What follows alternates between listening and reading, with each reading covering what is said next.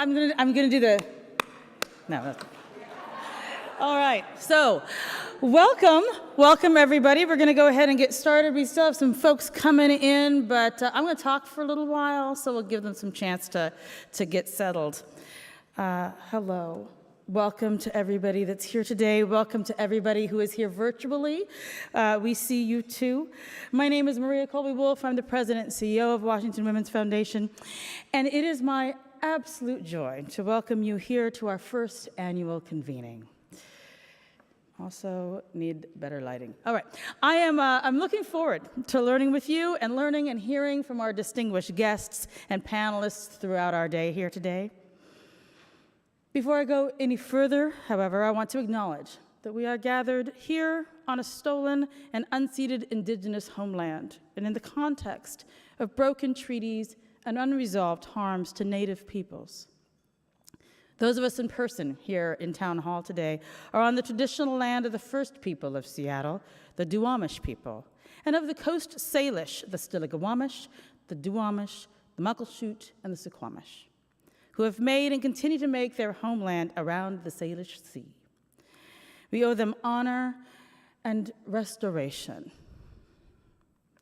Honor and restoration. We recognize as well that we live in a nation of wealth, a wealth created by the subjugation and the exploitation of African peoples brought to this land through chattel slavery. We honor and uplift the original indigenous stewards of this land and the forced contributions from generations of Africans. This is an acknowledgement of stolen land and stolen labor. It does not replace authentic relationship, but serves as a first small step in honoring with gratitude the land on which we stand. It is in this grim place, this place of stolen land worked by stolen labor, that our country's roots were planted. Land and labor acknowledgements have a tendency to feel tacked on to gatherings like this, sort of a check it off, and then irrelevant to the rest of the day. That is never the case with our work. The impact, the very systems that were necessary to ensure that the land and the labor stayed stolen, that impact and the systems created to maintain that status quo are why all of us are gathered here today, because today we are going to talk about big systems: healthcare, education, agriculture, climate change, big systems, every one of which has been shaped and often twisted by the history we talked about in our land acknowledgement half a minute ago, and in the willful, purposeful, practical oppressions that have had to be held in place in order to keep labor exploited and land occupied. This is our history. It is how we came to be a nation, and it is a collective past that we all share, simply by being on this land today. This is our past, and we are here in this present because all of us here want to write a different future. So how do we do that, right? That's the mission we're embarked on, creating a different future. How do we do that? How do we do that restoration? How do we honor those forced sacrifices? How do we right the wrongs? How do we right the wrongs? Well, you know, Ida B. Wells is one of my most beloved heroes. That is why her painting is in all of my Zoom calls. She has an answer to this question. She says, the way to right wrongs is to turn the light of truth upon them. And I think her story illuminates why it is so important for us to be here and learn about the why of things. Ida B. Wells was a reporter who wrote the first thorough examination of lynching across the South in the years following Reconstruction. 5,000 black people were lynched between 1877 and 1950. The reason given for this wrong of mob violence was that white men were so honorable. They were overcome with a need to protect white women from black rapists. This was the same reason given for why mob violence would erupt in cities across the North and West during this same time period. And most people in the United States, and indeed in the world, believed that this was the why of the wrong. Even people who wanted to uplift the Negro, people who were educated people, genteel, kind people, believed this was the reason for the problem. The why of lynching was Black sexual violence and white honor. But Ida turned her light of truth upon this wrong and revealed that the overwhelming evidence for why the wrong of lynching occurred was in fact one of two reasons in every case that she could uncover. Either a Black person was trying to register to vote, or a Black person was making too much money. Not rape, but white jealousy and white supremacy was the reason behind the wrong. If you do not understand the problem, the why, you cannot fix it. If you think the school-to-prison pipeline, for instance, exists because parents don't care about their children in poor neighborhoods, then you do not understand the problem, and your solutions will fail. If you believe the problem with immigration is people will not get in line to wait their turn, you do not understand the problem, and your solution will not work. As funders and donors and grant makers, it is imperative that we do what we can to understand whatever wrong it is that we want to right before we start evaluating and backing one solution over another. It is not just a nicety for us to learn about the issues we are wrestling with here today. It is our responsibility. It is our duty. This is how we properly steward our dollars, by learning more about the roots of the problems we seek out to end, so that the solutions we back can have a shot at being successful. So, this is our project. We are here to determine what are the harms born out of centuries of oppression that we wish to heal. What is the best way of healing those harms? Who is out there doing the healing that needs to be done? And how can we support them? This structure is also, if you haven't already noticed, the shape of the Washington Women's Foundation's refreshed collective grant process. We are currently at step 1. What are the harms that we wish to heal? For this convening specifically, what are the harms being perpetrated in healthcare, education, and agriculture and climate change? Hopefully, when we leave today, we'll have a better idea about some of those harms and some insight from our panelists of experts on what they see the issues are within these big systems. Depending on how things go, we may even have some ideas about how we might address or want to address that change. In the next stage of our grant process, we'll make the decisions about which harms we would like to focus our attention on this year, and then we'll hear from the people working on solutions. Our nonprofit partners will share with us all their ideas and their methods of addressing the specific harms that we have said we'd like to heal. And finally, we'll get to our grant making and decide to support some of the solutions we think best address those wrongs we want to right. So, today we are exploring and learning about what the big issues are in healthcare, education, and agriculture and climate justice. I don't know about you, but I already have some ideas about what I think the big issues are. And I'm willing to bet that a lot of you also feel pretty confident that you know what the big issues are in these big systems. Don't forget them. That's terrific. At the end of the day, we'll be asking you to tell us what you think are the preeminent issues in these 3 fields, and we welcome your thoughts. That said, you knew that was coming, right? Sometimes we don't always know what we don't know. So while I encourage you to come into this space as yourself, bring your values, your own personal history, your own experiences, I also encourage you to open yourself to the experiences of others, to others' values and perspectives and thoughts and ideas. As we go through our 3 panels today, lean into your curiosity. Listen with your heart wide open and learn in a spirit of trust.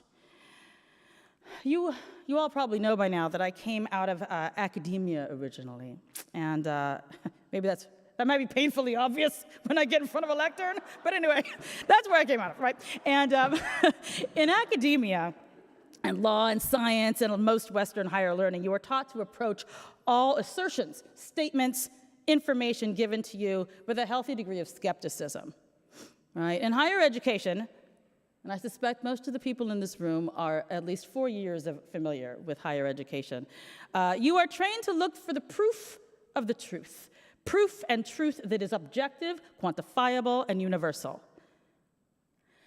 That is not necessarily what proof is going to look like today. Today we are going to see some of that, sure, of course, but we will also see proof of truth that is located in lived experiences, in stories, in testimony. I urge you to accept these other forms of proof and walk humbly into the learning today. Listen today with the courage it takes to embrace intellectual humility. When it is time for questions, ask them not from that prove-it stance, but from a place of curiosity and a place that acknowledges that we are all here together today with the same shared passion to make the world a better place. Come in with an open heart, listen with courage and humility, question with curiosity and with shared outcomes in mind, and then tell us what you think at the end. That's what we're going to do here today. I, for one, admit that I'm curious to find out if the things that I think are the big issues right now are the same big issues when this day is over. So, really glad I get to do that thinking with all of you. All right, I'm also serving as your host, your ceremony host today. So I'm going to go over the shape of this day for you. If you see me on this stage, you should know that means it's time to pay attention. Come on now. All right, so it's time. It means something's about to happen. This will be the sign. I'm the sign. We're on a pretty tight timeline. So please try to be prompt getting to your seats if you see me start up on the stage. The shape of the day today, we'll have 3 panels. 10 o'clock a.m. in about 4 minutes, we're going to have our education panel. 12:45 is our climate and agricultural justice panel, and then at 2:30 is healthcare. Lunch will be at 11:30. For those in the room here, lunch is going to be in the forum downstairs on level 1, in the basement sort of level. For those joining virtually, go get something to eat at 11:30. Don't forget to eat. And we will have a couple of breaks throughout the day. So those you'll be able to get up and stretch and that sort of thing. There's coffee and water is going to be available all day, so you can pop down and grab that as you choose. At 4 o'clock, 2 things will happen. First, I'll be back up here, and I'll be saying a few things, And then at 2, the second thing that will happen is our survey will open. The survey is where you are going to give us your opinion of what the current priorities are in each of these 3 systems. It will be open for a couple of days. You don't have to do all your thinking, but if you know it, you can do that survey right away. Tell us what you think we should fund next year. Those ideas of yours will go to our entire membership to vote on for them to decide what they'd like to focus on, which harm they'd like to heal this upcoming year. And then we have some social time for those who are in person. For those of you who are here with us virtually, you're free to go. Go find your own wine. I'm sorry. You'll have to get it on your own. A big reminder. You must use Meeting Pulse to submit your questions. So there is a QR code on your program. We're all so much more familiar with those than we used to be, right? A QR code on your program as well as the link. For those of you who are online, you should have received that in your email, in your Know Before You Go email. For those in person, I know it is hard not to raise your hand to ask questions when you're in person. But the way that we do this, the reason we're doing it through this sort of electronic system is so that everybody, including those who we have quite a few people on virtual today, so we want to make sure that their experience is as good as yours. And I don't know if you've been in a hybrid meeting situation where you're the one that's on the camera and everybody else is in person, and you feel like you can't really get your word in edgewise because they're all talking and you can't hear them anyway. So that's what we're trying to avoid with that Meeting Pulse. So please use that. I did want to say one other thing about masks. It looks like most of you have gotten the message. Town Hall, when we were sending out all the invitations and information, did have a required mask, a requirement to mask. You are welcome to do so. We encourage you to do as you feel, but it is now not a requirement. It is up to you. So I think that's it. Anybody who is here think I've missed anything? All right, good. All right, then I'm going to go ahead and welcome our education panel. Education panel, can you please come on out? Woo!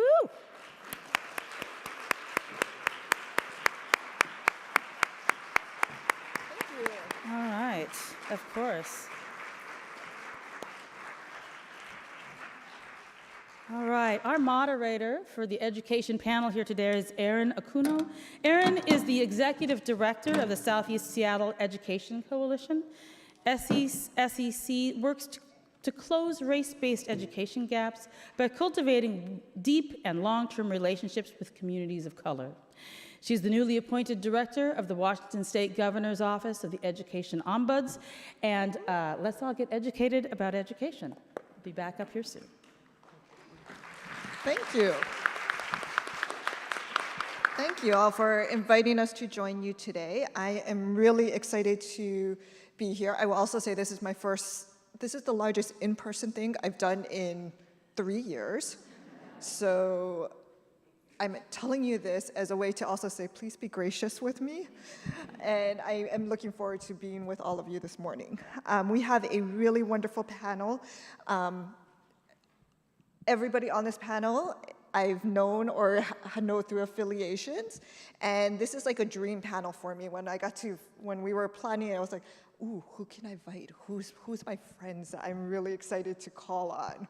So I'm gonna ask them to introduce themselves in a moment, but before we do so, I wanna give a little bit of context for why education, why now, why these wonderful people that are joining me. So we know that education, or I believe that education is a fundamental right for children and adults. And when we get it right, and when we do right by especially children of color, our community brings a different vibrancy to it. And I also know, and I hope that many of you will join me in acknowledging this truth, that children of color, students of color, often do not receive an equal education to their white peers. And so what I hope you'll also listen for in our conversation today is to really think about practicing racially biased systems that show up in our education system. How does that happen? And listen for places where racialized power dynamics are being shifted. We were very intentional about thinking about who we can bring before you today, and hope that, and I know all of them, and I know that they will speak to this, but it's your job to listen for that and to pull out those strands. And also, I think, as we heard, there will be a time for questions to come in. So when you're asking your questions, if you can show what you're learning in public. Let us know what's resonating, where you're like, wow, I didn't realize that, and I want to pull that thread a little bit more. All of you are walking in with a set of knowledge, and that's really wonderful, but I also don't need to play that devil's advocate with you, because that's just not fun for me. And we know, and if you know that that's your truth, that's great, but show what you're learning in public so we can also learn with you. And then finally, the last thing I'll say is we're here to celebrate collective Indigenous, Black, and people of color joy, and also to acknowledge their norms, expertise, and joys at the intersection of race, class, disability, and many immigration and many other forms of our identity. And education is about joy. Katie was the principal at my school for many years. I think this is like the second year that she hasn't been. And one of the things that I enjoyed was watching the joy that came out at the playground with the kids when I would drop off my kid or pick them up. And also, I know that many of our other panelists, while I didn't get to see them daily, I visited their programs or learned about it, and I know that there's a lot of joy in learning together. So that's my opening notes, and I'm really excited to learn with you and to hear from our panelists. And let's get going. Everyone ready? Okay. Settling in? Everybody got their chairs? Okay. So we're gonna start from my right. And what I'd like you to do is briefly introduce yourself, your name, title if you choose to, if that's relevant, where you work, because we also have a lot of place-based guests with us today, panelists with us, and anything else that we should know to help to set the context. So Susie? Good morning, buenos dias. My name is Susie Diaz. I am the Collective Impact Director for Yakima Valley Partners for Education, housed at Heritage University. Heritage University was founded 40 years ago by 3 amazing women, and so they serve as our fiscal agent. Yakima Valley Partners for Education is a cradle-to-career coalition or collaborative, and we work across a 0 to 26 age continuum and currently focused on literacy supports and hyper-focused on digital connectivity, health, parent and family engagement, partnerships and resources, and food security. Ooh. Can you guys hear me? Hello, I'm Sean, pronouns are she, her. I'm new Channels. For First and foremost, I want to just introduce, I am the daughter of Paula, John, and Ray. I'm the granddaughter of Caroline, Charlie. I'm New Channels, and my people come from Vancouver Island in Canada. I work for the Na'a Ilahi Fund. I'm usually not a fan of regurgitating the mission and vision, so please look it up. But we are a local nonprofit here in the Seattle area. We serve the urban indigenous community as well as some regional work in Oregon, Montana, Idaho, Alaska, Canada, and Wyoming. And I am currently the Community Partnerships Manager. And our work focuses on food sovereignty, land back, arts and culture. We do youth work. It all comes together, as you'll see as I talk about my work later, that they're all connected, and all these things are pieces of the stuff that's been taken from us, and so we're trying to reclaim it. And I really appreciate being here, and thank you for inviting me, and thanks for thinking of me, Erin.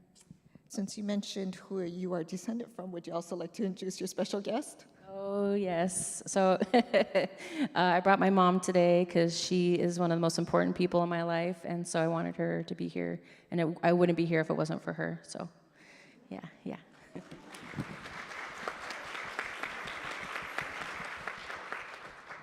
Hi, everyone. My name is Sierra Parsons. I use she, her pronouns, and I'm the strategy director with WABLOC. WABLOC is a grassroots nonprofit organization rooted in Southeast Seattle, particularly in the Rainier Beach neighborhood. And our organization focuses on implementing restorative justice in Seattle public schools. And we also do summer literacy programming. It's called Freedom Schools, rooted in the 1964 Freedom Summer. And yeah, WABLOC is all things Black joy. And I think something that's important for you all to know about me is I like to laugh. Hi, I'm Katie Verga. I work for Seattle Public Schools as a principal leadership coach. I started in Seattle Public Schools in 2001 as an instructional assistant, then became a teacher.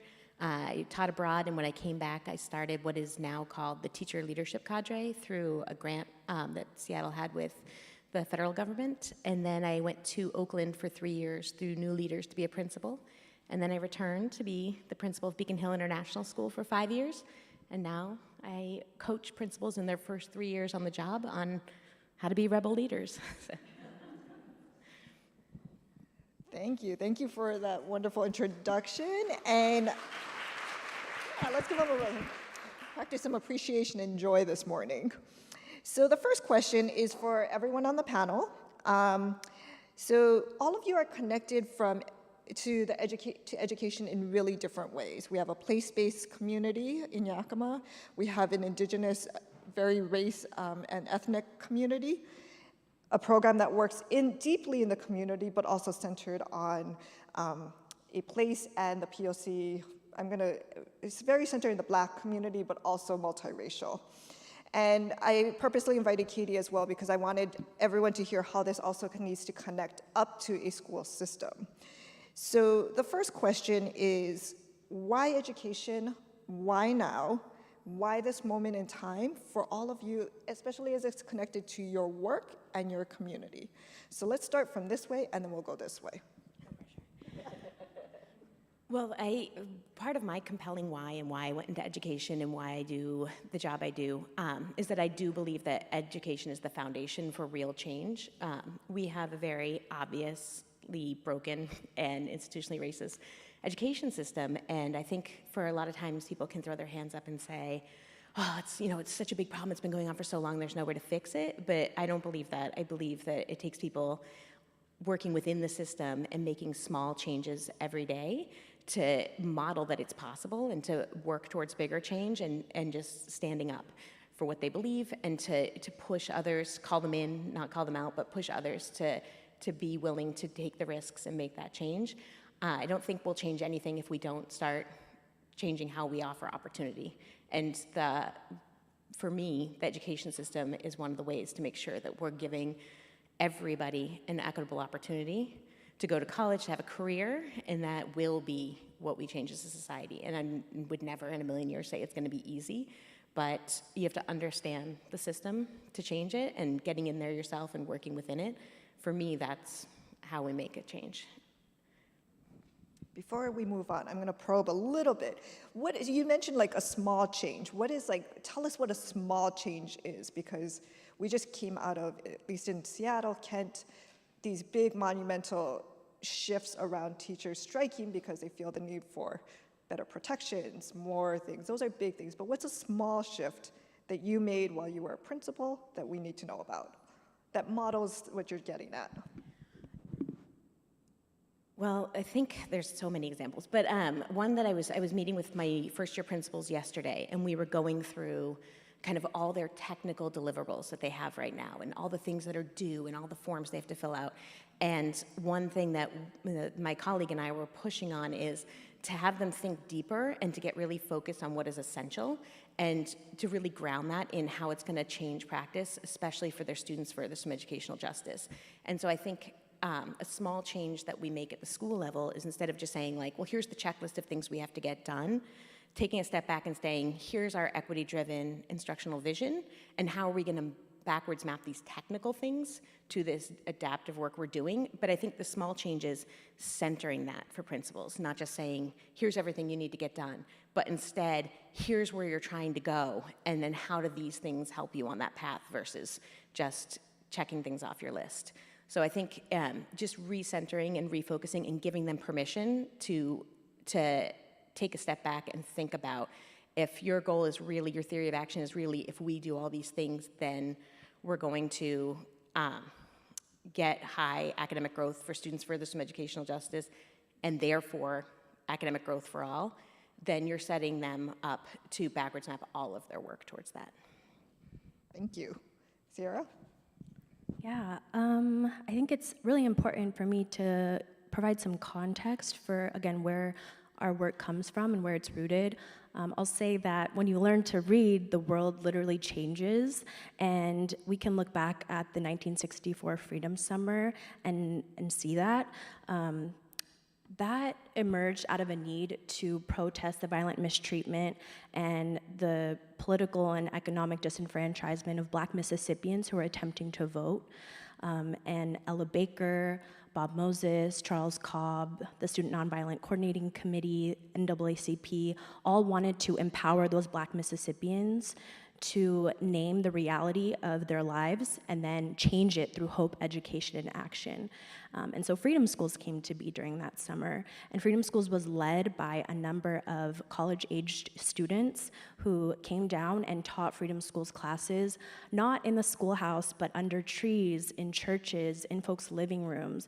And they were encouraged to deliver and facilitate the learning as the complete antithesis to the formal classroom approach, and really lean into their imagination and use tools of their intuition to facilitate this learning. And students were empowered to use their voice to comprehend and articulate their experiences and use questioning as a path to enlightenment. And so at the end of that summer, the students had their own convention and asked the question, if we elect people into government office, what do we want them to do? And the demands that they brought up around education, some of the things that they had mentioned were wanting better facilities, wanting a more expansive curriculum, and wanting academic freedom for both themselves and the teachers in the schoolhouses. And as we're seeing, like, those demands haven't really wavered, and the urgency around meeting those demands hasn't wavered. Students are still looking for effective and responsive learning spaces. They want their questioning to be nurtured, and, you know, they want to be empowered to make the changes that they want to see. And so, yeah, I think education has always been important. And again, because those demands that we first saw in 1964 haven't really been addressed, we're still asking for them, and education is still very much relevant, and it always will be. It strikes me that those, like you said, those same demands are the same things we're working on. It's just different words, different things, but it's still ethnic curriculum, better buildings, especially in the neighborhood you and I work in. So flag that. Sean. Thank you. First, I just want to say, for a little bit of context too, that when I speak from my experience as a Nuu-chah-nulth woman here in the Seattle area who was raised outside of her community. And so I speak for myself, and please remember that our communities are very diverse, and so I don't speak for all. So I think education, I never really liked it when I was in school, to be honest with you. I feel like I ended up here, like, I don't know, the universe had other plans. But I understand that it's so important because for our people, from the very, very beginning of contact, education has been used as a tool to erase us, assimilate us, separate us from each other, take our children. And so if you don't know this history, please go online, listen to podcasts. There's so many ways. I'm not going to go into everything. So for me, I'm situated outside of school, and I work within community, and I don't work in the school system itself. But our young ones are in that system, and so I've been through that system, and I understand the harm. And so I feel like it's my responsibility to help them understand like the conflicts that happen when they're in school and they're made to feel like they have to be a certain way, or they're expected to speak for all Native people when they're just one person. And also in this area, we don't have a place where we all are. We are very gentrified, as a lot of other communities are. So often our students are 1 or 2 in one school. And so our programs provide space for us to get together and just be together as Native people and build relationships, build networks, peer relationships, relationships with adults, all these intergenerational things that really are super supportive for our young ones and will only support them better. And as much as I wish I could like go back and not work in these systems and like how it was, the reality is I don't think we're ever gonna be that way. So we have to know and understand how to navigate all these systems that we're constantly coming into contact with. And I feel like it's my role to set them up with tools to know how to do that. And also in my position, I feel like I have a lot of privilege. And so to use my privilege to like open doors, create access for anyone that I work with, any young people, if they need a resource, like if I know a lot of people, I've been doing this work for 7 years, like I'm happy to like point people in certain directions because that, I feel like it's my responsibility because I want my young ones to succeed because I'm here representing myself, but like the past, present, and future. Like I care very much about what's gonna happen. And I understand that when I do something, I may not see the immediate solution in my lifetime, but I know and understand that my children, I'm a mom of 2, will hopefully reap those benefits. And I do it because of that. Like I know how hard the systems are to change. They are a beast, and it's exhausting. If you don't know that, for us, it's exhausting. So that's all I have to say for now. Thank you for sharing your truth. Susie? I will add a couple things that we do in our work. The first is we center the student and the family, and we ask a general question: who's responsible for educational outcomes? And we come to an understanding that entire communities are responsible for educational outcomes in general. The other thing we do is we take a look at the data, and not in a traditional sense. The data will tell us all the gaps or shortcomings of learning of students, and it puts the ownership on the shoulders of teachers or students or parents, right? And so we know that that's not the whole story. So education is a way for us to have a conversation about something. And so we look at things through what we call an iceberg process. We take an activity, let's say it's attendance, and we go one level deeper and look at behaviors. So what is it about learning and students and education in general? What are those behaviors? We drop another level down to the system. Was this system designed for people of color? Was it designed for poor people? Who was it designed for? Who does it work for? Those are the things we look at. And then we ultimately get down to the deeper level of what mental shifts do we need to make, first with ourselves and then with our general understanding of education to support improving educational outcomes for a system, for a community, for the world. And that's hopefully the contribution we're all making will lead us to that place. Thank you. Thank you to all of you for briefly sharing more about your programs and why education and why now. I have questions for each of you, and then and then I'm also going to try to invite you to riff off of each other, have a little bit of fun, make this a conversation. And if you have questions from all of you, please start populating the app thing. So they'll pop up here. There's nothing here yet. It's kind of like I'm waiting. I'm like, it's a magical thing at the moment. So the first question is for Sierra. Sierra, I visited Woblock's Freedom Schools every summer but this summer, and it bums me out so much I couldn't make it this summer. But one of and it was really, hearing you talk about the history reminded me of of its origins and its roots. And I want to acknowledge it came out of something hard, a painful past. But one of the reasons I really love visiting every year, and I also send so many people to you to come visit because I want them to see your program, is that there's so much joy. And one of the things that the Freedom School does is they bring in a guest reader every day. And it's brilliant on so many levels because it introduces people to the program, it introduces kids to elected officials, to community change makers, and so much more. And then you also do chants and cheers. And every time I visit, the cheers and chants get stuck in my head for about a week. And it's annoying but joyful. So with all that fun and bringing all these different people in, and there's an activist streak within the program, tell us why this is important. What is the intention of creating this sense of belonging? And why does that, and how does that improve education for the kids in your program and the community overall? Hell yeah.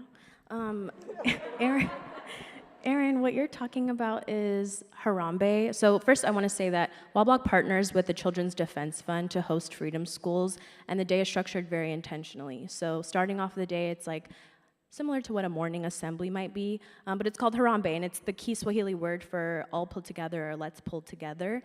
And what Aaron is talking about is the read aloud. So we welcome our read aloud guests with a cheer and chant, a little song, and then yeah, it just gives, it's a really unique way to start the day off with literacy because it shows a variety of different community members who are engaged in literacy and excited about reading, and then the scholars have an opportunity to ask questions and just pursue their curiosity with whatever the book that's being read or the person who's reading it to them. And then we also have our cheers and chants, which I think foster an environment for movement and for enthusiasm, because that's really important in order for us to leverage the cultural capital for our Black students. Music, rhythm, call and response, like sequencing, that's all very natural to our communities and the folks that we're serving. And then another piece of Harambe, there are many elements, but the last one that I want to talk about is recognitions, and that one's a call and response. Can y'all do call and response? Okay, so it goes like this. The person comes up to the mic during Harambe and they say, "I got a recognition, y'all," and then everyone says, "Recognize." So we're gonna try it, okay? I got a recognition, y'all. I said, I got a recognition, y'all. Recognize. Dope. I want to recognize all of you for being here and being curious and being open and listening. And I also want to thank you, Erin, and recognize you for inviting all of us to this panel and creating such a fun and playful space for us to be in conversation together. So that's an example of what a recognition might look like in the morning, and it really encourages scholars to be intrinsically motivated to acknowledge things that are happening that they see in the space or in each other that need to be affirmed. So the sense of belonging is very inherent, and yeah, we had a lot of fun. A lot of yelling, screaming, movement, and people really enjoy visiting and coming. So it's a great way to invite community members into a school building, because schools as an institutional structure are often really intimidating, but like what better way to like heal through education than to come and like move and chant and like engage in literacy at the start of the day in a really different and enthusiastic way. So you talked a lot about like it creates like this very different atmosphere. How does that set up the scholars and the community to learn differently? Because I will say, like when I first went, I was like, this looks like fun. And it just looks like fun. But I know that there's a deeper meaning to it. And how do the kids feel differently, create an environment where they can walk into like their next part of the day and actually absorb the literacy lesson, and also create a community where they're in many ways undoing what they spend 9 months, 180 days in a school system learning. Yeah, well, first and foremost, they get their wiggles out, right? All that movement. But yeah, they also, like I mentioned, they get to practice questioning when the read aloud guest comes. And I think in general with Harambe, it's very subtly empowering, causing them to empower themselves. So we go through a motivational song, and students are literally saying, like, despite how challenging and how hard things are, like, I can do it, and I'm strong, and I'm able and capable. And then practicing, again, affirming each other, and doing that in an environment, and doing that in a designated space for 30 minutes before the day starts, just like helps them. We also do like a mindful moment, like they get to take a deep breath and center themselves and ground themselves. And I think it just sets the tone and sets the pace for them to be able to recreate that energy and that vibe and that feel when they get into the classroom. They already know what it means to like affirm each other. They already know the words that they can say to themselves where they can feel empowered to read a book that's maybe a little bit challenging, or overcome a sight word that maybe like they've been struggling with. Thank you. Now I'm going to do that every morning for myself. The next question is for you, Sean. So Nai Ilihi Fund is rooted in the Native community, Native Indigenous community in the Northwest. It's also, like you said, a very diverse community where people are coming from many different parts of the nation, the world, but all connected because of their Indigenous connections, their indigeneity. How do you use this diversity within the community to build for Indigenous in education, and like you said, to undo some of the traumas, but also to find the joy within each other, and to create, again, a sense of belonging for a community that's dispersed, that doesn't always have a place-based home? It's a hard question, but it's a good one. So I think this is something I think about for myself too, is like, just what does belonging mean? But my lens is through the youth I have worked with. Before I changed to my new position, I ran our youth program for 7 years. And again, that wasn't anything that I was expecting to do, but I fell into it and I loved it. I loved working outside of the system because I feel like we had, and I feel like what I'm hearing a lot of other folks say today is like we have autonomy around our learning and understanding of each other, of community, of our world, and to do that together is so powerful, specifically for us, because we were purposely, and still to this day, like, right, it's not like it happened back then and it's not happening now. There are still things in place that continue to try to tear us apart. So I think one of the most revolutionary things we can do is be together and create change and positivity. And how I saw that play out with my youth work is, we connect them to the land. We are very place-based people. And when you remove people from their land, that's caused a lot of trauma. And so even if you are in this city and you are from another place, like even connecting to the land here can be very powerful and healing. Connecting to the food that we traditionally would have ate if you were here in this area, or even just good food that's good for your body, right? And our medicines, our songs, our language, all these things create a sense of belonging, and that we can be together and we can see one another. And I think just to be seen in a place, in a group where you look around and everyone looks like you, they have a shared experience, like you don't have to over-explain yourself of like, this is what I went through today. Someone can talk about something and they're like, yeah, I know that. Like, here's what I also had that happen to me. And how do you deal with that, right? Like we come with so much that we have to navigate through life. And as young people, it's just a lot. They're already going through a lot. And what I have seen is that the relationships that we built within the youth that I worked with, those secure, trusting, like positive things were like transferable to what was happening in their schools. And they were able to create trusting, positive relationships because they knew they had that grounding someplace, even though it's not happening. Because I mean, the schools are what they are. I could go on and on, but I won't. But they ultimately don't serve us the way that they should. And so I feel like that's why we're here. And I honestly, someday I wish and hope that I don't have to do that. That I can just be in community and just be in the community and do the things that I love to do, that I offer to other people. And it's really important, like what I've learned with youth is they're leaders now, they're strong now, they have amazing ideas now. This isn't 10 years from now, they're gonna be cool leaders. They're doing it right now. Young people have amazing, incredible ideas and perceptions, and we should be listening to them. And we should be stepping aside and supporting their dreams, even if they are different from ours. That was beautifully said, and I've watched you do a lot of it over the past couple of years. Can you tell us a little bit about one of the education programs that you actually ran so that we can also hear how that actually tangibly plays out? Because I think sometimes we hear these ideas, but then when it's like you're looking at a grant application or something, it's like you're trying to pull out the strands, but it sometimes helps to have a concrete idea. Yes. Thank you.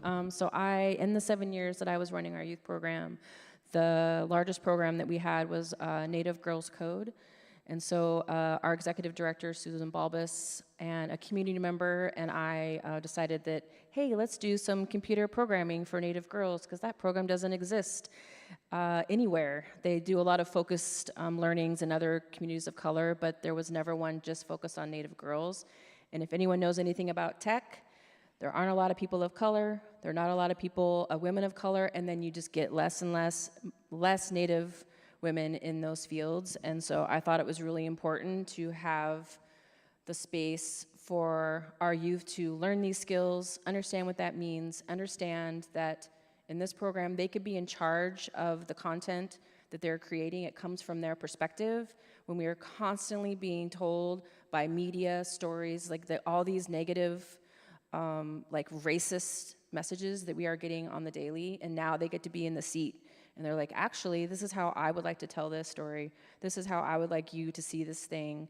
And I was really fortunate to have really good relationships with University of Washington and their School of Education, and there was an amazing professor, Megan Bang, and she had all these amazing graduate students and PhD students, and I managed to get all Native women coders and programmers and artists to run my program for me, because that is not my background. I graduated from the University of Washington, Bothell, a community psych degree and human rights minor. So like tech was not even remotely what I thought I was gonna do. But fast forward, it turned into like project-based work. Like we are a community of reciprocity, and I felt like it was really important that the girls in my program use their skills to give back to the community. And one of the biggest ways that they did that is if you all go to Daybreak Star in Discovery Park, and there's a kiosk up at the top level of the Daybreak that talks about the history, and the girls in my program helped design that. And so that will ever be a place of visibility and understanding that like we're still here, and that is like the most important thing. And that they can use, I don't care if they're a coder, I don't care if they never work in tech, no offense. But the most important thing for me is that they use this skill and they use the things that they learned being together to go out and change the world. Because most of these girls, when we went to Google and we were talking to professionals, none of the professionals were like, I didn't learn how to code till I was in college. And some of my girls were in junior high. And so junior high and high school age, we're doing these like hard, important skills, but also learning how to navigate what they're gonna have to do in life. So I think does that answer your question? Yeah, thank you. I also like how you took like a very modern skill but connected it to your deep culture of storytelling and reciprocity. And I will go look for that kiosk next time I'm at Daybreak Star. That's far away from me. I know, I'm sorry. I mean, it's only 20 minutes, but it's far away. Maybe 30 minutes. Susie, you work out in Yakima Valley, so Eastern Washington, and you serve a area that's geographically more spread out than my complaining about a 30-minute drive. How do you stay connected with the families that you're working with, the school systems, and I think you're also spread out over several different systems, including healthcare, housing, all of that. And as a collective impact effort, your work is really to bring it all together, but with the goal of improving education. So how do you stay connected, one, to the families, and help them also stay connected to multiple systems that are often not aligned? Yeah, wonderful question. For context setting, Yakima County is divided in 3 parts for us locals. There's Upper Valley, where the concentration of nonprofits and wealth tend to be located. Mid Valley, which is where the Yakima Reservation is located in Heritage University, begins to be very rural, and we start seeing things like water resource issues percolate, and geographic disparity increases. The components of taxable, non-taxable land impacts a lot of things as well. And then we go further down into the county, which is where I do most of our work, and it's Lower Valley. And one of the things we understood in our process when we launched our work was that a recognition, one of our trainers, his name is Raj, he wrote a book called Choose Results, I highly recommend. He said some people have resources managed for them, and some people get to manage their own resources. And so if you're in the Lower Valley, they don't get to manage their own resources. They have to go 45 minutes to Yakima to get resources, where in this situation of COVID, gas prices, inflation, children, families, all of these things, right? And so we made an intentional effort to bring resources to those communities and also allow them to manage their own resources. So sometimes that looks like, hey, Mabton, we wrote a grant, we have $60,000 for food security. How would you like to deploy those funds? And then they get to tell us, and we do the work. And so how we get folks to have a common experience and not just create another line for a handout is that we don't center the resource. We center learning, and our work is around literacy. So we usually bring something for the kids and books and make it a family experience, and then we provide the resource. And we're out there. I'm out there schlepping, sweating, it's hot, it's all of these conditions, but we're having a common experience. And we're not othering each other, we're being human, we're connecting, and so proximity, I think, is one of those things that we do to reduce the actual gap and then the perception of the gap.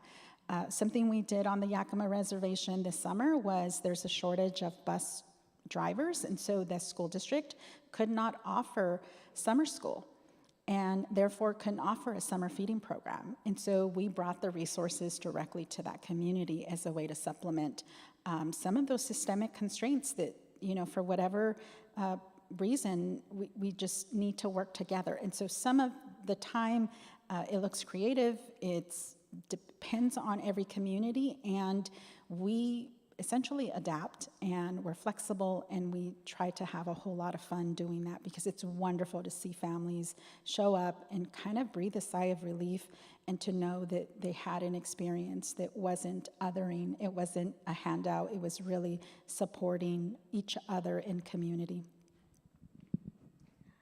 I know the thread of reciprocity between both of what you said.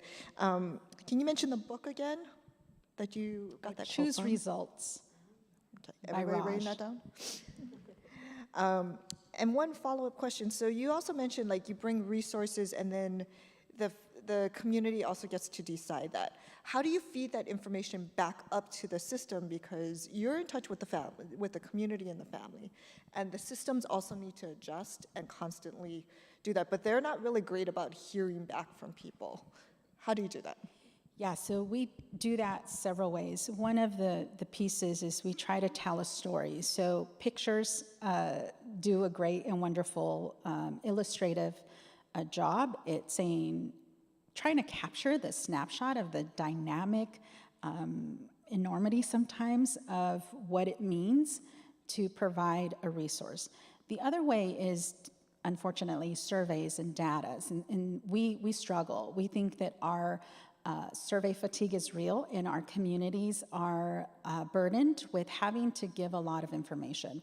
But some of the things that we discovered through that process was that families report knowing where resources are. They're aware that they might have access to them. And with regard to food, they indicated a shoestring budget. And so it's that the food won't last the whole month. They have some food sometimes, but not the entirety of the time. And then they share with us what things their family has to do when they're confronted in those situations of shortfalls. One other component is a resource that might not be helpful to the community.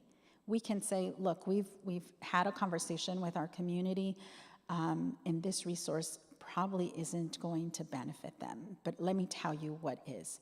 And so in that way, we inform the system, and we say schools are really, really critical to feeding kids and alleviating the burden and stress of families of how they're going to get their next meal. So we're encouraging the system of education to include food as a critical element and a service to their community.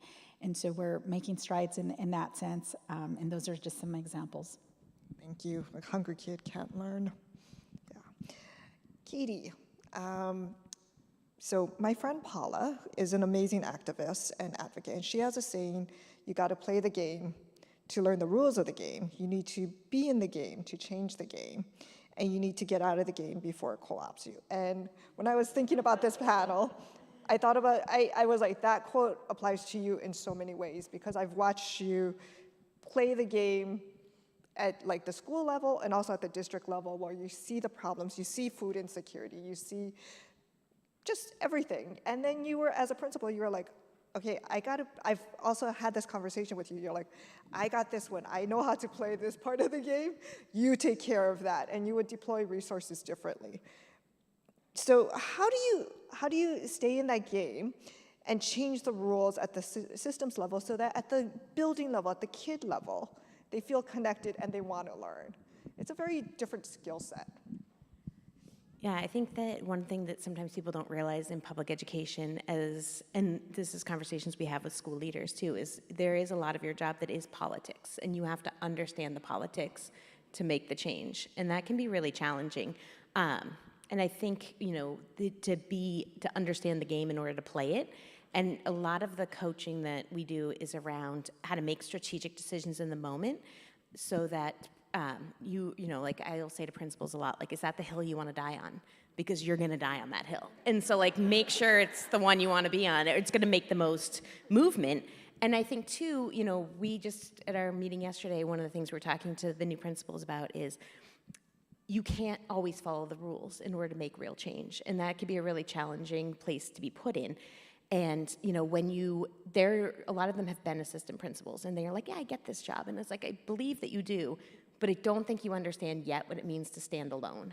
And when you take a risk, when you don't follow the rules or you don't go with what is, being told to you as compliance, and it works, and you try a new curriculum, or you do something that isn't what and I'm not just speaking for Seattle. I've worked in other districts, and when you do something that isn't what is considered the district line, and it works, people are like, look at you, you're a maverick. But when it doesn't work, you stand alone. And you have to be willing to take those risks, but you have to know what the risks you should take are. And I think now being inside the game at the district level versus at the school level, we had a meeting a couple weeks ago where we were talking about this. How do we make real change? And it was great to sit down with leadership at the highest levels and say, how do we make real change? And my colleague and I brought this up as sometimes we have to break the rules to get the results. And you need to have people's backs when they do that. And they need to be able to come to you and say, hey, I see that you want us to do this. I think I can reach the same objective or better by doing it this way. I just need you to have my back so that when I do this, I can say I had my director of schools or my principal coach told me that this is something I could do. And our messaging around that was, I understand I'm always learning more about what it means to be a white woman trying to take risks and break rules, versus being a person of color. And we have a lot of leaders of color throughout the urban education system, and we have a disproportionate amount of leaders of color receiving discipline for breaking rules than we do white leaders. And so maybe it's easy for me to say, I'm not gonna follow that, I'm gonna do it my own way, and somebody will have my back.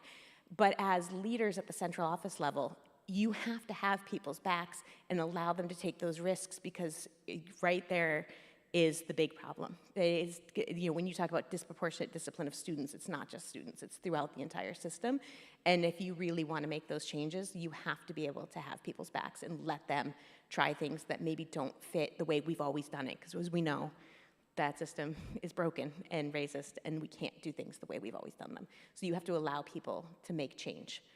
So I think that helping people above that aren't at the school level right now see that is a huge part of the politics, and as a school leader, helping them understand where they need to focus, where the battles they need to fight are, and how to get the support they need to make those changes is really important. Did I answer your question? You did, and to show what I'm learning in public, one of the things I heard from you is like, you're trying to create that sense of belonging at the district and administrative level so that you have each other's backs, especially when somebody's taking a risk.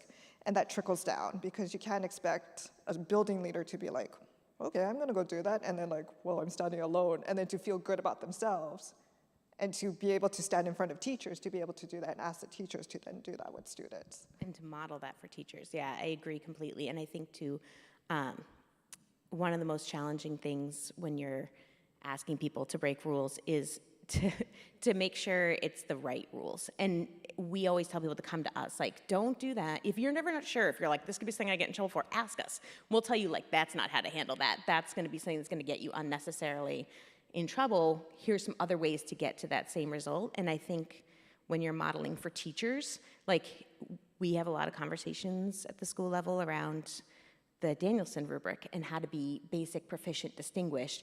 And I've had a lot of conversations with teachers about not being afraid to take risks. And yeah, maybe that lesson, was more in the basic column this time because you're trying something new, and that disequilibrium is okay. It should be messy sometimes. You're never gonna make real progress if you just keep doing the things the way you've always done them. And so I think too, like, you gotta model that, and then we want them to model for students that it's okay to make mistakes, and it's okay to try, and it's okay for it to be messy sometimes, and it's okay to be their authentic self, even if that challenges the norms of what a classroom is supposed to look like. And so I think modeling it throughout and showing people that it's possible is crucial.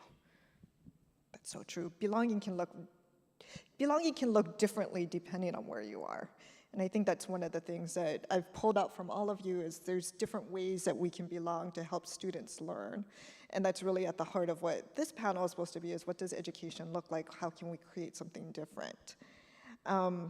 There's a question here. I need to put on my reading glasses. Well, I really can't see. You mentioned that education is the foundation of social change. What isn't being taught is needed to move social change. What should that look like? What should that learning look like? I'm gonna say learning, there's two parts to it. What does that learning look like? So what's the active part of it? And what is the learning that needs to happen? I'm gonna throw it to Susie first. She looks like It's a heavy question. It's a great question. I'll tell you, this country isn't ready for it because we saw what Washington did with critical race theory. Okay. I went to WSU Pullman, and I paid for comparative American culture degree, right? So I made an intentional effort to learn about other people's experience and history in the US. We need to do more of that. I think just for context setting, for recognizing the consequences of colonialism, the mindset, genocide, all of those things that took place on this country. All of those things impact and affect education because trauma is a cellular piece. It's out there. It's energy. And it's stored in our cells. It's passed down. It's remembered. Things witnessed, right? So the land witnessed who was here 200 years ago. Before you all sat here, somebody else was here before. Something else was here before. And so I think just recognizing that and then being honest. If critical race theory went the way it went during COVID, right? So like, think of the compounding traumas that we experienced during that whole process. And people consistently telling other people, your history isn't important. And I want to be the one to tell you how it was from my mindset. I would love to see Caucasians in general identify their mother country. Try that. Next time someone asks you, you know, where do you live, where are you from, name your mother country. Because I think that's important. And I might know a lot of history in general, but I think it's important just for us to set the context of how big that question is. And to be honest, are we ready to move it? It requires all of us to move it together. Who else? That was really good, thank you. Hard to follow.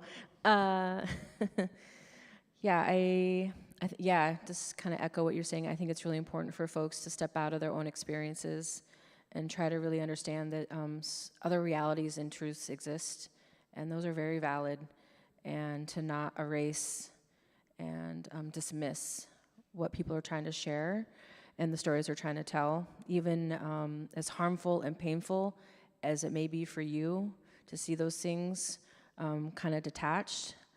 Think about how it is for the people whose, like you were saying, that trauma and that cellular memory and DNA is like, I sit with it right here as I sit in front of you, right?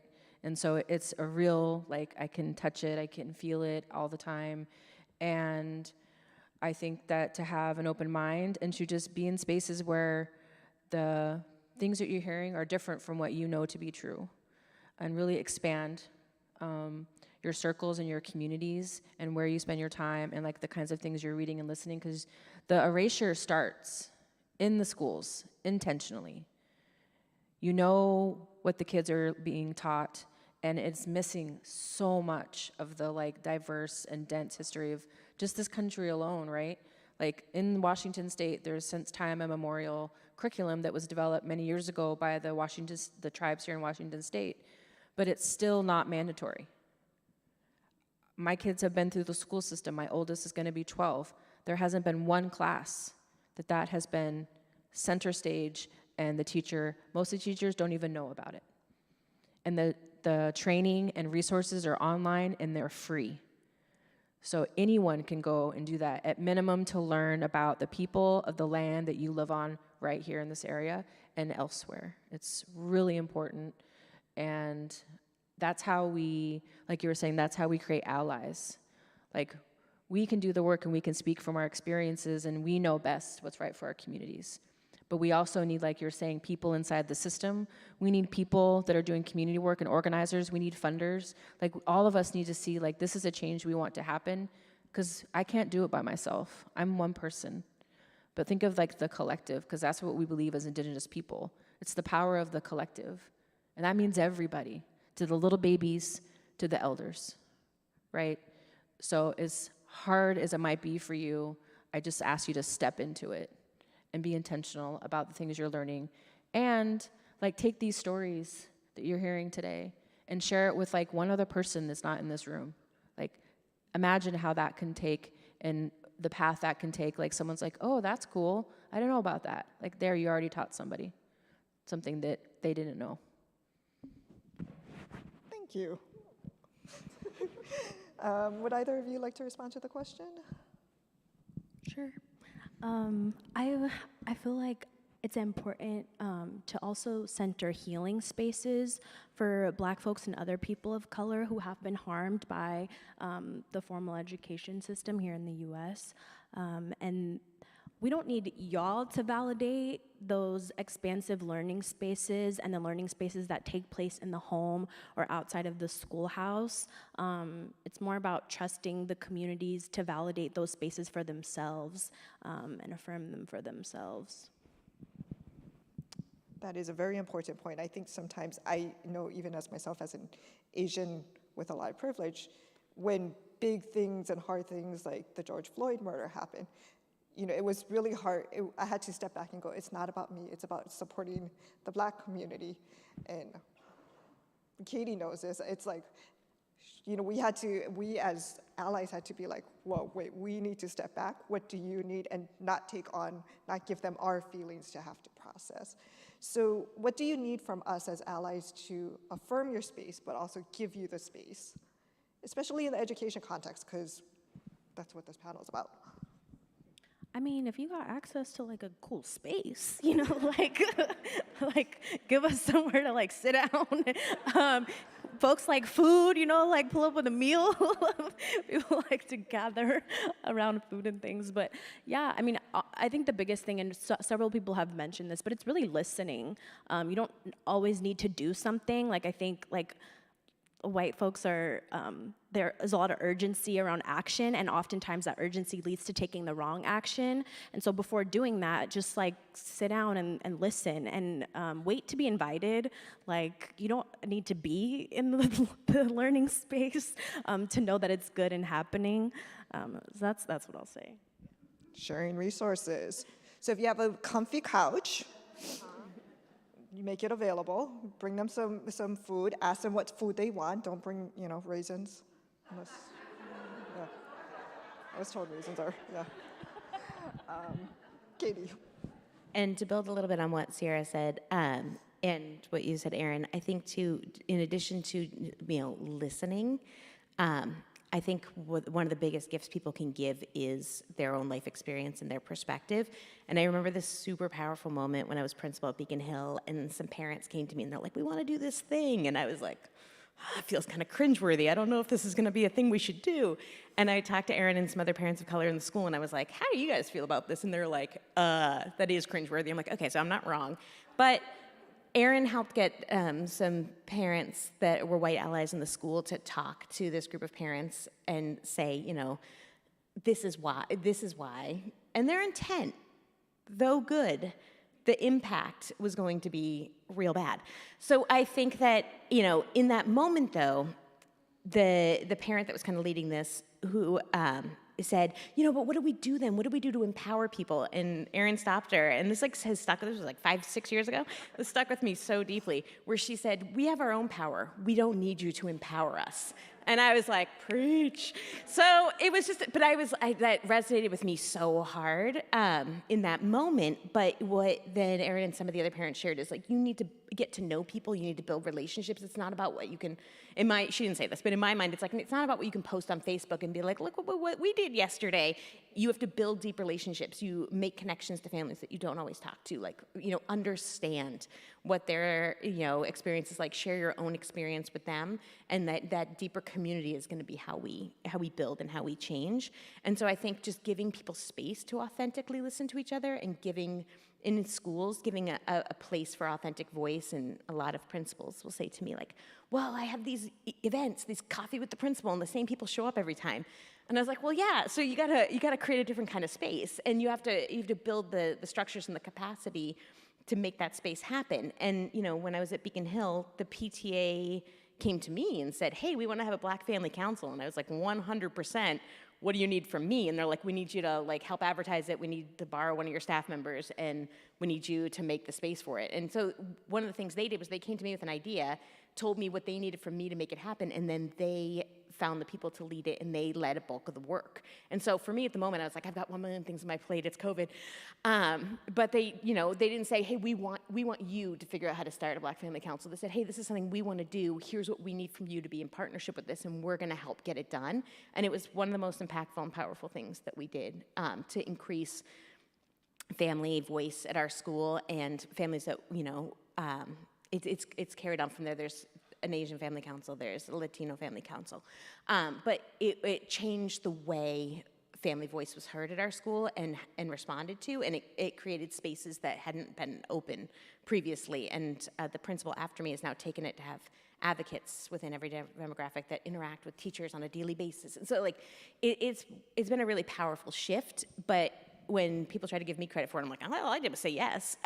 But you know, they gave the right people the positionality to make it happen, and it was super powerful. So as groups who maybe work in nonprofits that are trying to work in education or in schools, I think the understanding what the focus of the school is and how to be embedded if they're focusing on student voice or whatever it might be, how to align what you're working on with something that they're focused on, and then coming into the conversation prepared to ask, in order to make this happen, what do you need, and what are you willing to provide? But just really looking at it as a partnership, not, hey, we're gonna bring you this great idea, because I tell you right now, principals are gonna be like, I have 1 million things I need to get done. I can't make your thing happen. But if you're like, hey, how can we make this happen for you? You'll get a much better reception. I'm remembering that moment, and that was hard. But it led to so many important changes. And so my next question, while I wait for all of you to give me more questions, make the magic tablet work, is that the story you just told happened pre-COVID. But it also, I think, set that school up to do things very differently during COVID, and especially now when we're kind of in this in-between of like COVID-y light. So, my question for all of you on the panel is like, how do these relationships that we build with students, with families, it's so important to build them in like times when there isn't a crisis, because it pays off during the crisis. So can you respond to that? And I guess there's no question other than here's a story and please respond. I can share that we launched our work locally a month before COVID. Collective impact had not been done virtually, and we had a very unknown, right? We didn't know. We decided to move forward. And so, and just, again, not to minimize what people who started long before us went through, not only was it COVID, it was a census year, suffrage movement anniversary, critical race theory, George Floyd. There's so many things that happened, and it was, just census in general, right? Like the long-term impacts. And it was daunting and hard, many sleepless nights, but we had to learn how to do that. So we're actually doing the opposite. We're trying to unlearn how to do collective impact outside of that environment.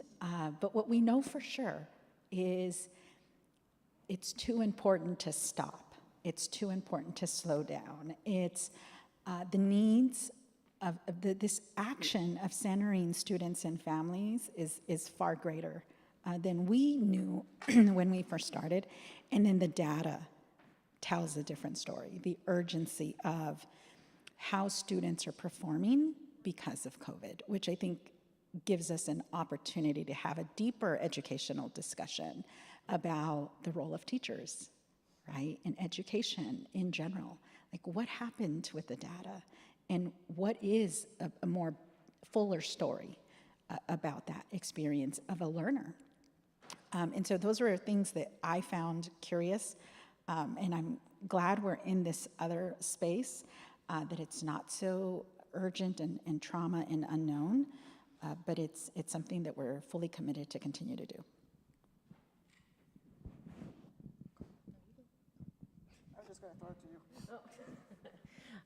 So, yeah, that was really great.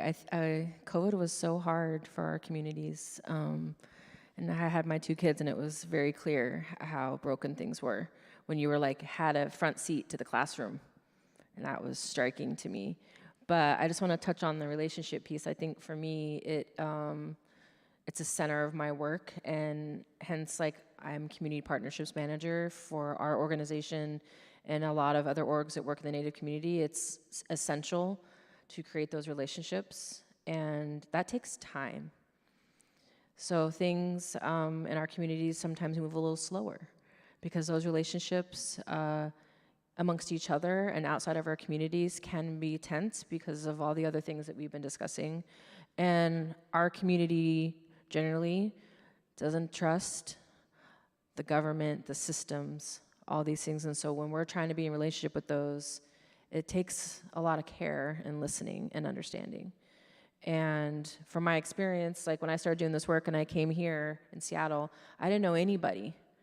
And so I spent all my time in the beginning going to events and helping out and supporting and saying, where are my people gathering and where can I go to meet folks and families? And I had to do that work slow, because then I would try to recruit and they're like, who are you? Like, I don't understand. So it was a lot of that, and I was like, I get it. And I didn't really realize it until many years later, and we were in a cohort for the tech stuff that we were doing, and there was another org doing similar work, and we were talking about our programs. And my programs, like, I know the families, I usually know their siblings. Anyone's welcome to our programming, regardless if they need to bring someone, if their parents want to come and hang out, cool. Like, we'll always have food, like, that's what we're gonna do. And I usually know them and have a really deep relationship with them. And I was talking to a partner in the work, and they're like, well, what happens when you drop off? Well, we just sit at the table and they just leave. And I was like, you don't know who they are? Well, no, we don't really talk to them. And I just thought that was very strange, because it wouldn't really work in my community that way. So I didn't realize it, because when you're in it, you don't see it until you step out. And it was really, I was like, well, they're like, well, we're trying to have a consultant come and talk about how do we do our family engagement. I was like, well, I can give you an example. Go and talk to those parents when you drop them off. I don't know that you need a consultant to tell you those things. So, but I was like, that minimum, you should be starting those dialogues and understanding that our young ones don't exist in isolation. They exist in their families, their communities, their larger, it's this ecosystem of things that happen. And so when you see this person in their classroom and know that there's something going on, or you see that they're not doing well, like, understand that, like, there's this whole circle around them that we have to look at and understand why something's happening and why the system isn't serving our children, because they don't take that into account. They just see that student in that classroom sitting at that desk, and that's all they see. And that's like a disservice, because they are very complex and dimensional people, like we all are. And so I think it's just really important to understand that. And, I will continue to fight it and push against and tell people, don't get consultants, just go and say hello to the parents. Or you could say, hire me as the consultant, and That too. I'll tell you Yeah, that. there you Some go. advice. There's questions, so thank you to everyone. And one of the questions is, there are teachers who refer to themselves as community teachers. Sometimes they go against the expected norms of education. How do you get principals and program leaders to support these community leaders? So I'm going to throw that to Katie, and then Sierra, I want you to respond to that, because you're working in a program that is a community teacher in a very different way. So, sorry, the question is, How, when you were a principal, did you bring in community to be the teachers? And then Sierra will answer it from how do you, as a community program that's rooted in a very place-based community, partner with, like, the schools to be the community teacher? I think one of the biggest learnings I had when I was a principal in Oakland was my community schools coordinator had a retreat where we sat down with our community-based partners, and we looked at our school-wide goals and our strategic plan all together, which is now what we call in Seattle the instructional vision, but just really grounding our work in the same outcomes was huge, because it didn't make it feel like, well, we're doing this, we're doing the education part, and you're doing this part. Even the guy who ran our dental van was like, I could start talking to kids about their reading levels and their goals, and oh, you want to get from this to this, how are you going to get there? And I was like, this is awesome. And I hadn't seen previously that there was so many opportunities to connect over our shared why, which is helping kids and families. And so I think that the biggest thing is really grounding people in a shared set of goals, and really understanding where we're all trying to get to, and how there's connection across that. And then I think even when Sarah was talking earlier about the types of spaces and the way they would start the kids' days with that movement and that action, I think there are so many, I'm already like, okay, let's talk later. about how we could model for teachers the way that sets kids up for not just joy, but their voice being heard, and like how that could connect to the class meetings and the community circles that then help with questioning techniques and student discourse and the new math curriculum. So there's so many ways to build on that, and creating those vicarious experiences for teachers to see like the success that you can have by integrating those different aspects, and then, you know, tangentially what community-based partners could see by seeing what teachers do and the vicarious experiences that could create for them, and this, you know, collective efficacy that we all believe that all students can achieve at high levels, that shouldn't just be specific to the school, that should be throughout the entire community. And so how do we continue to build that? So I think you and I need to, I think we're getting coffee. Word.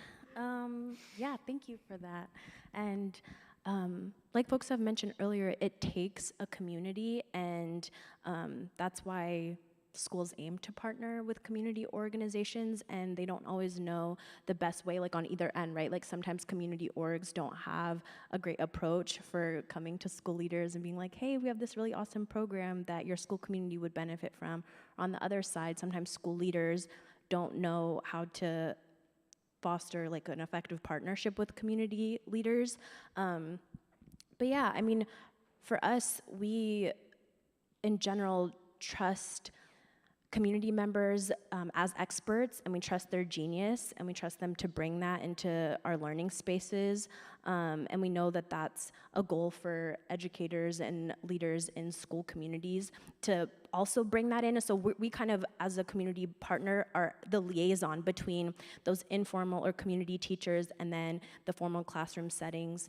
And yeah, I don't know, I think you were kind of touching on it, Katie, like when we approach a school and we want to partner, there's a lot of, honestly, like sussing out a vibe, like kind of feeling out like, are y'all actually ready for this work? Are you just saying that you want it, or are you actually, is that integrated into your practice of wanting to actually be in relationship and be in community? Because we hear a lot of like cool new approaches that folks are trying, and we want to like hop on the next best and newest thing, but like sometimes schools aren't ready for it, and that's okay. And so when we go to partner with schools, we'll often engage in a professional development, and that's with the adults in the building. So when we're looking at implementing restorative justice in schools, we're sitting in circle and doing that community building with the staff and with the adults, and so that they can get that experiential learning and see the value. And again, I'll reiterate, like sometimes school communities aren't ready for that work because it takes time. It takes years to build relationships, and it takes sometimes years to shift a culture. But we're always open. Like our door, I think, our door remains open, and even if a partnership doesn't kick off in that first year, that's okay. Like we'll be around, you can connect next school year or the school year following. So I think it's like a combination of like timing, and then also, I guess in that same vein, like patience.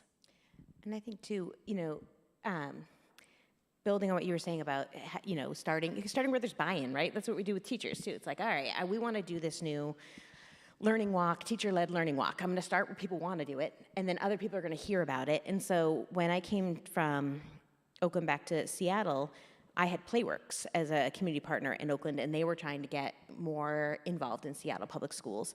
And so I was like, great, 100% sign me up, because I already knew the value and the partnership that it would create. But then Playworks reached out to me, and they're like, we want to show other schools in the area what we can bring. Would you be willing to talk to these principals? So we hosted a couple, and I was like, yeah, I mean, I believe in the program. I wanted them to expand as well. And so inviting other people to come see it in action at our school, and then talking to them leader to leader and being like, here's the things you got to get in place to make this work. Here are the benefits you're going to see. Here's how you can build staff buy-in.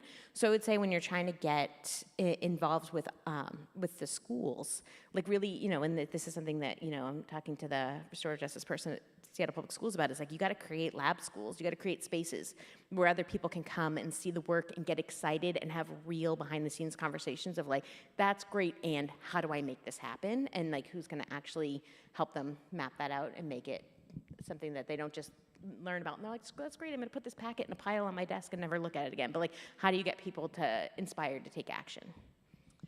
One of the things that I want you to pull out from Katie's comment there is the relational capital that she was expending on behalf of another program by vouching for it, by saying, I did it, I trust it, this is what you need to know, this is the good, this is the things, the potential roadblocks that you need to do. All of us on this panel and all of you in the room have that relational capital in different ways. So how are you going to use it to support programs of color, to support leaders of color, if you're a white ally like Katie was, and like using it also to vouch for something that may feel really different to somebody else. But I guarantee when Katie said like, yeah, come, I'm gonna invite you in, come look at my school, that created a different vibe than a flyer on a desk that will sit there for 6 months. The 47th email that day about being like, check out our thing. Yeah. I haven't seen her inbox, but I believe it. So I think we have time for maybe 1 or 2 questions. So one of the questions that I want to make sure we get to are, what are some of the game-changing efforts in education that you think we should fund? And I would say like all of you have really important work going on, but what are beyond your individual programs, what are some of the threads and things that everybody in the room should be looking for in applications or in programs that they should expend their personal capital on as well? So nobody wants to go first on this one. Sean, you have your mic. Do you need a moment? Yeah. Susie, you ready? I think it's sort of answer for yourself, like where would you like to make the greatest impact? Is it in a mental model shift? Is it in a systemic shift? Is it a behavioral shift? Or is it simply just funding activities that may eventually lead to all those shifts, but it can be surface level? And I think if you're clear about that, then the grantees will show up, programs will show up. We all have different layers within every system. And then recognizing the complexity of the system, even just the question of this, how to engage teachers. There's a different system people are operating with and around, and if it's cross-sector, you've multiplied all of those entities. And so understanding that there's some grace. If a grantee can't explain the complexity of their work because they're managing a board or a government, a public office, nonprofit, all of these things that slow down the work, and it sometimes appears as if the work isn't happening or we're not getting results, but sometimes it's that slow. And so being able to provide time, I think, is the other component.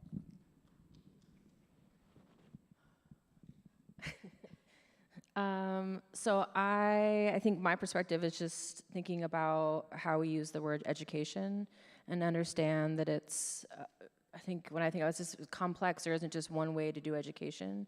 And if I'm speaking for my community, I can think about arts, culture, the land, our medicines, all these things are education. It may not seem like if we have this box around it that we're all comfortable looking through, but I can tell you our community members are like, I'm going to teach my child how to weave, because in that weaving, you can touch on countless learnings that young one is going to learn and carry through. Same with you're out on the land, right? And so also understanding that it's just going to look different and being flexible around how different communities are going to identify that for themselves. And that I think it's important to think that all of these are interwoven, so when we are from experience, when you're siloed into one particular thing, when you're trying to get funding, it doesn't account for all the other things that are going around that it impacts, that it involves, and slow, and that we're in charge of our own way of saying what success is. I think that's also very important, that we get to determine how we are looking at our programs and whether or not we think they're successful. And last point, they take a long time sometimes.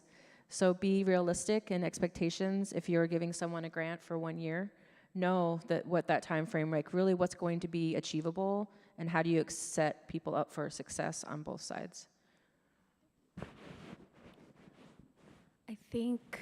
I know that policy change often requires precedent, and in order for a precedent to be set, for example, with implementing restorative justice, which disrupts, I'll call it the policy to prison pipeline, but school communities need space to experiment with what that implementation looks like. They need time. And so I think in general, like, I don't know if this is a thing, but like funding experimentation and being okay with the outcome not coming at the end of the grant cycle, because sometimes that's just not realistic, and we don't live in a vacuum. So again, like giving space for experimentation, giving time, and then allowing the president to emerge so that the policy change and the shift can actually happen. And I would build on that and say, even if you don't get the intended outcome, you've still started to establish a relationship. And I think, as we've talked about, relationships are key. I think when you go into a school full of teachers and principals and instructional assistants, nobody's there for the money. Nobody's there for fame. They're there because they really believe in kids and they want, to bring joy. And if they're not showing that in their work, then how do you reconnect somebody to their why if they're in the negative space? And so I think, helping create those relationships and building a trusting relationship through that initial partnership. And so maybe the outcomes at the end of the year are different than what you intended, but if one of your outcomes is you've now built a relationship and a level of trust, then the next thing that you go into, you could go deeper and you can expand. And so I think just, being patient, everybody's in a different place.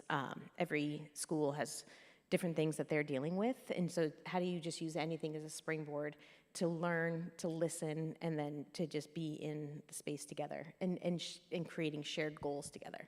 And I can tell you right now, every principal, if you put every principal in Seattle Public Schools up here and told them who are the 5 kids that you focused most of your time and energy and thinking on, like if I could make school better for this student, then I could make school better for everybody, they could tell you those 5 kids.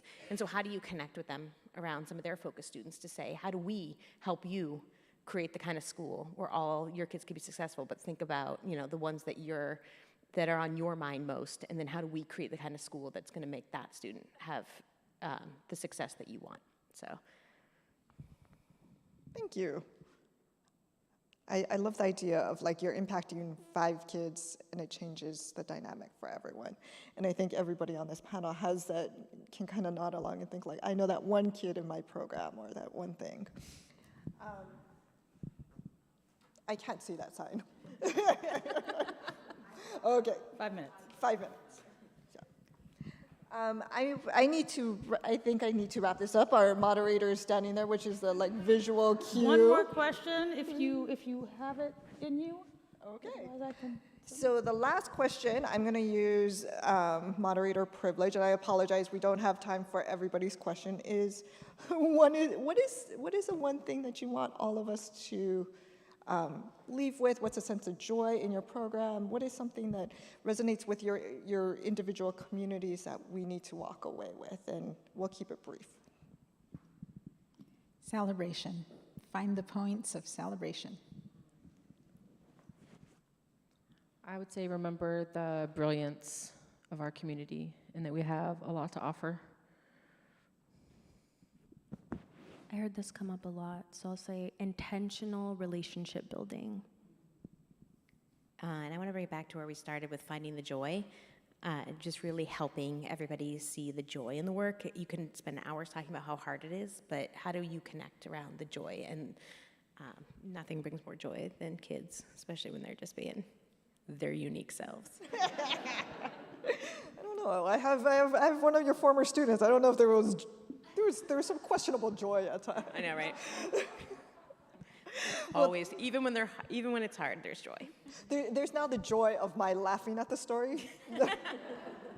So thank you all for allowing us to join you today. My one point is one that I will constantly make is please vote for education.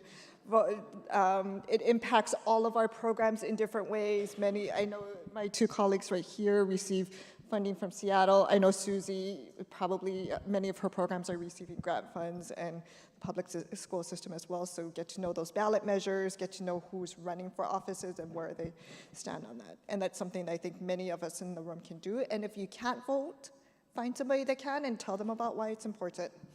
I think yesterday was National Voter Registration Day, so that's my link back. So thank you to my co-panelists. I enjoyed my time with you. It was joyous.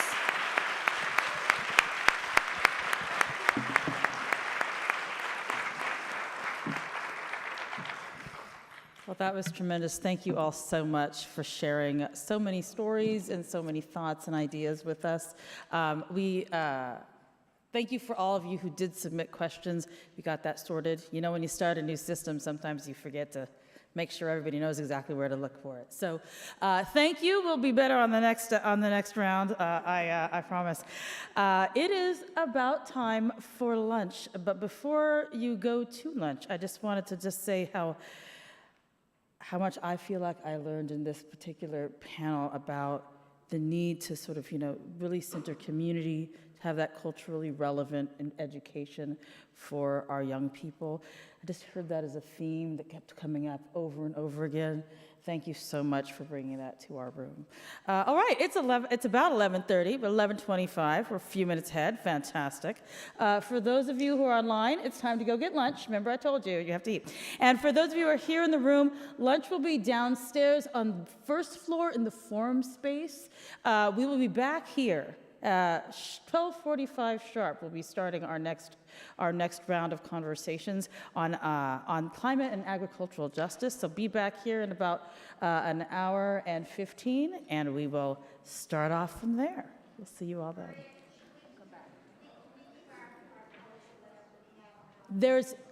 So the doors, I can't remember if the doors are locked for most of the day, so others can't come in.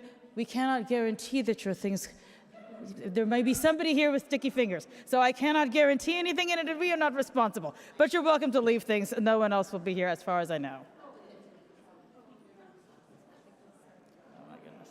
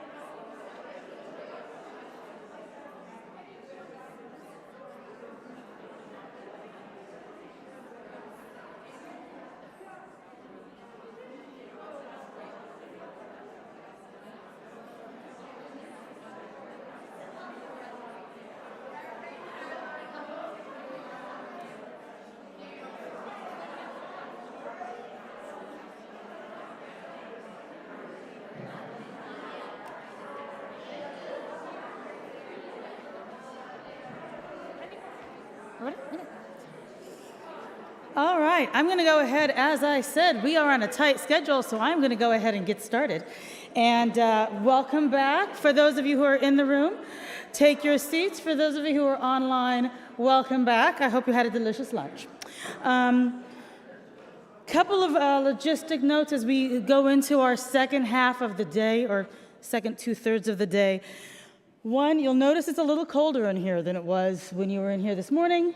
The smoke that is outside, we started noticing that it was coming inside, so we've jacked the air so that we can get it moving and maybe circulating and getting out of here a little faster. So if you're a little chilly, we hope to warm it back up when we're seated and see if that smoke sort of dissipates. 2, don't forget to use Meeting Pulse to submit your Q&As. Put your question in the Q&A section of the Meeting Pulse. You can chat together in the chat section if you like. The information to connect is in your program. You can go either by a link or by QR code. Those of you at home, you should have gotten that in your email, the link to get to Meeting Pulse, so you can ask your questions as well. Also, there's a break that's coming after this particular panel. I strongly encourage you to stretch your legs. We're about to go into a long afternoon of learning. I mean, yay, but also long afternoon. Our brains, I imagine, will be full by the time we're done. So stretch your legs when you have the time to do so. Coffee and water is still out and still available to you all day. All right, we're about to go and learn about climate and agricultural justice. If I can go ahead and welcome our climate and agricultural justice panel out, you're welcome to come. Our panelists, you all know Bridget.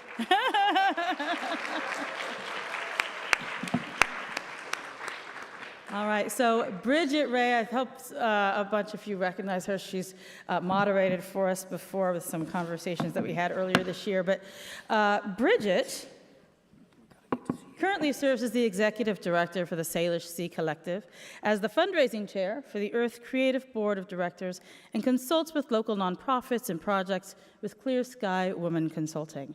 She will be moderating this particular panel for us. Bridget, the floor is yours.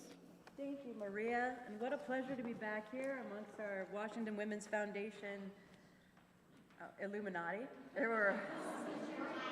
Get a mic. Oh. Right.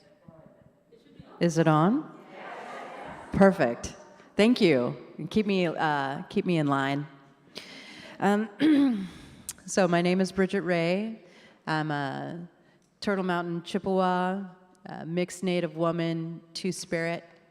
I grew up in the Seattle area in the territory of the Coast Salish people. More specifically, Olympia, Washington, also known as Stachus, in the Lushootseed language. So that is the territory of the Squaxin Island people and is a trading area because of it's known as a gathering place. Stachus means where the black bears gather. And I think it's good to know the original names of the places that we live because we strive to take care of our watersheds and have a relationship with the lands that we occupy, that we didn't always occupy. And I'm a guest here on these lands and happy to be welcomed by the indigenous people who are still here today. And as a mixed Native woman, I come from a diverse and mixed background of many people, as many people on our panel here will share with you today. And I want to welcome Rosalinda, Savita, and Ray Williams, and they're going to take a few minutes to introduce themselves. Our bios, I believe, are available on the webpage, but if you have any questions, please feel free to approach me at any time to have a personal conversation and get to know each other. It's one of the reasons we gather together. And so I'm going to pass it on to Rosalinda. Would you like to introduce yourself and your work? I think it's on. So my name is Rosalinda Guillen. I'm a Mexican-American farm worker in the United States. I am a farm worker that grew up in Skagit County. I'm the oldest of 8, and everybody in my family has been a farm worker in Mexico and in the United States for ever since we can remember with our family, especially the Guillens. My father was a migrant worker all across the United States in the 40s and 50s, and we settled in La Conner, Washington in 1960. So my background as a Mexican woman, I grew up part of my life in Mexico and the rest of my life after 10 years old, of course, in La Conner, Washington, in an agricultural area. So my family and my experience and who I am has been almost completely molded by the agricultural industry in the United States for generations. I am not like a formally educated person. I left high school at the age of, 10th grade. I think I was 16 to marry a farm worker and do the migrant circuit across Washington, part of Oregon and Idaho.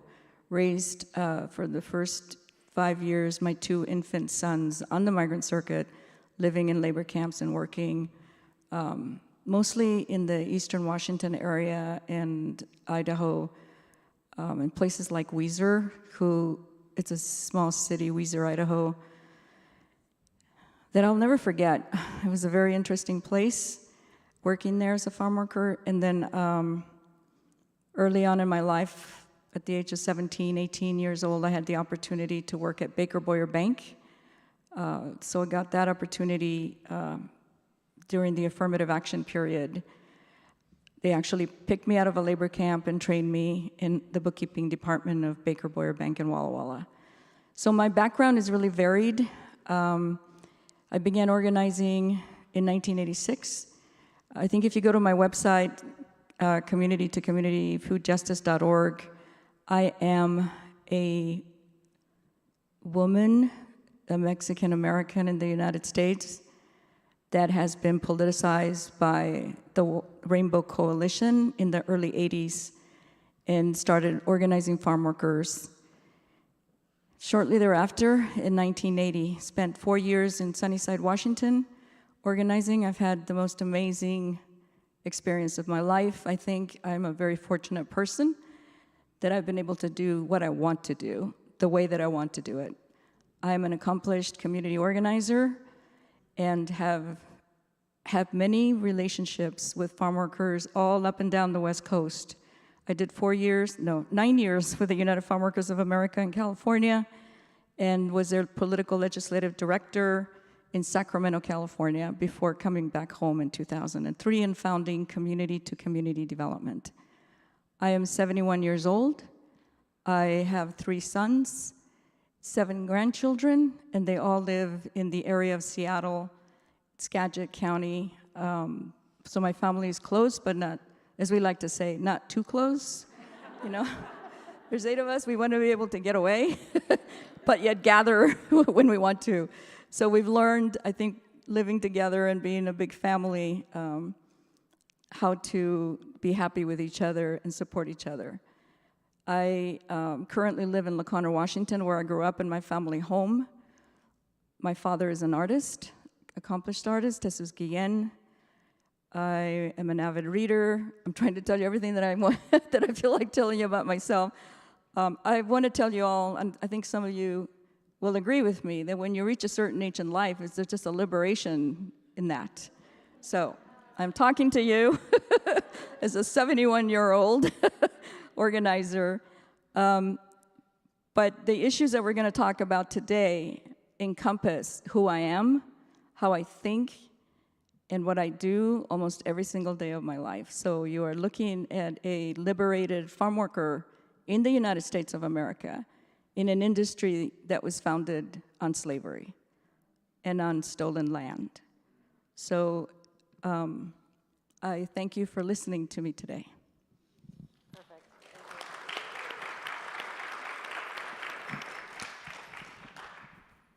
Wow, if I was not nervous before, it's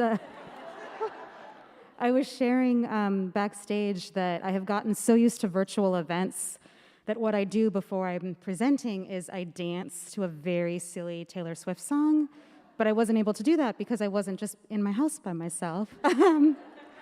So hopefully I don't come off as too nervous. My name is Savitha Reddy Pathy. I have lived in Seattle now for 22 years, and I moved here in 2000 to check it out for a few months. And now this is definitely my home and my community. My little sister moved out here to go to UW and University of Washington and has a family of my two amazing nieces who are some of the main reasons that I do the work that I do. My parents and I moved from India to the United States, to Ohio in the late 1970s. I'm a naturalized citizen. My parents very much instilled in me an environmental ethic. And one of the reasons that I do the work that I do is to challenge the notion that that BIPOC communities don't care about the environment, because we do. It's just that the mainstream movement doesn't reflect us as well as it should. To me, climate change is the biggest social justice issue of our lifetimes. It's why I have worked on it tirelessly for 25 years, which makes me the baby of this panel compared to Rosalinda. But, you know, just like COVID, climate impacts Black and brown communities first and worst. And I'm really glad that more philanthropists are acknowledging that the environmental movement is finally a little bit more reflective. We still have a long way to go, but that it is making that change. My first kind of office job was in 1997 in the policy office of the US EPA in Washington, DC, where my team actually went to Kyoto to work on those negotiations of the Kyoto Protocol.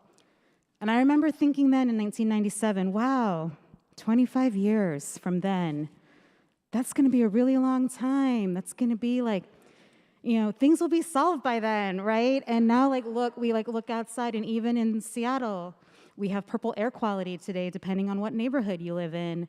Or if you live north of the Ship Canal versus south of the Ship Canal, your life expectancy is different because of air pollution and other environmental issues. You know, my kind of career has come full circle of working in DC on climate policy, deciding to move to Seattle kind of on a whim, getting more into the fundraising and communications side of NGO policy work, working at a few foundations, more on the grant-making side and philanthropic advising side, losing my job at a dream organization, which I thought was the worst thing that ever happened to me, and not realizing that it opened this door to come to climate solutions. And started off as development director and have been there since 2010. And then in 2019, just before pandemic started, changed roles to be deputy director, so focused still on the fundraising, but also on organizational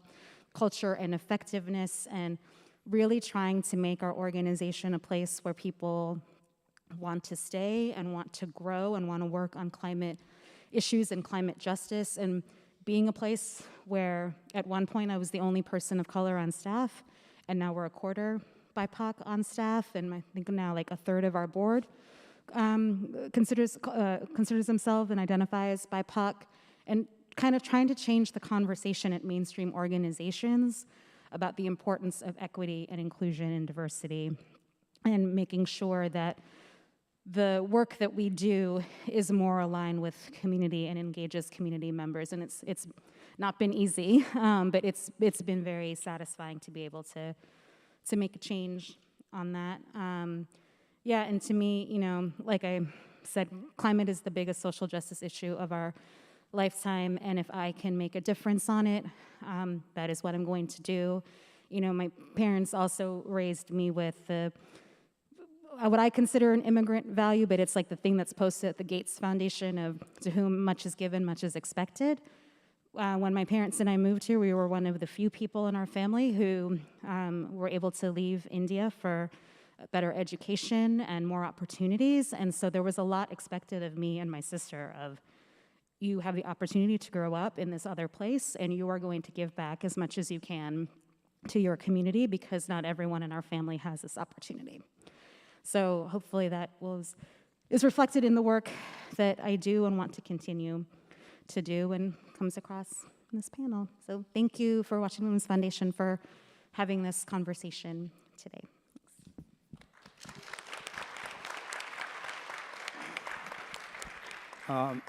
Thank you. I'm Ray Williams, co-founder, managing director of the Black Farmers Collective. It's an honor to be up here with a distinguished panel and moderator. So it's interesting that we're in transplants. I was born in Seattle, but my parents moved back here from the East Coast. My dad was black and my mom was white, and they felt Seattle would be a better place to raise a family. And so they came out here. I think in some ways it was, in some ways we still have a long way to go here in Seattle. I'm a career science teacher. I work with young folks quite a bit. I'm reminded I went with some folks, some youth, to the UN Environmental Conference in Rio back in '91. So that was really part of that education. So in some ways, I've been teaching science about climate change right since then, even before that. And here we are at a real crisis, right? A real crisis place here. So I moved back here with my family in 1999. My wife Sherry, and then our young daughter. Interesting, she's going to be moving to England here pretty soon. So talk about migration, right? And folks move around. And I think in '99, 2000, I started to say, well, how can I come back and try to help the community? And so since then, I've really been focusing on what I like, which is to grow things and the connection that plants have with life, and connecting you to the ground and feeling more human, and working in the ground. Quite a different experience than most of the people that grow our food, right? Which is not a pleasant always experience, right? For me, this was something good, and I think, and so wanted to try to help the community. Looked at educational disparities, differences in outcomes for kids across different identities, and looked at some health outcomes, and I guess I focused that, well, something I might be able to do is to help more people try to get on the land and grow a little bit of their own food, right? That might be one of the best things you can do for yourself, right? You're connected to the land, you have the stress relief of actually doing some weeding, you can hopefully eat better, you build community around what you're trying to do, and so this was and I worked on some small spaces, and then was able to be part of a group that was able to answer an RFP and work with Seattle Housing Authority and WashDOT to start to farm the freeway right away, just south of here, I-5 and Yesler. And so you're all welcome, if you're around, to take a peek south as you're crossing I-5 and take a peek at Yes Farm.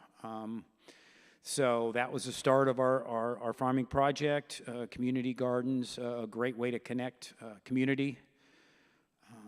Through that experience, we were able to make some connections in King County. We're actually leasing 4 acres of King County farmland.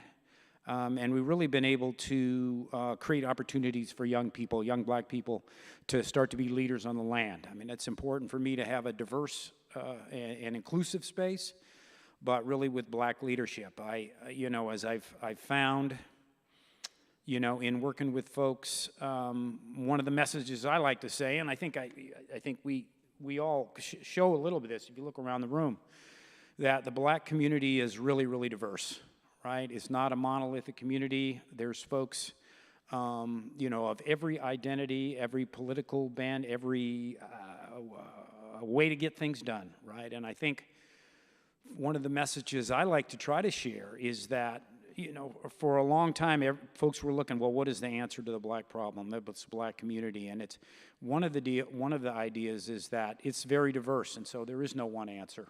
And so I think folks that want to work in community need to get to know the people that the community they're working in. And so for me, this has been a great opportunity to actually get to know more and more young people. We've got young farm managers. We've got young folks working on the farm. I mentioned that most of the people I work with are half my age, and I think that's been that's been keeping me young, but also showing me a little bit of how old I am, actually, at times, both physically and, you know, where I come from, right? People come from different things. So I think, so, you know, I got into this work certainly later than folks here, but for me, I think it's an opportunity to try to give back to my community, to try to raise the voices and the points of view of young people so they can be leaders to move on to the next generation. So thanks for being here.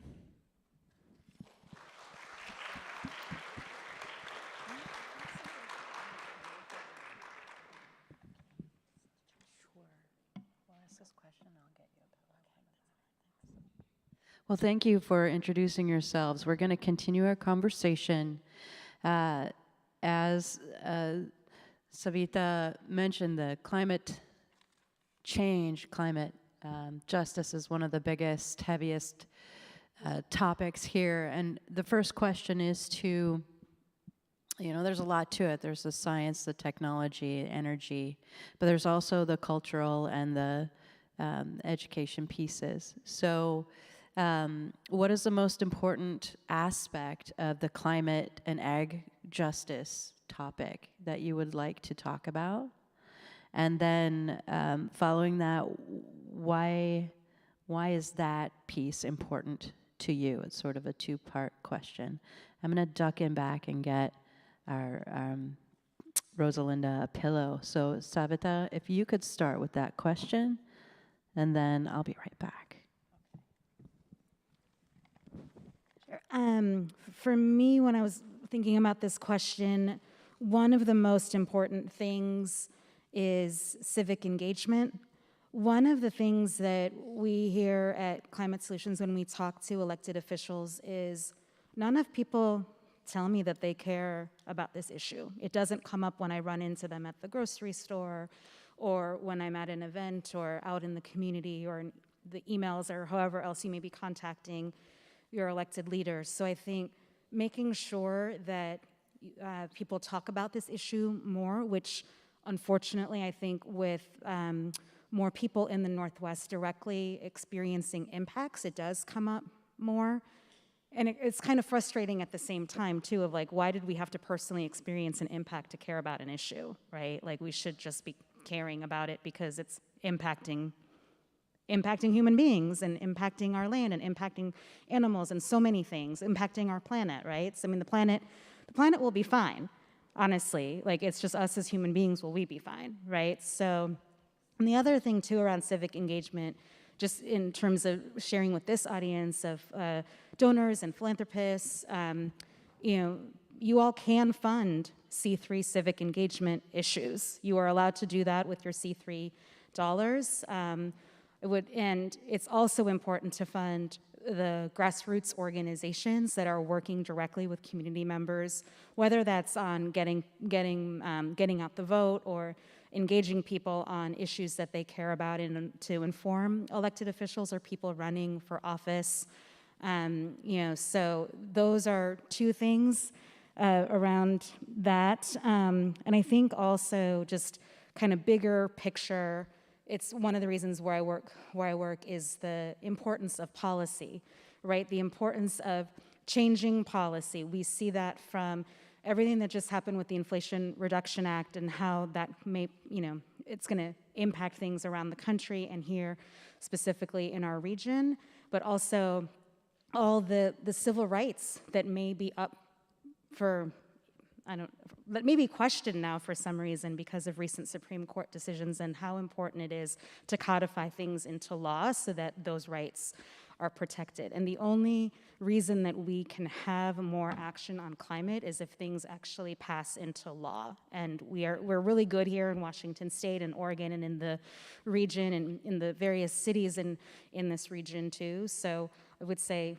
support grassroots organizations and grassroots activists who are on the ground doing the direct work, support policy and policy implementation and getting policy passed, and then also really the importance of civic engagement, the importance of getting people out to vote, and even the importance of talking talking to people, you know, like, I hope this isn't too controversial to say, but when Maria did her opening remarks, you know, Black and brown people did not vote for the former president.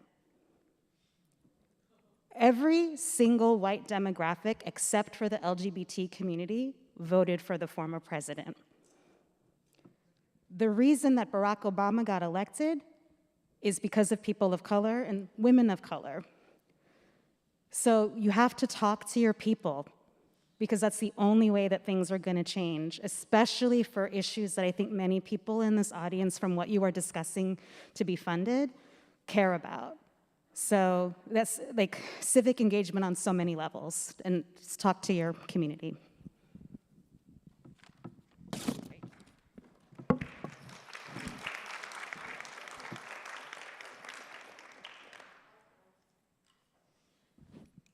Rosalinda, are you comfy now?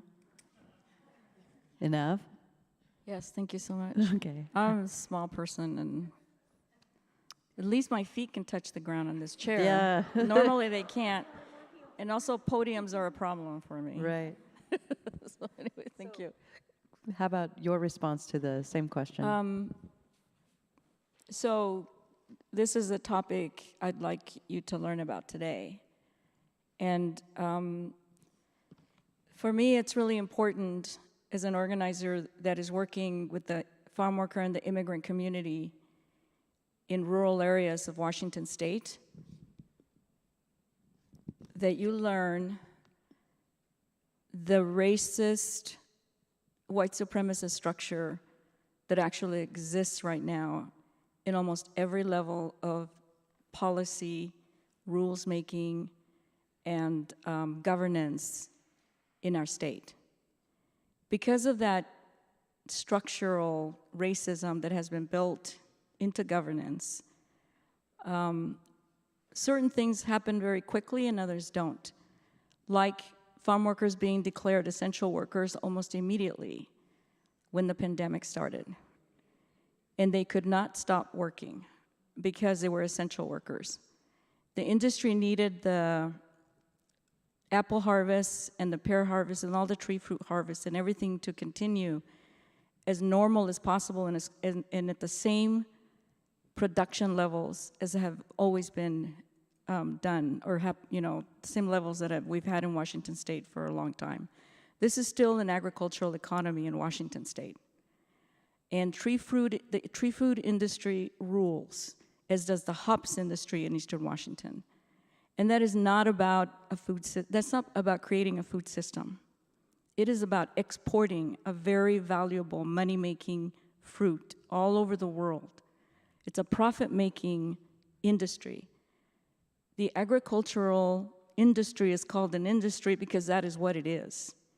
And we as farm workers are essential to the harvesting of many crops in Washington State because they have yet to develop mechanisms or mechanical tools that can pick berries and tree fruit as gently and as quickly, and how do I say that, the high quality product can really only be picked by the human eye with a gentle human hand that gets packaged and ends up at your table.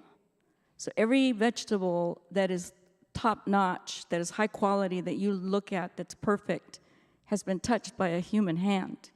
Most of those hands are my people's hands. Many are from small organic farmers. The small organic local sustainable farming system, or farmers that do all the work themselves because they can't afford to hire us, are also under the strain of this huge agricultural industry that is focused on profit making. So if there's one thing I want you to learn today, is that climate change is exacerbating the workers in the agricultural industry. Because as climate changes and resources dwindle, like water and healthy soil, and the trees burn and there's burning and there's smoke, which affect the quality and the growth of trees and other food-producing plants in Washington state, we as farm workers are being pushed harder to continue to produce at the same level that has always been produced. It is clear to us during the pandemic, and then continuing after that, it's been nonstop for farm workers in Washington state, what they've had to endure to get that profitable fruit into the markets and into the export ships that go all over the world. They have not been able to stop. The pandemic, then there were floods, fires, smoke, the freezing cold earlier in this year, smoke again this year. We don't know what to expect in the wintertime. But the industry, agricultural industry, is not a system, and there is very little, well, there is no justice within it right now. Does not want to recognize, even though common sense, and in many conversations with some of the top growers in the state, they realize this is happening. Yet they don't have the willpower to change the practices to adjust to climate change in Washington state. It is a major barrier to justice in Washington state, not just for farm workers, but other food system workers, the packers, the packagers, the meat plants, the eggs, you know, all of the different food packaging, food producing mechanisms in Washington state. It's affecting all of the food system workers. But sisters, it's affecting you. You are the consumers. And so you have a lot of power to help us adjust to climate change, to help the agricultural industry make some very much needed adjustments so that food can still be produced, but not at the cost of our lives, our health, and time with our families. The work that we do at community to community development is to focus on what I'm telling you now, to educate people about who we are, why we do the work that we do. Most of the immigrant farm workers in Washington state today, there are over 200,000 right now in Washington state workers that are needed to gather all the harvests and produce all the harvests in Washington state today, at every single level, from dairy to egg to meat to, you know, the tree fruit industry, et cetera, et cetera.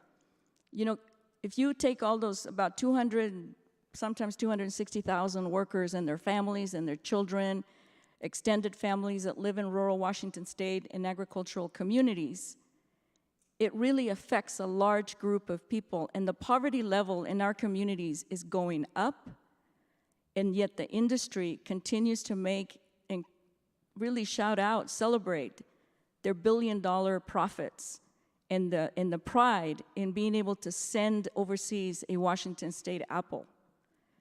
So we need to really understand that.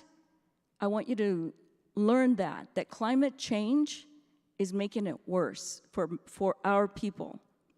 And that at some point, this industry, well, right now actually, it is at a point of, I don't want to say destruction, but it's at a pivotal point where they realize that they can no longer work the local workforce in Washington state at the levels that they want, because we won't permit it anymore. We're fighting back and trying to get some protections and some rights within the agricultural industry for the workers. So they're importing farm workers from other parts of the world. And this is where another role that we play in our organization. I sit on a statewide oversight advisory committee on the importation of workers from other states. It's called the H-2A program. Right now, there's over 30,000 workers being imported. They were being imported during the pandemic with very little protections against COVID. Many died. They're still importing those workers. Instead of sitting down with Washington state farm workers through representation like what my organization is trying to do, to give, and representation from the Farm Workers Union, Familias Unidas por la Justicia, to sit down and figure this out so that farm workers can continue to work, and yet the industry can continue to make their dollars, and we will, so that we can benefit. But more than that, for us, I want you to understand the climate crisis that you're hearing about in my community, we're living it every day. It's about our lives. Our lives are clearly in danger at the local level. We either are going to die quickly, drowning in a flood, like Jesus Garcia died in Everson, Washington, or from a pandemic, like other workers died. We're going to die slowly from the effects of the smoke in the air that we're breathing every day. We have been dying slowly for generations from pesticide usage. We are dying here, and it's accelerating, and it's happening quicker, which means it will affect the food on your table unless they continue the importation of workers from other parts of the world, which are mostly peasant workers from Mexico and South America. And I think you need to remember the name of this act. The Farm Worker Modernization Act seeks to link immigration reform with the importation of workers so that the industry can have as many workers as they need, when they need it, brought in from other parts of the world, while at the same time displacing the farm worker families that have been having a economic, living in Washington State are going to be displaced by these workers that are being imported. So we are vehemently opposing the Farm Worker Modernization Act and asking for comprehensive immigration reform instead, so that local farm workers, which means Washington State or US-based farm workers, receive a legalization permit or green card, whatever you want to call it, whatever mechanism, that we instead build a real food system in this country and begin to phase out the industry that exists today.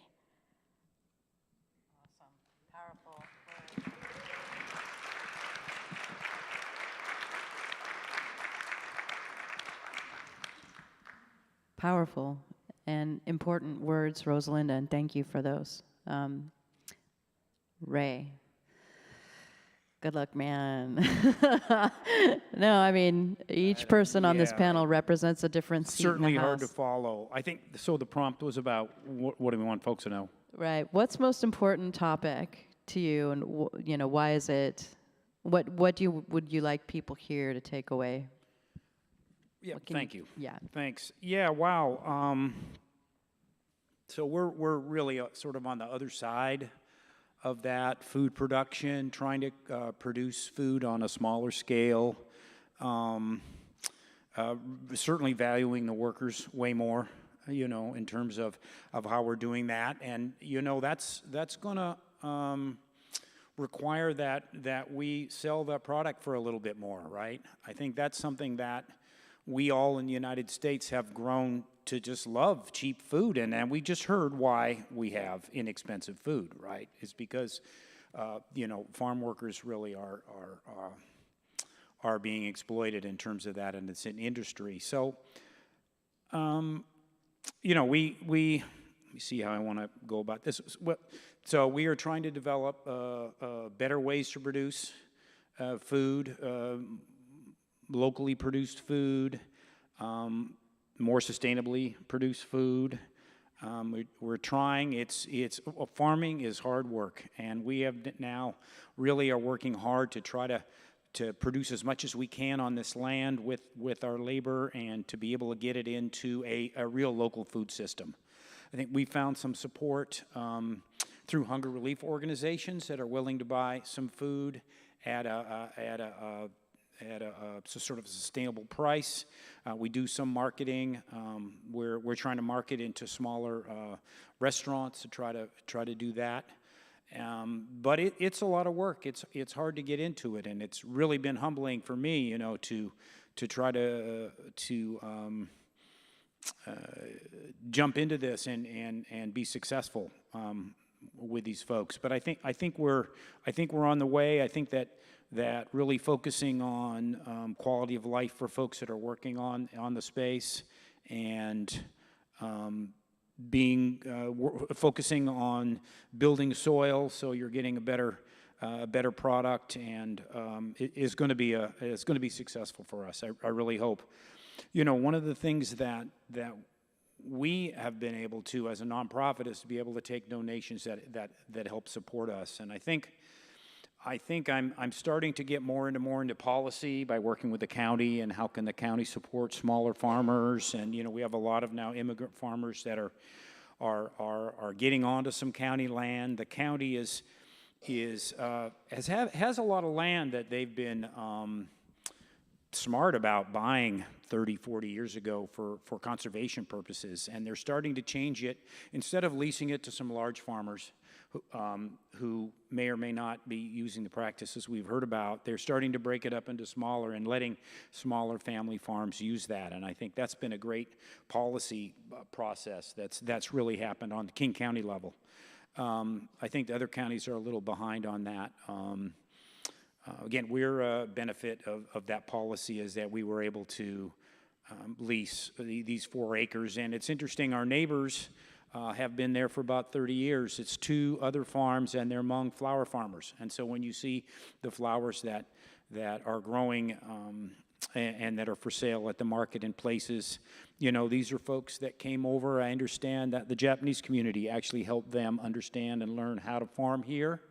And this was land that did not have a lot of irrigation, so one of the things you could do is these perennial crops of flowers, and so this is part of why it's come. The county has actually helped us with more water there, and you can see the change in some of those farmers growing more vegetables, and so that's, I think, positive for them.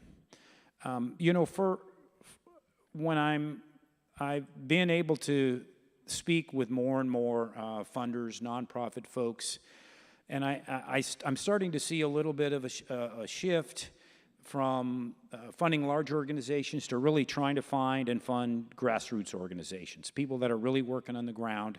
And I think that's a good shift. People are thinking about spending more time going into communities, asking people, what is it, who in your community is doing good work that we might be able to serve? What does your community need? Not what do I think your community needs, but what does your community need? I think that's a thing that I see more and more in terms of funding.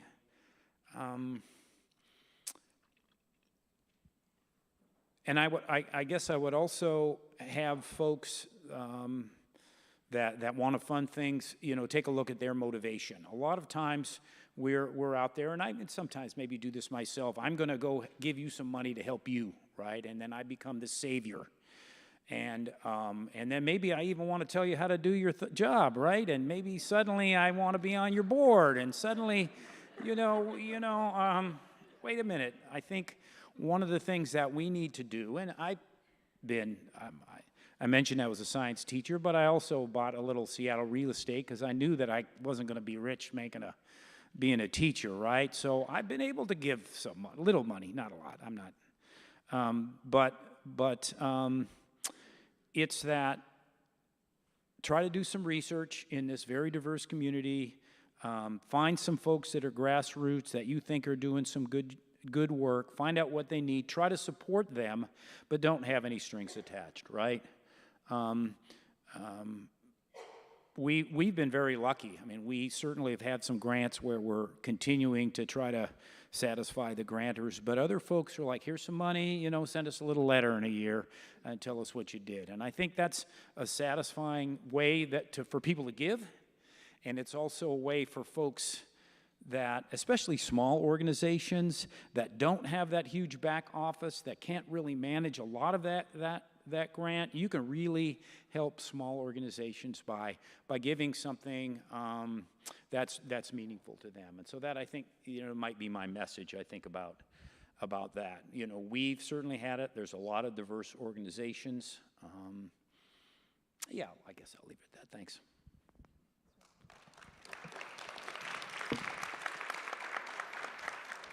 I think, check. Still working. So we've had some questions come in. I think we're about halfway through our panel time here, just to do a quick time check. And there are 4 questions here that roughly relate to the next question that we have lined out for us, which is how to fund it. What are the funding needs and for our organizations, and how do we advocate for funding in state budgets? How do we ask funders to invest in our communities and our work at what scale? Having worked in philanthropy, part of what funders can do is trust-based philanthropy and not try and tell you how to do your business, but know that you know what you know that the community itself has the knowledge they need to do the work they are doing. Rosalinda has the know-how of her community to say, we're doing this, this way, and it's the right way to do things.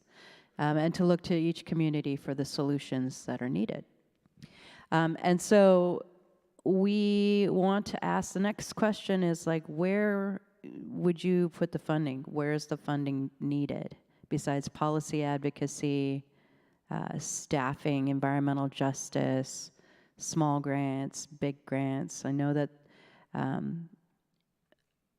reassigning resources is part of the question, but I think also understanding that all wealth comes from the earth, right? Everything comes from the places we occupy, and extractive industry is part of what has done the damage. So redistributing the wealth we have, but also understanding that we have to stop the harms and the extraction of where the wealth comes from, and kind of going in a little further. So, as I talk in circles sometimes, just hang with me. I want to shout out some of these questions, which are, there's 4 questions. One is, I feel like toxic masculinity and white supremacy and capitalist greed are stopping climate justice policies from being implemented. How can we organize to overcome these obstacles? So the people that are in charge of issuing these resources are not from the communities that we represent, right? Are there Native or Latino or Black or other people of color, communities of color, sitting in boards, making decisions, in charge of these resources we need distributed? How do we address that equity and diversity issue? And so, are there any volunteers from the panel to jump in on that particular? Let me hand you your microphone. All right, 5 minutes to solve the world's problems. Go. I just want to say that Community to Community is a women-led organization and people of color-led organization. So our organization, right now, we have 3 ecofeminist males as part of our team. We have a team of 35 women doing various types of work. And what we call our community organizing team is 15 women that are, they're Latinas, Mexican Americans, some of them, but the majority are indigenous women from Guatemala and Oaxaca and Guerrero that are multilingual in different languages from the villages they come from. They're farm workers in rural Whatcom and Skagit County. And these are our organizers on the ground. There are climate justice organizers because we're working with communities in rural Whatcom and Skagit to educate about the pandemic, about climate change, about how to protect themselves and their community, and how to protect their land. We also have a 65-acre farm worker-owned cooperative called Tierra y Libertad, which means land and liberty, that all of our indigenous community and farm worker leadership on the ground gather.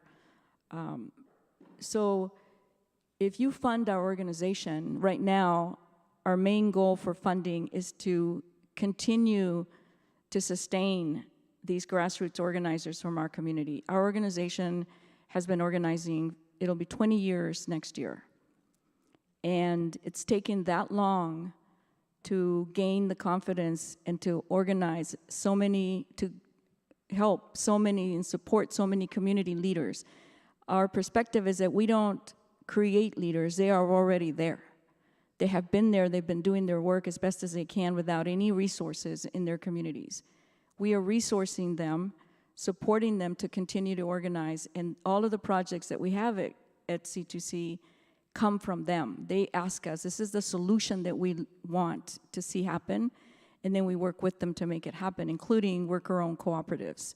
So we're not only fighting the agricultural industry to save lives in the industry on a larger scale, but we're also creating the alternatives for farm workers to be able to look at what another world would look like if we actually took care of the land, steward the land, and produce food the way that we think food should be produced at the local level, with partnerships with urban farmers and rural community farmers. I want to say that community to community and all of our organizers on the ground, we strongly believe in the family farming system, no matter what color that person is. We believe in small family farming systems at the local level, and we advocate for that. So if you're going to fund us, most of our money is going to support local leaders that are organizing with us on the ground.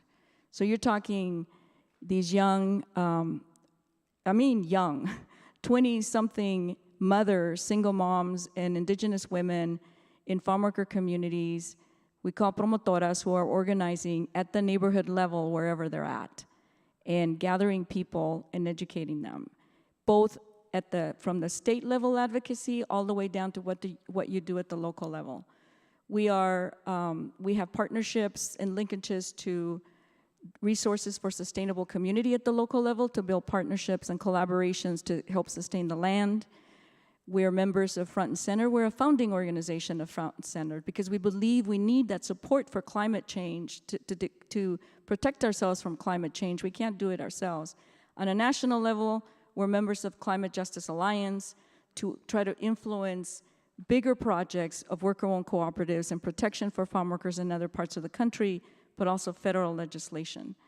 So I want to say that we really try to work with the communities where we're at. We're a place-based organization, and we follow the leadership of the local leaders that are already doing the work. For funders, I think sometimes in our communities and in many organizations, right, there is no,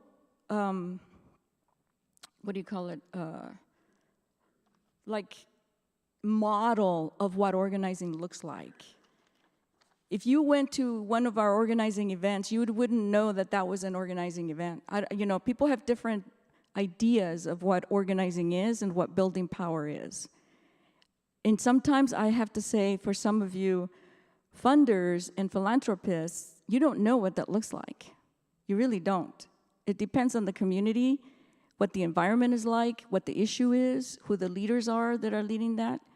And you need to recognize that the way that we lead and what we decide to fight for is not necessarily always what you want or what's pleasant for you. The agricultural industry is a white male-led industry on a national level with incredible political power that worked very hard to support Donald Trump and to change the USDA, Department of Agriculture, and the Department of Labor, which impacted us tremendously, because one of the biggest issues they fight for is labor control, control of labor. So we as farm workers, it is like just several years ago, I realized that is what we're up against. A white, male, patriarchal industry that has been in power for a long time. So how you decide who to fund and what to fund is really important for us. But I also want to say, and I say this to everybody all the time, with or without money from any of you, we're still going to do it. It's still going to happen because we're not doing it for that, but we need it. We need to own land. We have 65 acres right now, $1.2 million. We want to pay for that land and hang on to the title, because that is a sanctuary for our community in Whatcom and Skagit County.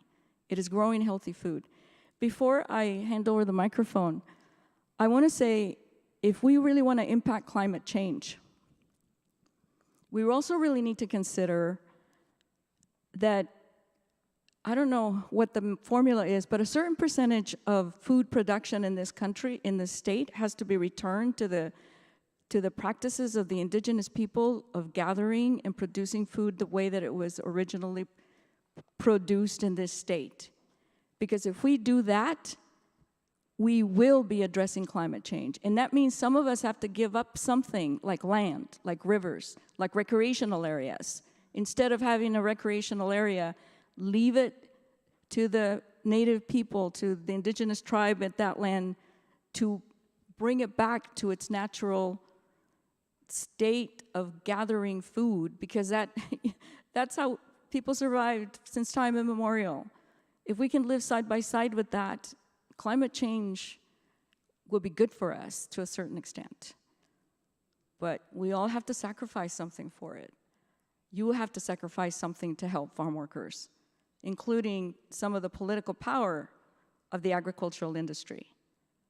I keep saying that because that is our greatest challenge. You have to help us fund us. You have to fund us so that we can stand up to them at the level that we need to in order to just save lives during this pivoting period of climate change. Wow. Thank you. Thank you for the plug for Indigenous food sovereignty. I'd like to +1 that comment. We are at the Na'a'ilihi, we're working on Indigenous land conservancy to do just that. So there are pathways set out. I want to pose the same question, Savita, as to funding.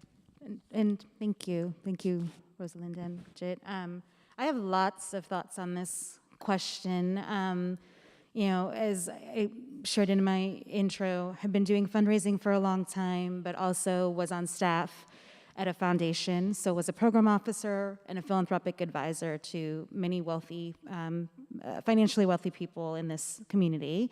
And I also served on the board of a family foundation. I would really encourage those of you who are formally affiliated with a foundation, whether that's staff or board, to fill out your grant application. See how long it takes. Especially if you have multiple questions, like a multi-question question and like a 200-character limit, that's not possible. It's not possible for us to write haikus on why we care about any of the issues that we care about or how we're going to do the work. Oh, that felt so good to say that out loud. I feel good you said that. Really encourage your teams, your staff and your board to fill it out and see how you could make it easier, because nothing has gotten easier in this pandemic. Things have only gotten harder, and we need our organizations and our staff people to be out there doing the work and not spending extra time on these additional grant reports and proposals and all these things. There was a report that came out when I was still living in DC in like 1997 or 1998 from National Center for Responsive Philanthropy that said something along the lines of, when more right-wing organizations, when they do all these things, back in the 90s, multi-year funding, no grant reports, urgent funding, like you could just call the person and be like, we need an extra 100K, whereas more progressive organization or foundations were asking for all these things, and it still hasn't changed over 20 years later. I would really encourage those of you who don't know Satterberg Foundation to contact them, their board members, their foundations. We don't have to do proposals anymore. We can just call our program officer and say, here's the latest, here's what's up. It is so much faster and much more relationship building to have that with our program officer, and then to like spend all the time to put together a written thing to send in Instead of like pick up the phone, get on Zoom, go on a walk, it just, try to make it more centered on your grantees. The majority of environmental organizations, or mainstream environmental organizations, I should say, are still led by old white men. My boss is one of them. I mean, I'm old too, I'm almost 50, right? So I would highly, sorry, when I said I was a baby, I was like, I'm not really a baby, just, yeah. Okay. I would really encourage you as donors, as foundation staff and board members, ask your current grantees, who are the organizations or people you're partnering with who are equity focused, who are equity organizations, who are women of color led? They should be able to answer that question. They should be able to make those introductions for you so that the funding gets out more into the community than only going through a few organizations, right? That's what we're comfortable with, but it just perpetuates the patriarchy and the white supremacy. Just make it easier to get the money out, because what is everyone waiting for? Like literally, it was purple air quality in the Central District today before I came down here. Purple. From fires many hours away, and it's like, I can't even imagine for Rosalinda, and the farm workers are still out there in that. What needs to happen for more money to go to the issues that we care about?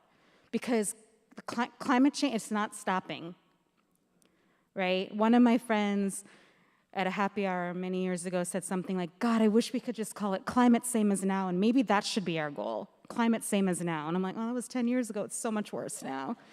So just make it easier. Ask the hard questions to the old white guys who are leading the organizations that many of us support. And they're not hard questions, they're just uncomfortable. Just ask them, and they should know and be able to answer you within like 2 seconds of here are the organizations and the people. And if they don't, then that tells you something too.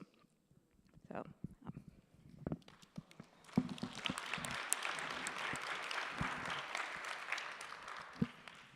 Yeah, it's hard to add to all that. I think, I would second looking for organizations that are doing this community engagement, community work. It's organizations that can support their communities and get them out to do the voting that we all want to happen, right? It's the organizations that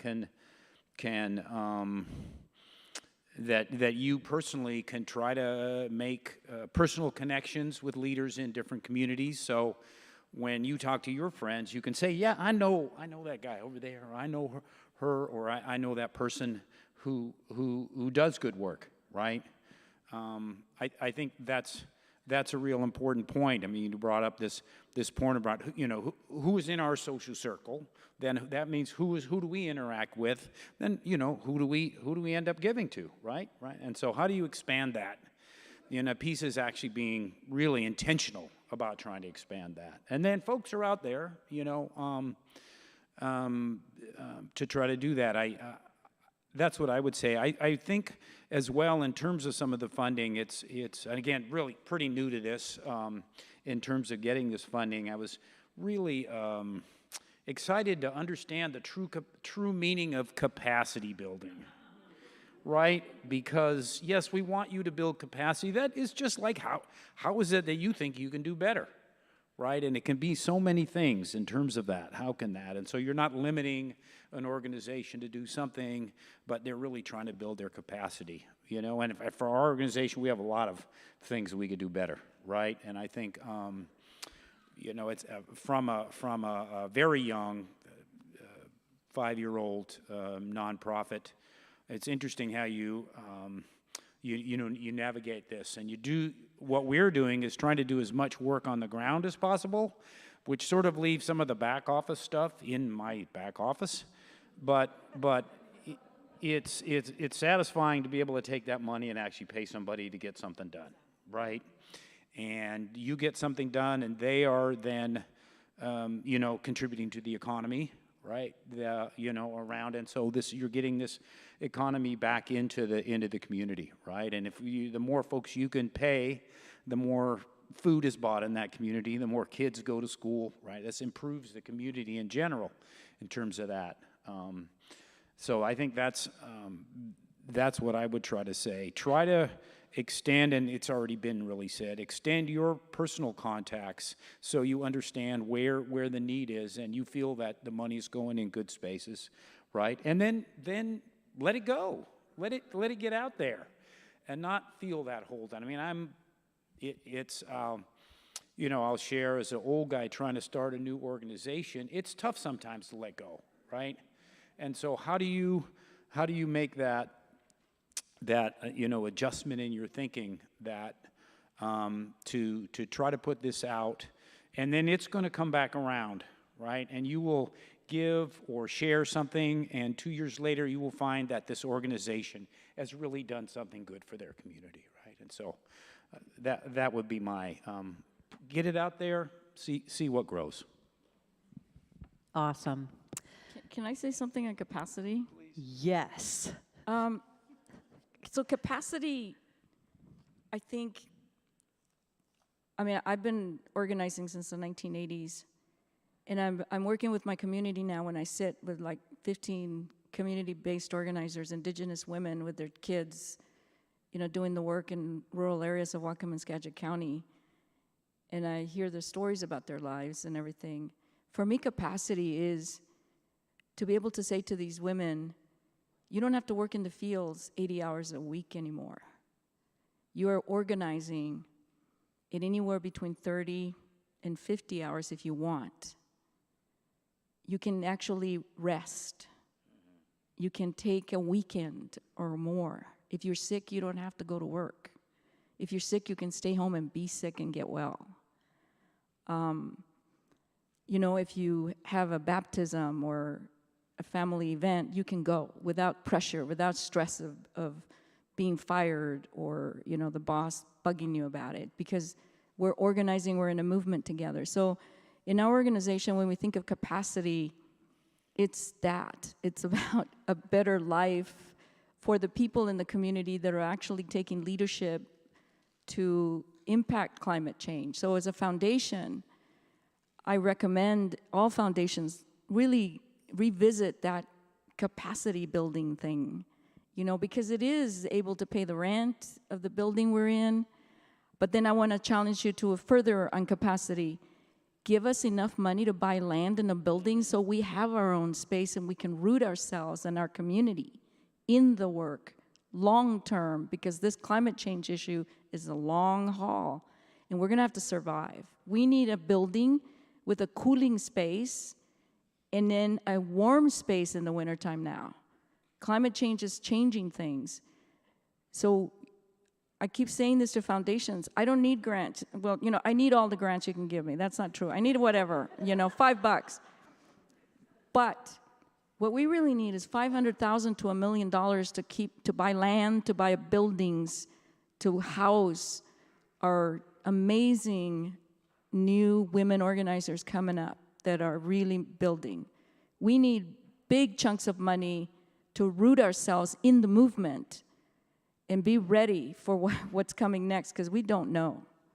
All we know is we need to be able to help our community survive. And I just want to put in a plug for our friend here, Ray.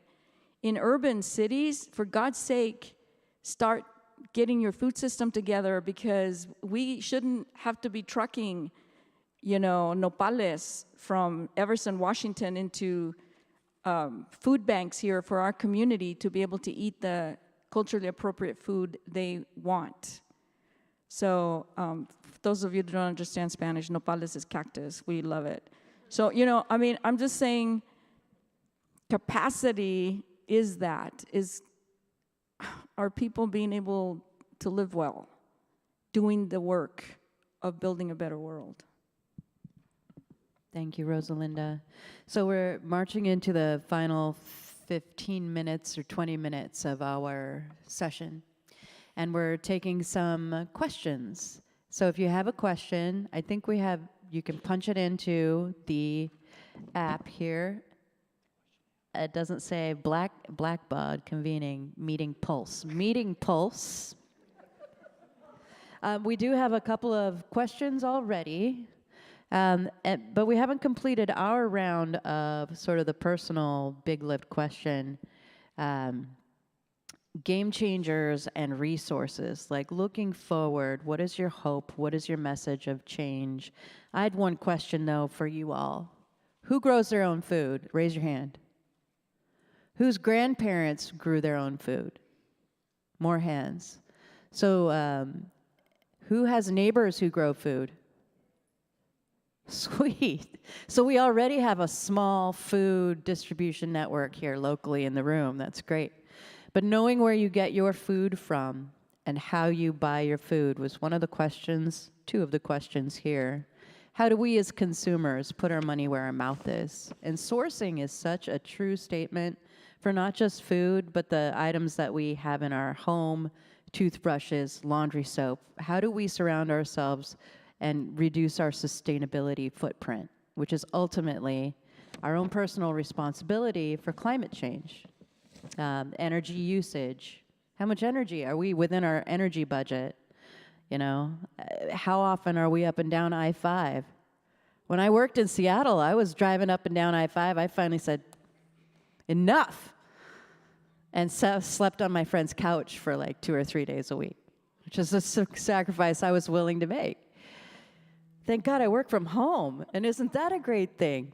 So, we're looking at our experts here, and your leadership is great, and we admire you for that. And, also we look here for our own responsibility and, preaching to the choir, right? But how do we march forward? How do we together figure out some of this? What is the big game changer, and what are some of the resources we can look forward to or integrate into the work we do together? I'm going to start with you, Ray. Okay. Yay, you get to go first this time. We've gone from about a 1 acre plot, and we're working a 4 acre plot, and a real game changer for us would be land, right? I think you lease land. We're leasing from the county, and I think if we're nice, we'll be able to keep it. It's good. They do want to produce more and more farmers, and so part of our work is to actually get more young farmers on the space and have it be an incubator farm. So I think we're going to be able to keep that. But there are limitations, and so one of the things we've started to look at is actually trying to buy some farmland. And it's very expensive. You're competing with folks that want to live on a nice 20-acre farm, and but not really do the farming. And so, especially close into the city. So I think that would certainly be a game changer for us. And we're starting to look at what are the opportunities to try to get a little money put by to be able to get that going. I think first we certainly need to learn and make sure that I don't want to make an investment for young folks that they can't keep going, right? I mean, that's a big piece too. So I think sustainability is really important, but for us that would be. And when you own a space, you're able to create community there. You're able to have a safe space for people to come and learn what they need to learn. You're not limited. I work with some really, brilliant young people. I really do. And I think giving them the opportunity to step outside of whatever society has already limited them is a great opportunity. And so I'm happy that I have that opportunity. And I think, through the Black Farmers Collective, we're gonna be able to produce some great young farmers. So that's my hope, I think, as we move forward. So that's my hope. Fantastic. Savita. Thank you, Ray. And just to add to that, one of my Facebook memories from this week was the Seattle Youth March and the climate strike. And it's, it's Climate Week in New York this week, and all the big famous people are there. And, but I was struck by this photo that someone saw that I was in the photo, and they sent it to me because I randomly was marching with their kids. This was September of 2019, and I had no idea. And I remember, she was like, "Oh, I just thought you were one of the kids because I'm pretty short." And then she's like, "But then I thought it was you." And they were just so inspiring, and they were like 12, and they were out in the streets. And I remember they weren't sure whether Seattle Public Schools was going to give them the day off like we all got for when the Seahawks won in the victory parade, and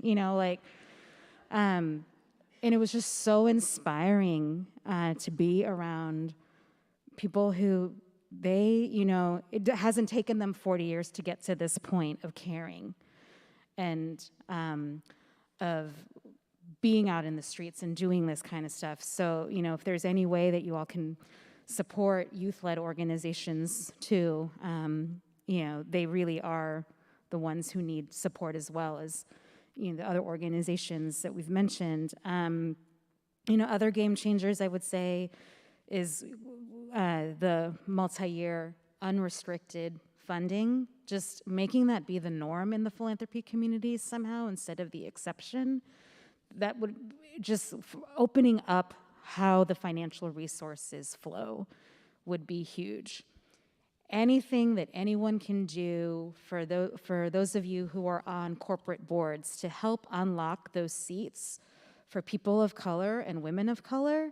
I mean, there's that stat, right, that there's more board members on corporate boards named Dave than there are women or something. It's how is that possible? But we know that it is, right? So where are those positions of power, right? Whether it's changing farm policy, and there are those places where you can put different kinds of people and then different things will happen. I also wanted to just bring up we had been asked about resources in terms of books or podcasts and stuff. So I brought a couple books. One of them is called Reclaiming Your Community by Majora Carter. She's come to Seattle a lot. She's an urban strategist based out of the Bronx. She's amazing. This is her latest book. Thank you. And then this was actually the last event I came to at Town Hall, The Age of Overwhelm by Dr. Laura Van Dernhout Lipsky. For any of us kind of in this space of working on issues that really impact us and really impact us in our heart and to our core of our being, just to how do we kind of get through that as activists. And then this final one is All We Can Save, and this came out in September of 2020. It's a compilation by Dr. Ayanna Elizabeth Johnson and Dr. Catherine Wilkinson, and it's a compilation of poems, short stories, just kind of other writings, and it's all by women and majority women of color and mostly focused on climate. It's just really inspirational. We read this as a staff team when it came out, and also because Ayanna was one of our speakers for one of our virtual events over pandemic.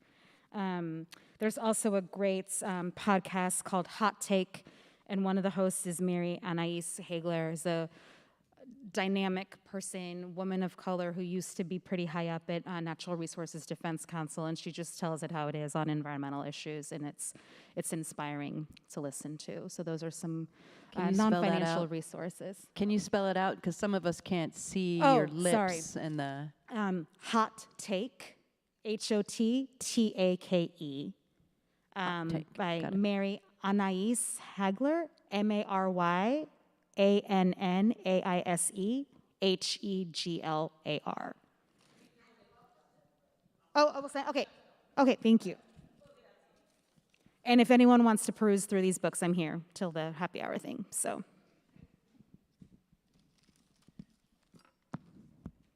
Okay, I think that's up to you, Rosalinda, to tell us your big lift and your... I mean, I'd like to concur with Ray, actually. A big game changer for us, and I think the farm worker community, is owning our own land and our buildings. Because farm workers and low-income Latino and immigrant workers really, their hopes have been dashed so many times. Life is so hard with immigration reform not coming and many other issues of poverty and other issues, there are a lot of eyes from our community on Tierra Libertad, our worker-owned co-op.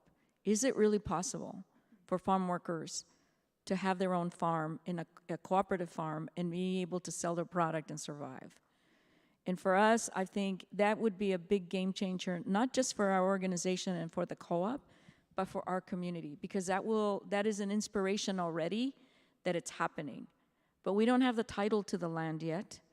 The same issues of competition with larger, more corporate style farmers and the way the system is geared in marketing and being able to sell your product in grocery stores, in terms of scale and so many other issues, is challenging for organizations like ours and for small worker-owned co-ops like Tierra Libertad. So yeah, a game changer for us would be being able to pay off that 65 acres and to buy more land. And we're even saying, if you have land somewhere, or you know somebody that has land that can donate somehow, figure out a way for us to do a transaction so that we can own the land. There's nothing worse than leasing a piece of land, restoring it, producing on it, and then having the landowner want the land back. We've gone through that twice. It is so heartbreaking. For farm workers, it's like, ¿ves? Te dije que no íbamos a poder. See, we told you. It never works. So keeping that hope up and showing that it can be done, que si se puede, by owning the land, that is a big change, what do you call it? Game changer. To have land in our own buildings for training, for gatherings, that is really important, because you can. I just want to, tell you, the farm workers are in Whatcom County and Skagit County are beginning to realize that Tierra Libertad is a place where they can go and they visit. We have chickens, goats, cows, 2 horses even. Ramon, he likes horses, so we have 2 horses. And we have goats and ducks, chickens, what else? Anyway, they like to go help gather the eggs and feed the animals. And, one day I showed up and they were butchering chickens because all of a sudden it all turned into this big community gathering where they had carne asada and they were roasting chickens and the women were cooking mole and stuff. And it was just like a big deal. 6 hours later, into the night, we were all still there just hanging out. Because we could, right? Because there was nobody saying, oh, you're too loud, you can't be here, you can't have a fire, you can't do that, whatever. We were able to gather as community, and I think it is a game changer for us to own our own spaces and be able to work with our community. And say this is our place. This is where we have our roots down. Yep. Yeah. And so belonging is part of that, having our space. And belonging has been an ongoing theme with the Washington Women's Foundation since I first came. There were lectures and talks about how we belong and acceptance, right? And that's part of parity and equity and the power in solidarity. Someone had asked, we have about 5 minutes left. There are 2 questions here. One is, how do indigenous and other regenerative agricultural practices impact your climate and organizing work? Which is a mouthful, but it's about practitioner, like the practical piece. And the other one is, what makes you hopeful, right? Which I think is something we're all looking for. Considering that we have a lot of climate grief and significant challenges in front of us, what keeps you going? And I would like to answer that in less than 5 minutes. Short answer, what keeps me going is my family, my native community, and having a menu plan so I know what I'm going to be eating. Can I get a witness? So I share my menu plans, by the way, if we're friends on Facebook, but I'll go ahead and share those resources now. All right. Because some are pescatarian, some are vegetarian, but the food you eat makes who you are, and where your food comes from, especially if it's from the land that you have lived on and taken care of for a very long time, means that you have a close biological, biochemical association. There's the science and the spirit of the whole connection to your food, right? So that gives me hope. How about you, Ray? What gives you hope? You know, I think honestly, being able to work with young people does give me some hope. You know, I feel bad because I know the climate change as a scientist, you know, it's not getting any better, right? And so the world is going to get tougher. But it gives me hope that some of the young folks are trying to make that connection.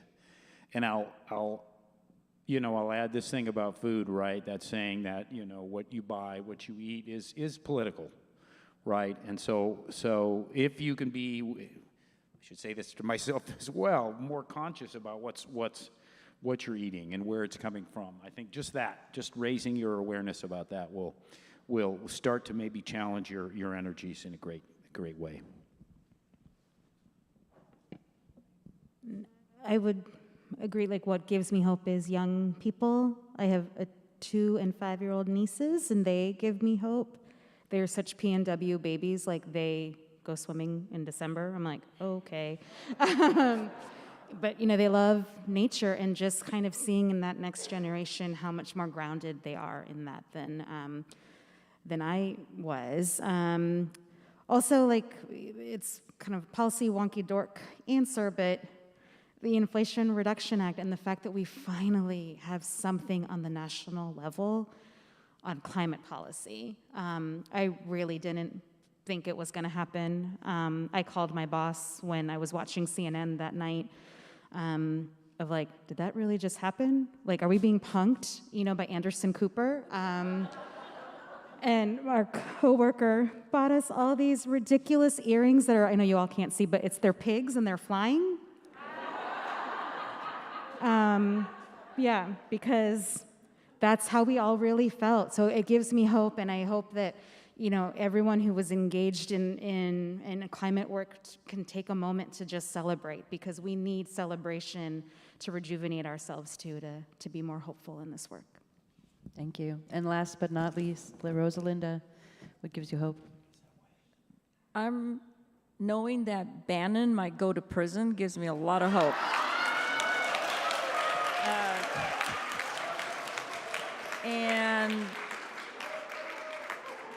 And sitting down with my organizers, these indigenous women, at a celebratory party where they brought out a Trump piñata and smashed it to pieces. You know, everything is political. But visiting farm workers in their homes and having them, you know, cook and just sitting with them, sometimes they don't even speak, gives me a lot of hope, because I think we owe it to them. I owe it to them personally, and I think Ray's feeling this way, that, you know, the world's going to get worse, and we owe it to them to leave them something to be able to survive, something to hang on to keep going, because, you know, our time is shorter than theirs, unfortunately, at this point. You have to celebrate when you can. You're right. Celebrate, dance to the music. And that wraps up our panel for today. Can I make a bit? I'm going to make a pitch. It's political. Can I do that? Yeah. All right, I'm going to do 1 minute, 60 seconds. Please call the governor's office and ask him to declare a food security climate emergency as soon as possible, and to change the heat rules for farm workers, for the trigger temperature to be 75 degrees instead of 90. And that when temperatures reach 80 degrees, farm workers should receive hazard pay.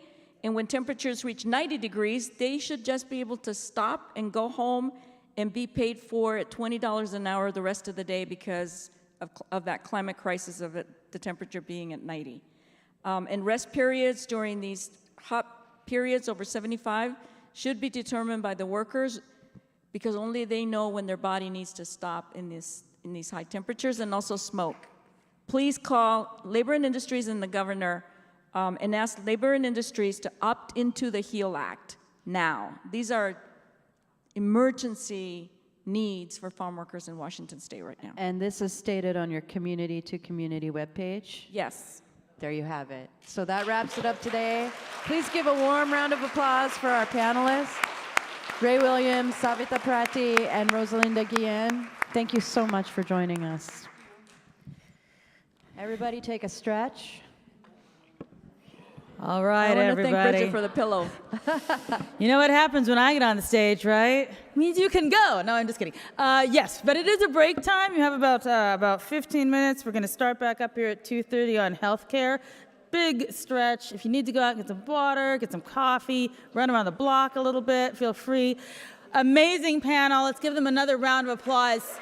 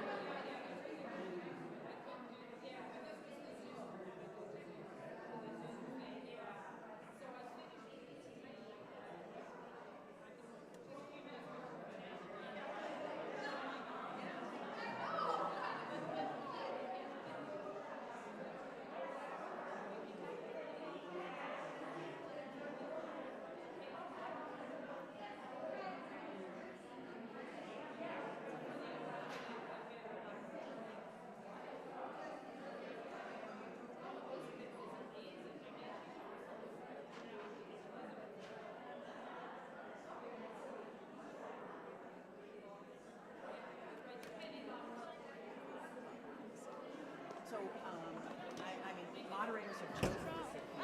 Oh, okay. It's fine. So,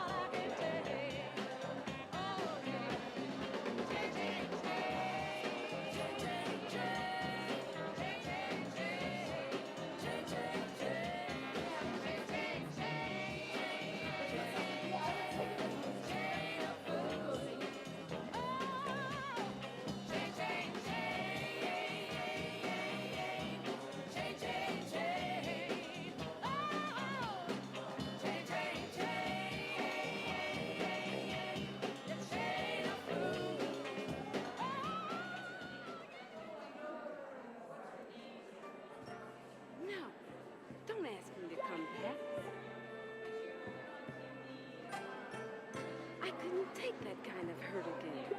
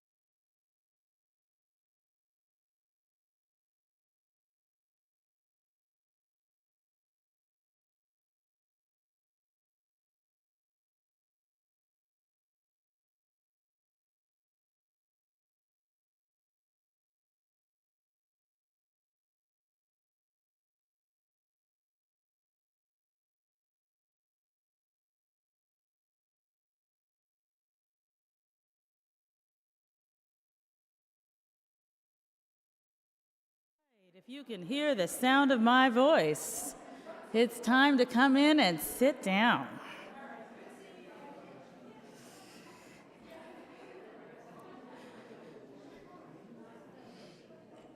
We're doing really well on time. I want to thank everybody for that because we're still on time, which is amazing.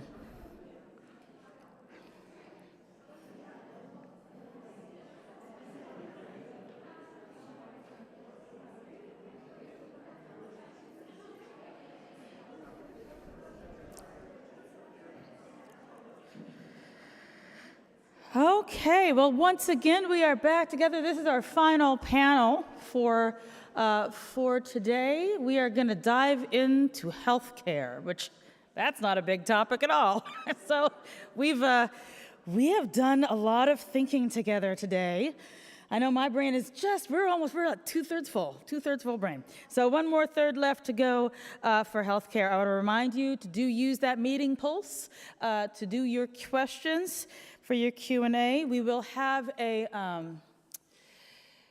we'll be finishing up this, and then we'll be going, I'll come back out, talk a little bit about the survey and that sort of thing, and then we'll go and have ourselves a celebratory beverage. All right, so our next panel, our healthcare panel, I want to go ahead and invite our healthcare panel to come on out and take your seats. See if they're having a good time back there, so I don't know if they're... Yeah, but a little, maybe fraud. There we go. I'm like, y'all having too much fun. All right. Welcome, healthcare panel. Our healthcare panel today is going to be moderated by Rokia Jones. Rokia is a full circle doula. Could have used you about 19 years ago, doula. Certified lactation educator and peer counselor, as well as an infant mental health specialist. Rokia's degree sparked her interest and current work as the Director of Community-Based Research at the Tubman Center for Health and Freedom, which I love. So I'm going to leave this stage in your hands, Rokia. Looking forward to this panel. Hello. All right. Thank you so much. Welcome, welcome, welcome, and thank you for joining us today for the panel on healthcare. I'm excited. I hope that we have some powerhouse women on this panel today. And so tuck in, okay? We got a lot to cover, okay? All right. So as you heard just a second ago, my name is Rokia Jones, and I like to call myself a maternal health expert and public health specialist. And my current hat is the Director of Community-Based Research at the Tubman Center for Health and Freedom. And you may be wondering, well, who the heck is the Tubman Center for Health and Freedom? So the Tubman Center is a community-based health organization that is committed to helping our communities find wellness and helping them to divest from systems, places, and people that continue to make us sick, okay? So we are doing that work. Tubman has set a goal of raising $80 million, and that will help us with land acquisition. So from purchasing land to opening the doors of a clinic that will serve our target community, which is marginalized communities. So we are super excited to be doing that work. And through that work, we were invited by the Seattle Women's Foundation to support and host this panel. All right, so without further ado, I'm gonna jump into these amazing folks here. I want you to hear all about them. So Sonia, if you don't mind, can you start us off? Thank you. Good afternoon, everybody. My name is Sonia Garza, and I am a health center administrator for Seymour Community Health Centers. I've been there for about 26 years. I've worked in Snohomish County, Whatcom County. I'm now currently in Skagit County. And so Seymour, for those of you guys who don't know, we were founded in 1978. We are a community-based organization who's committed to providing quality, comprehensive care, human, housing, educational, and cultural services to the different diverse communities that we are in.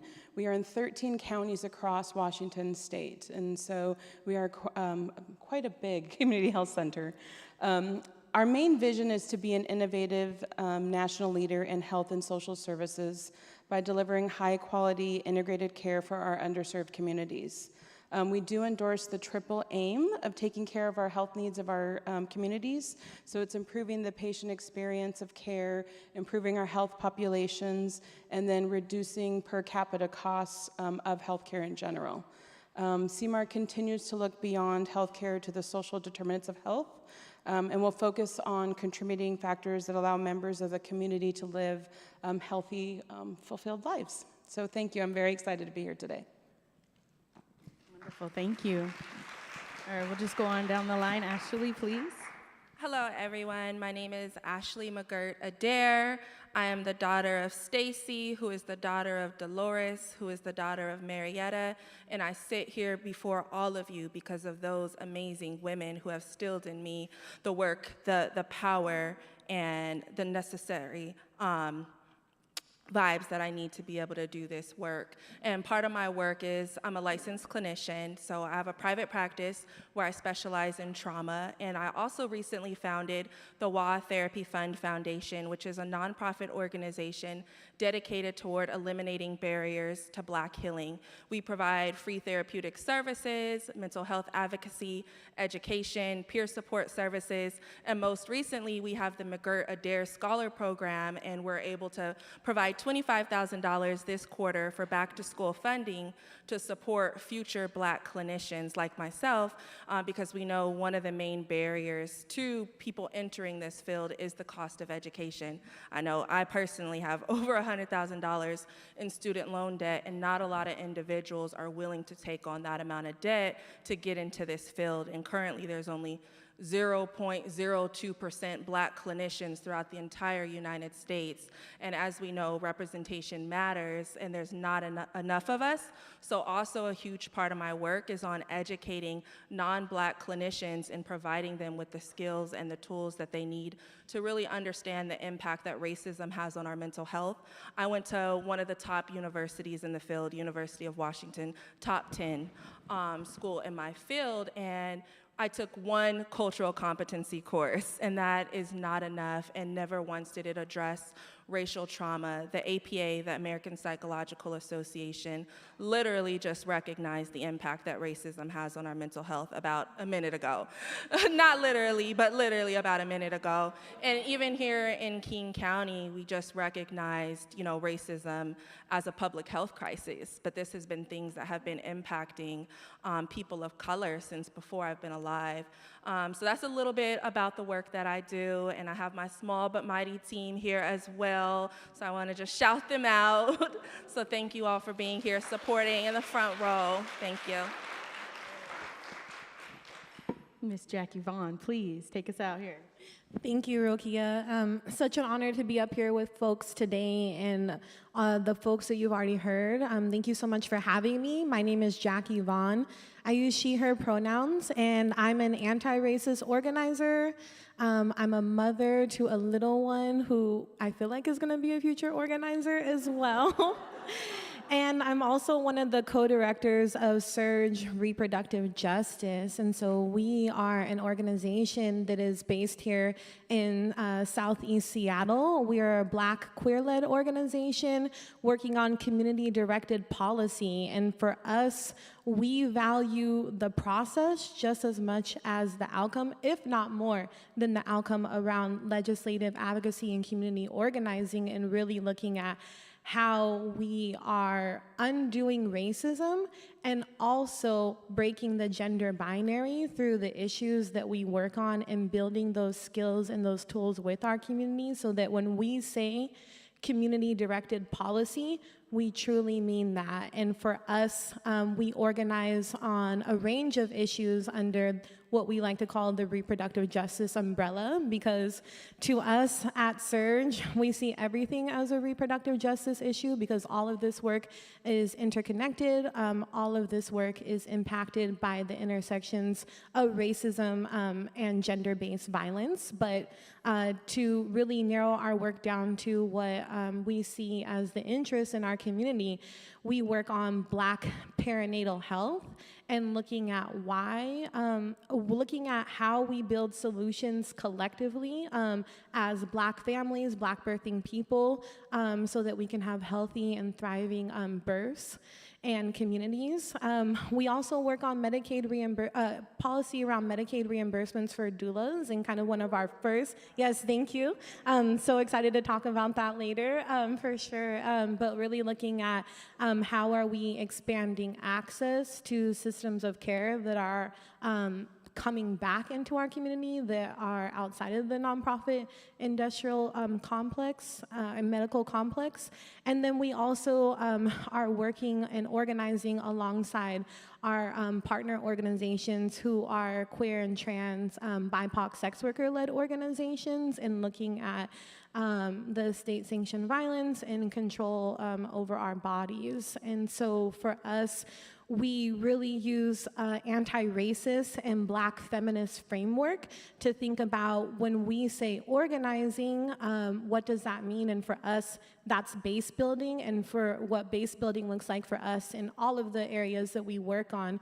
And ultimately, the end goal of how we do our policy work is how are we analyzing power together as a community, getting a sense of our own power, and being able to build solutions together collectively. And so I'm really excited to talk to you all today more about what that looks like for us. Amazing. What did I tell you? Amazing. Okay. So let's all have a shared agreement here that the state of healthcare in our country is despicable. When we look at the health disparities that we experience here in the United States, particularly communities of color, those health disparities, the stats we see are dismal. In my work, when I get the opportunity to teach and speak about reproductive health, I like to always share with my audience that in the United States, and when we look at the United States and we compare it to like countries of similar economic wealth, maybe even size, and essentially other westernized countries, those other countries are actively working on lowering the disparities of reproductive health. They are lowering those maternal mortality rates, whereas in the United States, they continue to go up. The only country of like size, westernization, et cetera, where the disparities continue to go up. And I'm sure that that's across the board when we're looking in healthcare as a whole.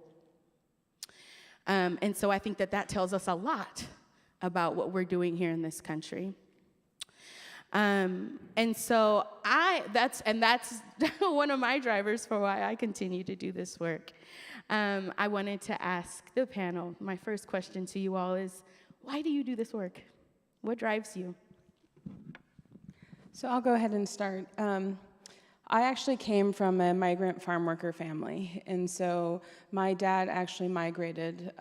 He was born in Mexico, has migrated from Texas, Virginia, New York, and he settled in Washington, where he met my mom. And so I was able to see what he went through to fight for us.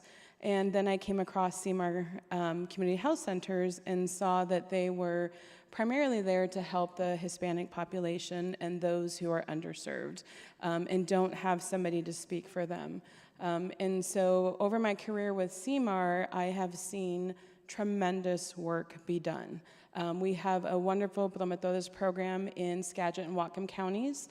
Rosalinda spoke a little bit about that in the prior session to this, about going out to those underserved populations and seeing what is it that they need, how can they be served, how can we help them, how can we help them improve their lives and adjust to living in the United States after migrating from a different country. And so CMAR has been a key driver in that. They do tons of outreach. They're also looking at the whole person, not just providing healthcare. It's not just one thing. It's looking at the whole individual, all the challenges that they might have, their housing, their income, their education.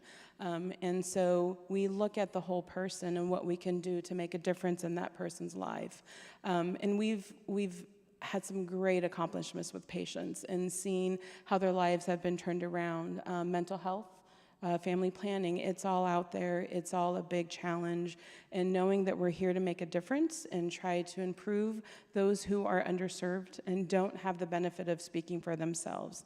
And so I enjoy being able to do that and to give back to our community. So I love doing the work that we do and working for CMAR. So thank you. Awesome. Thank you. Jackie, Ashley, either of you, please. I'll go ahead and go second in order, I guess.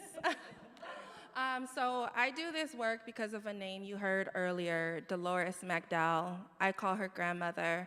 She was an amazing woman. She was a school teacher, an educator, a social justice advocate.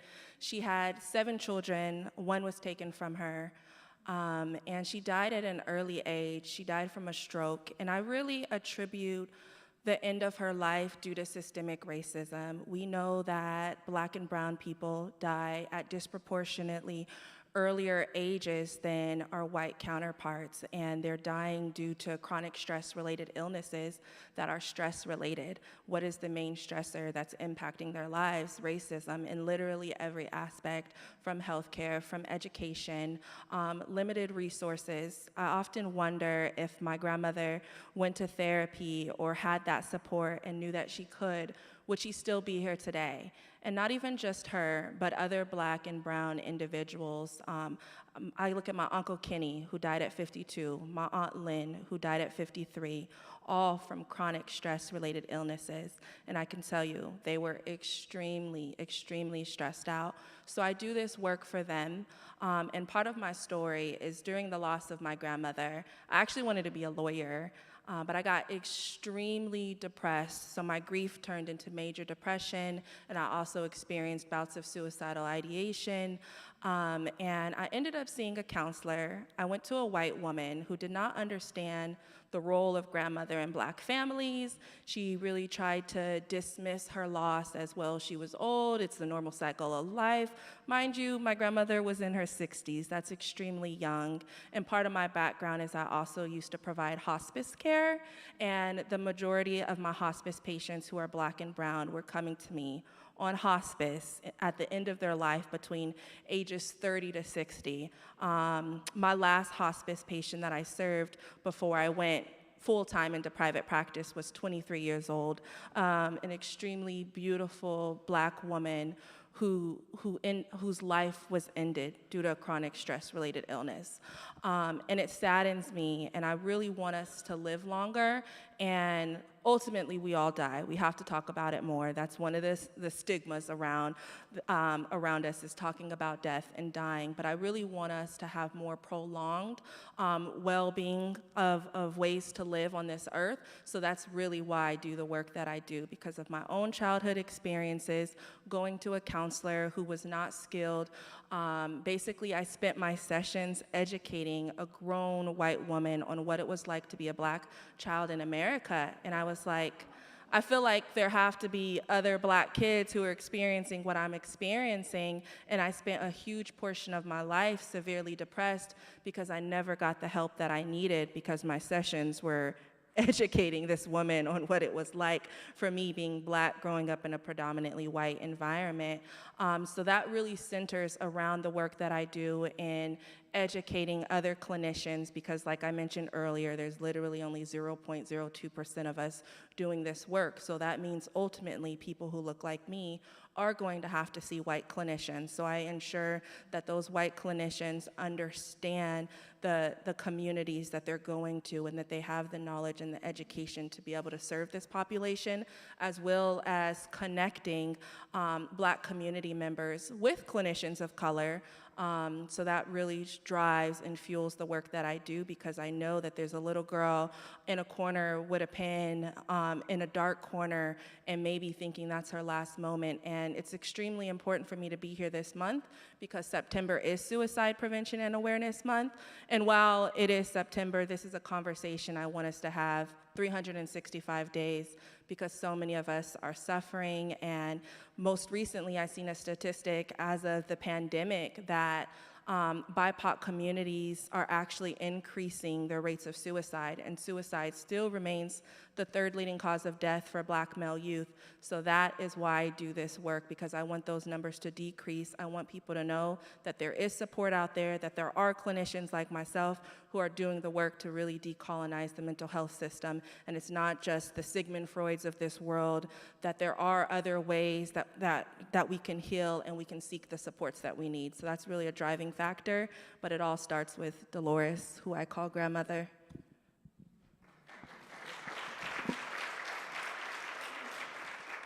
Thank you. Jackie? Yeah.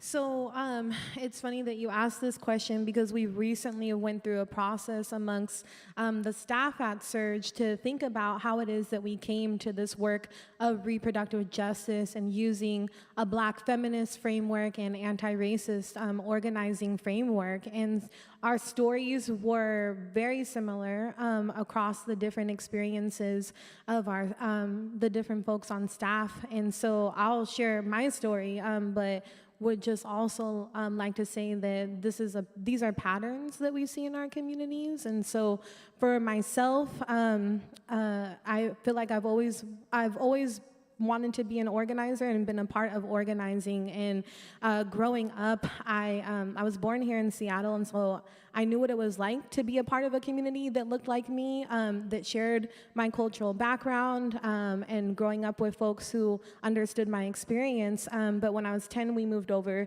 to Spokane on the east side of the state, which you can imagine and assume is completely different than White Center, Washington, Seattle. And so for me, at an early age, it was working on the achievement gap of students of color and what we were experiencing in our schools, which then really set me on the trajectory of working or wanting to organize around racial equity and justice. And so when I got to college, had the opportunity to be a part of our school's inauguration of their Race and Cultural Studies program at Eastern Washington University, and there had the opportunity to actually learn the language around institutional and structural racism, and knowing that I was not making it up, that just because, we've had certain things happen in this country and pieces of legislation, that racism still does exist, because in Spokane, they love to tell you that it doesn't. And so, yeah.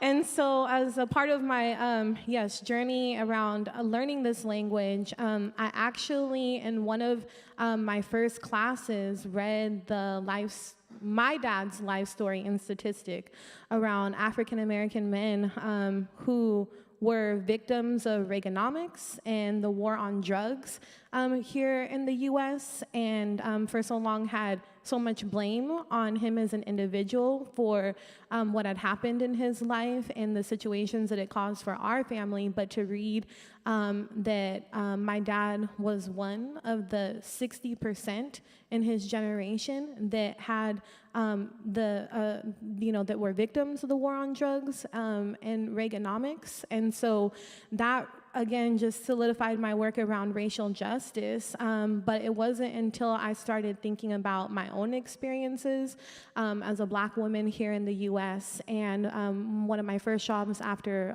college was working at a mainstream reproductive rights organization, where at the time that I came to it, I was like, I'm just gonna work here until I can find an organizing position around racial equity and racial justice, and just seeing the issues as separate, but at the same time, actually having to use the services of that organization with having to terminate a pregnancy. And I feel like for myself, that was the moment where everything clicked, that it's not that for the organizing that I wanted to do, that it truly needed to be intersectional, and that it couldn't just be about racial justice, that we had to look at the gender-based violence and the patriarchy, the white supremacist patriarchy here in our country. And so after going through that experience, that's what led me to looking at the framework of reproductive justice, and how in the early 90s, a group of Black women came together, and they knew that our work had to be intersectional, that our movements had to be intersectional, that those who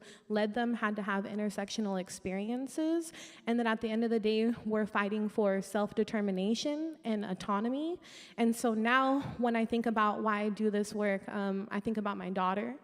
and how she's going to, how currently the world as it is, that it is riddled with white supremacy, patriarchy, and capitalism. And what that means for my daughter is that she's going to experience over-sexualization, that we know young Black women, femmes, and Black, queer, and trans folks experience the over-sexualization of our bodies, the adultification of our bodies, and of course the violence that we experience as well. And so the world that I want to see for my daughter is one where racism at the intersection of gender-based violence, that's not something that she has to experience, and that we get to that world by constantly holding an intersectional analysis where we know the two cannot be separated, and that in every aspect of our lives, they're interconnected of how they oppress, exploit, or underserve our communities. And so I feel like for reproductive justice, it's a very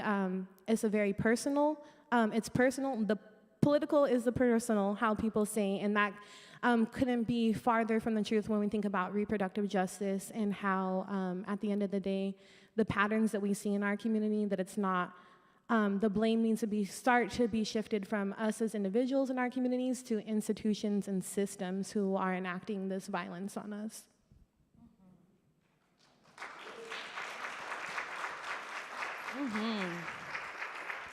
Yes, ma'am. Okay. All right. Start us off right. Thank you, ladies. Jackie, I really appreciate you bringing up that conversation around intersectionality. I think it's so important that we understand how interconnected, what health really means. What is health justice? And that includes safe places to live, healthy food to eat, safe schools. All those things are connected into our wellness. And so that segues me into my question for you, Sonia. I wanted to ask you, so I learned recently that CMAR recently received $5.3 million to build housing for women who have been experiencing homelessness in the Seattle area. And so I was hoping that you can talk with us more about that intersection between housing and health, and why is it so important for organizations like CMAR to take up the charge in those areas? Yeah, definitely. So this was in March of 2022, and on Beacon Hill, CMAR was able to receive a grant to open a 39-unit apartment complex for women experiencing homelessness. And this was funded partly by the City of Seattle, and then as well as it was a match fund by the Washington Department of Commerce. And so we have seen with treating all of our patients that housing, all of the social determinants of health go along with health care. We have had patients who experience homelessness and are diabetic, and they don't have a place to have their insulin or where to keep that insulin at. They are more worried about where their next food is going to come from, where their next meal is going to come from, finding stable housing. They're not worried about their medical appointments or getting their medications. And so stable housing is key in getting our families and our communities healthy. Getting them in stable housing gets them a better education. They're able to focus on getting their kids to school. They can focus on the education for their school. They can have better food securities as well too. We have seen with the work that we do with homeless women, and specifically just everybody who has experienced homelessness, that when we are able to assist with finding homes for them, then we see that the healthcare costs decrease. They're not going to the emergency room. They're able to establish care and be seen by a primary care physician. So our ER visits are going down. They're able to stabilize their health because they're getting the treatment for preventive care, looking at different cancers in the future that they can be treated for and be tested with. So that also has helped for them. And then when you look at treating the whole person, you're looking at everything. What have they experienced with the food instability, with the housing instability, their mental health that they might be experiencing, were they in a domestic violence situation as well? And so housing and healthcare, they all go together, along with education. They're all important and key factors to making a difference in a person's life. We believe strongly in advocating for those patients. And then once they do, and they are stable in their home, and then they have access to care, are they getting access to care that they need? Is it in their primary language? Is it culturally sensitive to that person? I might be different to healthcare than my peers that are here along with me. What I feel that I need as what they feel they need might be a little bit different. And so getting that education out to everybody, you talked about having to educate your counselor on, what you went through. That is what we want to try to avoid in healthcare. We want to be able to serve everybody in the way that they need to be served. And so housing is just one of the key things that starts with that. It's directly related to healthcare and being able to make a change in that person's life. And so, yeah, I think that makes a big difference. Thank you. Yeah, you said that eloquently. Thank you very much. So my next question is for you, Ashley. So keeping in line with this conversation around access to care, I want you to talk to us about, I want you to talk a little bit more with us about the therapy fund. I think that there's this misconception that systems of care automatically benefit providers. And so, so not only is it not working for the patient, I'm curious to hear more about how is it going for providers, and can you talk to us about how the Washington Therapy Fund is bridging those gaps? Yeah, so there are so many barriers when it comes to providing care from a provider perspective, which really is the premise to why I started the Therapy Fund Foundation, because one, obviously I'm a provider, I'm also a Black provider, and during the pandemic, I'm a part of these monthly meetings with other Black clinicians throughout the state of Washington, and I had been noticing that so many of us were burning out, so many of us were leaving this field, and it was really hurting my heart to see these individuals no longer wanting to be therapists. And a lot of it really had to do with, one, they wanting to serve a particular community that could not afford them, having to deal with insurance companies who didn't recognize some of the things that our communities are experiencing. So for example, racial trauma, that is not something that's been recognized. The APA just recognized that last June. So these are things that we're dealing with from a provider perspective. A lot of us are working as solo practitioners, so we're often alone in silos. We have limited resources, not a huge support, which is why I really was leaning on this monthly support group of other Black clinicians in the state of Washington that I was meeting with. And then when it also comes to billing, most of us are on our own. We may not have a medical biller. Insurance companies make the process extremely difficult. And then on top of that, they provide low reimbursement rates. So for example, say Medicaid or another insurance company, they'll give us $30, $40 for seeing a client. You have to see the client for an hour, then you have to take notes. That can take upwards of an hour. It really just depends on what actually happened in the session. Then you actually have to do the billing. That could take another hour. So that's 3 hours, 3 hours it may take with one particular client, and you're getting paid $30 an hour. So these are master levels clinicians, some with PhDs who are making $10 an hour, and that's just not okay. And a lot of us have, a lot of student loan debt, business costs. It's still a business at the end of the day. And during the height of the pandemic, I've seen a lot of people calling on therapists to provide their services free of charge during the pandemic because so many people were experiencing grief and stress. And we as clinicians were also in the pandemic and experiencing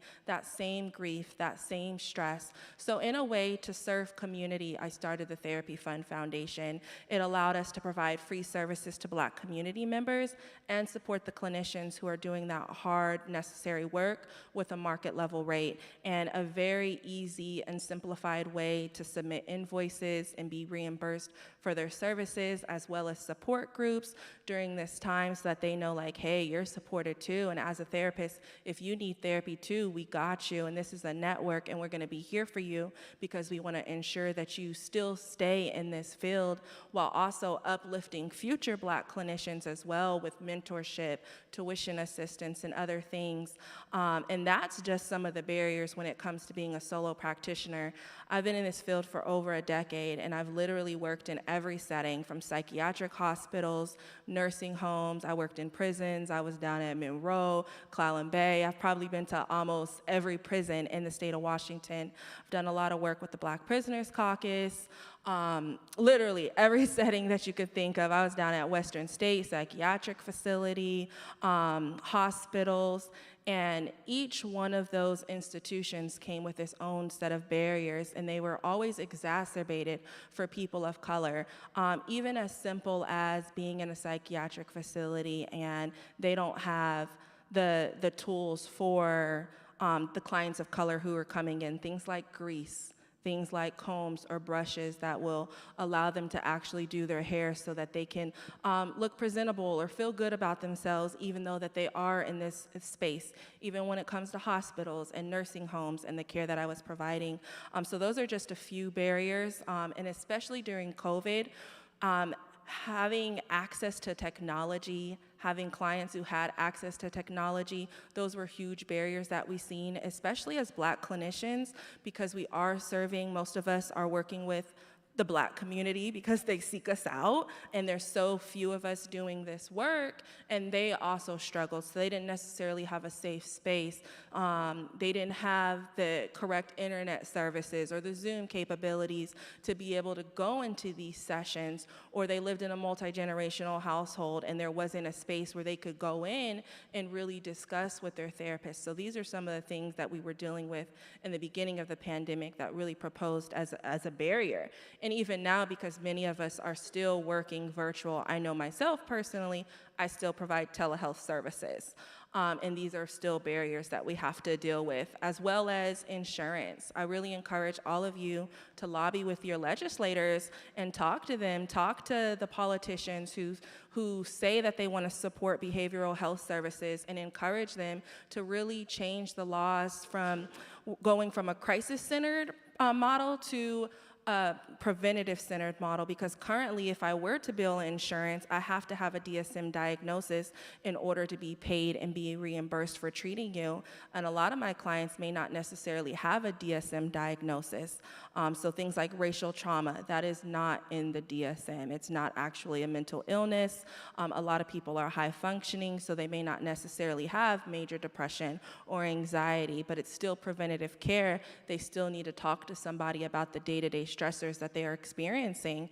And there's little ways that we can get away with it as providers. You know, say you have an adjustment disorder, you're adjusting to COVID, you're adjusting to X, Y, and Z, but I can only bill an adjustment disorder for so long, and then your insurance isn't going to cover you. So we need to really look at the insurance model to, one, ensure they're paying clinicians a market level rate. If we can do it as a small organization who's only been around for 2 years and we are paying them adequate rates, these insurance companies who have millions of dollars can definitely ensure that they're doing it and make the process more easy and simplified for clinicians. I remember I was working with TRICARE and Regents, and it was just pages of pages, and I was like, look, I'm about to be private pay because I can't do this. This is just a lot. I'm on my own, and it's a rare thing being a Black clinician in the state of Washington, really in the United States as a whole, because there's so few of us.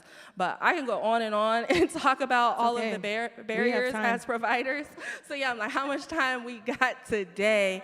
Funding, you know, that's why we're here. That's a big issue. Funding. I can really start at the beginning, the way that it takes us to become licensed. In the state of Washington, you have to do what, 4,000 clinical hours, you have to get supervision, then you have to take a state test to actually ensure that you're able to provide these services. Those state tests are actually based on Eurocentric models due to colonization that don't necessarily address people of color who we're serving. So we have to then adapt that Eurocentric mindset to be able to provide these principles, and a lot of people like myself have difficulty passing it. Thankfully, I'm a good test taker, so I passed it on the first go round, but there's a lot of Black clinicians who are still associate level practitioners, and they're struggling with passing that test because that test was not made for people of color. And it's a very difficult system, even going down to the education process. I shared with y'all, I got $100,000 in student loan debt, so just looking at the cost that it takes for us as clinicians to even become providers. So a lot of us deter away from this field, and that's why there's so few of us. But I won't hold you for all of the time, but those are some of the things that I'm gonna address with you, which is really why I started the Therapy Fund Foundation, so that the community community can be supported and clinicians can be supported, because we are getting tired. We are burnt out. This is hard work. Every single week, somebody reaches out to me for therapy, and unfortunately, I have to refer them out because I'm full. I'm only one person. And so, yeah, it's difficult, hard, necessary work. Yes, thank you. I just want to slow the conversation down a little bit because I want to do a little recap of what we just heard, because that was a lot of amazing information, but a lot of information. So what we're hearing that is that despite the state's best efforts to insure its citizens, we know that a lot of people are still uninsured. And that even with that insurance, the provider makes, what, $30 off of that? And we're still not addressing issues around housing, right? That intersectionality of what someone actually needs to be well. And why is it that we have to be on the verge of broken to be able to get care? Okay, thank you. You know, and just a quick plug for Tubman.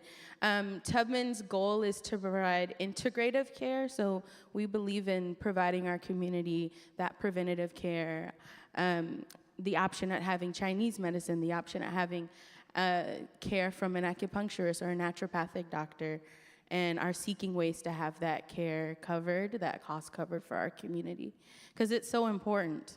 Right now, our system is not set up to provide that for us. We often don't have those options.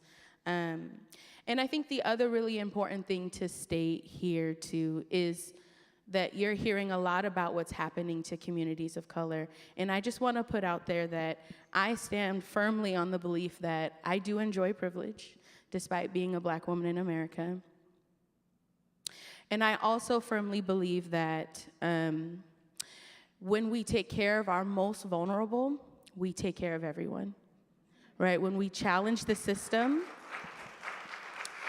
at its root cause, at that core, we challenge those core issues, we elevate it for our most vulnerable, we elevate it for everyone. We're all cared for better. Okay? And I want to make sure that's highlighted, and you know, going back to that original stat that I came out with, that the United States is still doing a horrible job at lowering the maternal mortality rate. You know, I want you to understand that that's for the United States. That means white women, Black women, Asian women, our Latinas, our gender nonconforming, but still have the capacity to give birth, right? That is all of us. It's not just us on this panel. That's y'all. It's everyone. This is an everybody issue, right? And if we go back to that message of when we take care of our most vulnerable, how it serves us all. Okay. Thank you for letting me be on my soapbox a little bit. But I just feel it's important for us to center that as we're hearing this information. Let's keep centering that this work is for all of us. Ultimately, it's for all of us. We get to take care of each other. It's important.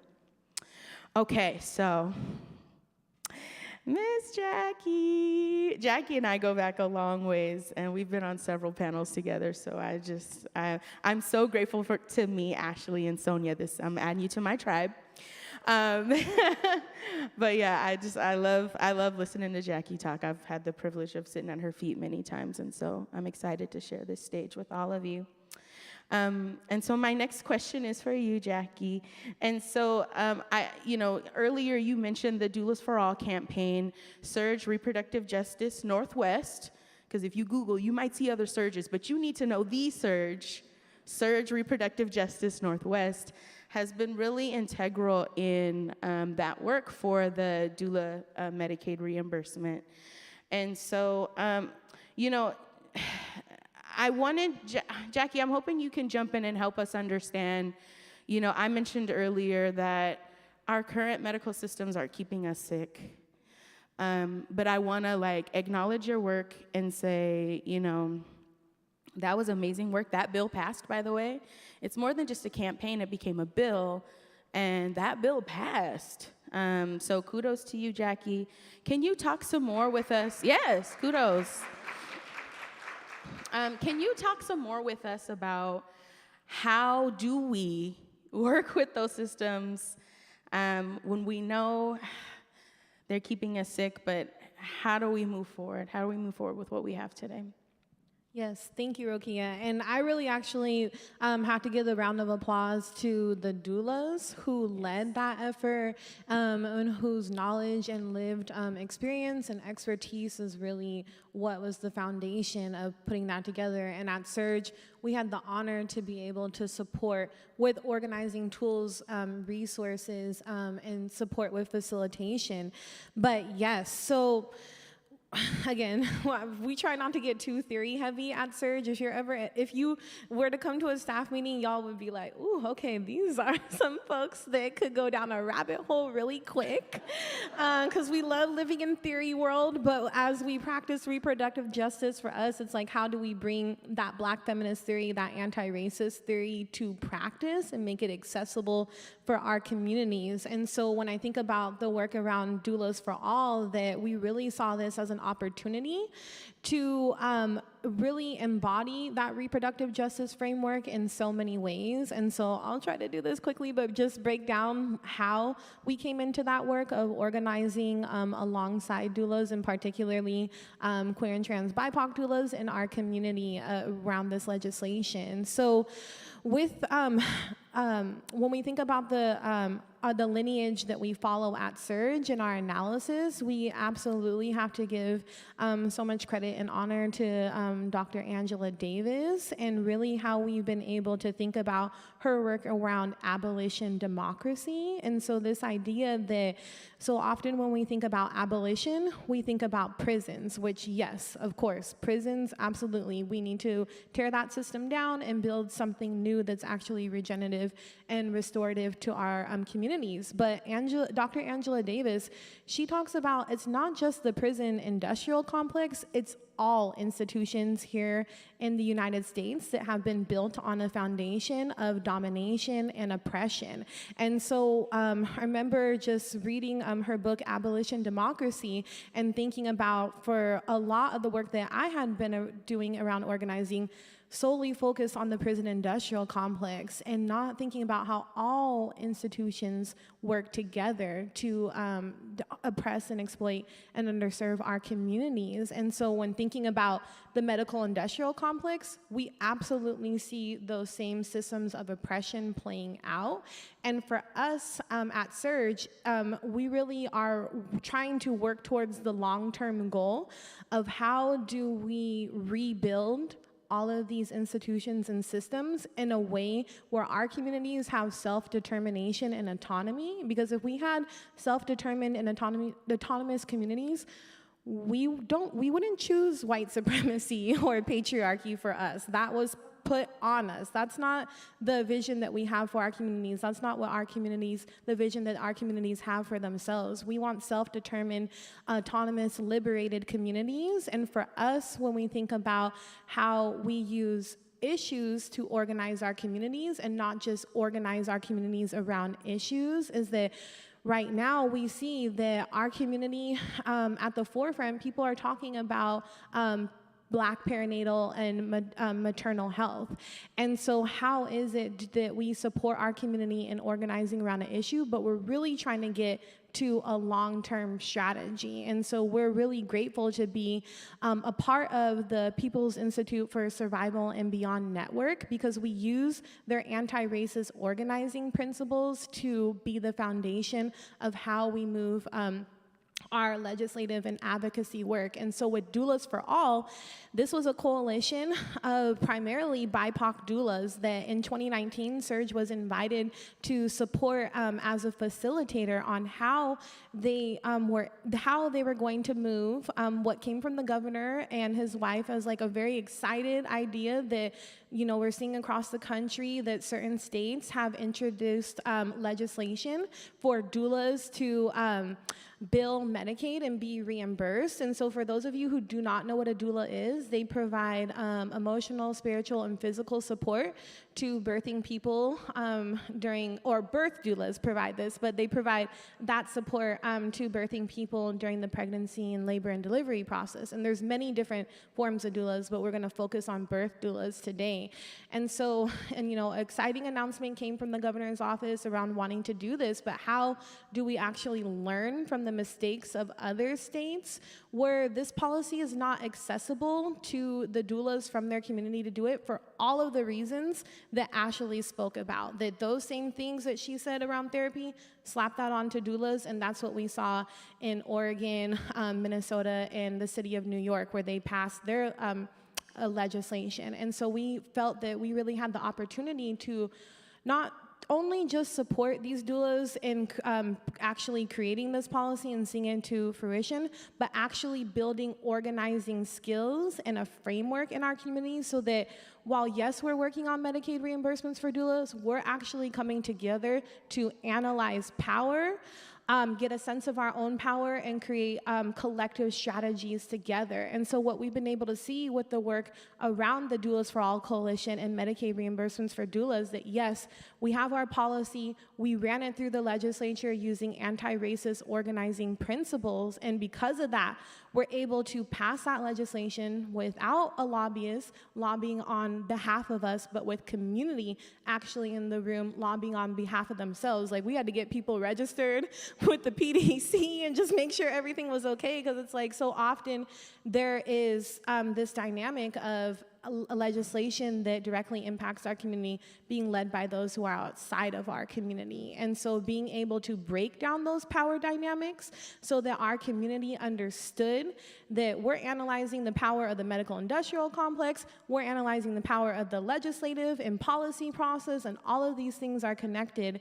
And throughout this process, we can build our vision towards our long-term goals and what that self-determined and autonomous communities look like. And so just forever grateful for these doulas allowing us to organize alongside of them and be able to be a part of the ecosystem and network and relationships at Surge, because again, we use issues to organize our communities, not just organize our communities around issues. And so as we all get clear, because we're analyzing power together, that's the work that we see at Surge. And with the Medicaid reimbursements for doulas, I truly feel that we had the opportunity to put that model of community-directed policy in practice and use a reproductive justice framework, use anti-racist organizing principles so that we didn't compromise ourselves and get lost in that system. And so now it's about, when we come to the implementation process, that all of the things, again, that Ashley spoke about could easily happen to doulas in this state under this policy. And so what we're really trying to do is continue to do that base building, and it's allowed us to get more clear around Medicaid and how that is another system that exploits, underserves, and oppresses our communities, and obviously not just our communities who are Medicaid recipients, but those who are providers in our community. And for us, we really see how can we build systems of care that divest from the medical industrial complex and bring healthcare back into our communities, being led by those who are in our communities who understand us. And so that's why I feel like this panel was put together so beautifully, and I don't know, and I know it was done intentionally, but I'm just like seeing just how everything connects together, because when I think about the work of Tubman Health Center, CMAR, what Ashley is doing with WA Therapy Fund, that it's like,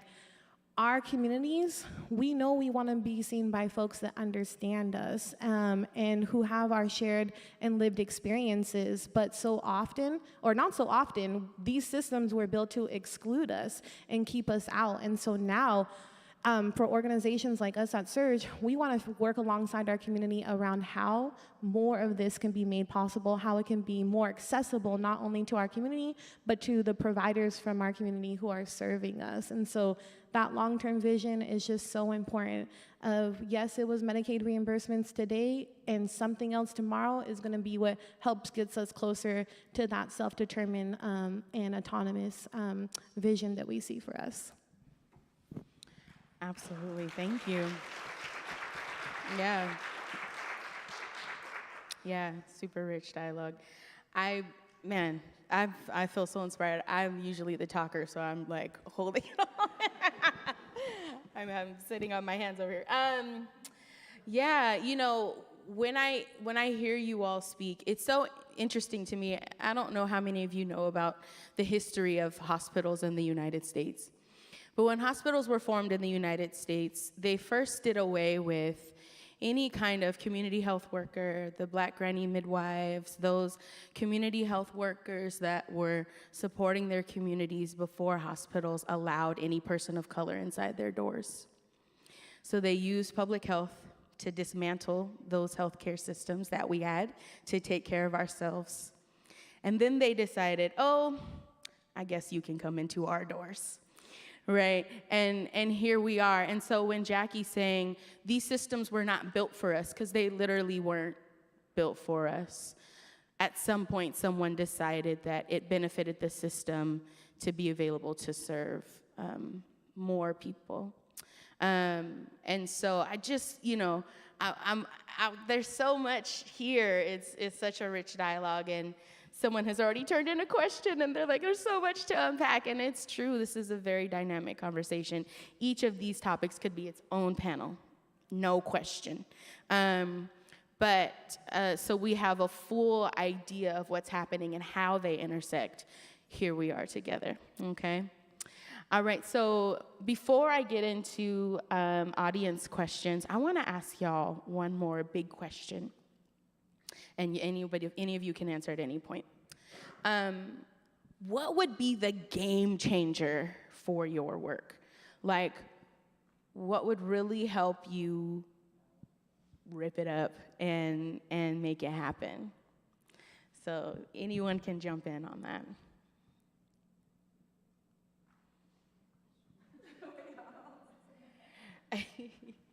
I'm happy to go first. So thank you, Rokia, for asking this. I feel for the work that we do at Surge is that this work is for the long haul. It's long-term work.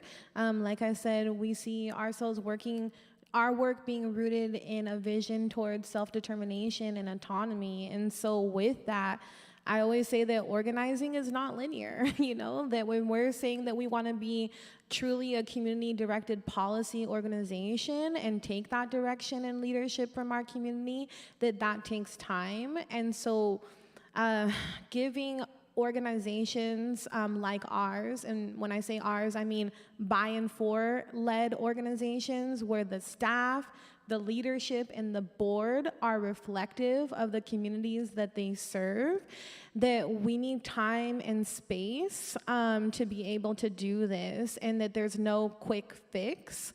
That, again, this work is rooted in a long-term strategy. And so what does it look like to give multi-year funding that follows that process and that is also supporting us in working towards this long-term vision and strategy? Because definitely after the Medicaid reimbursements for doulas bill passed, we saw a lot of excitement for funders, and that those are the type of things that they want to see, like policy win after policy win. But the process that it took to get there, we could have invested even more time in. We constantly asked ourselves as staff, like, yikes, are we interjecting too much? Are we, maybe over-facilitating this process, that we got to, this point in the policy process, but at the same time, for us, we hold relationships moving at the speed and trust of our community as what we see as like the highest peak. And so the time, the space, the multi-year funding to do that, and then also a commitment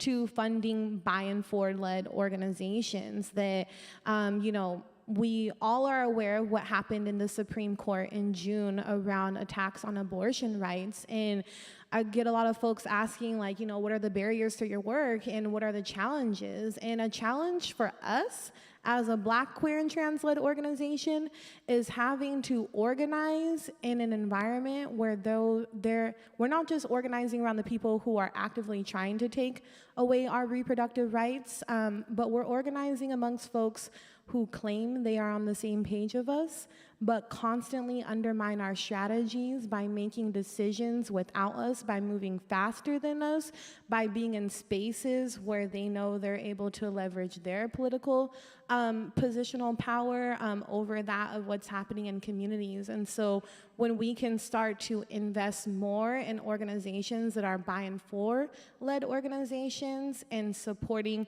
those organizations to do that work that so often other people get credit for, while they use our language, while they talk about our strategies, but not actually center Black, Indigenous, and people of color communities and leadership. And so for us, it's really taking the time to understand who those by and for organizations are in your community and investing in them like you would mainstream organizations.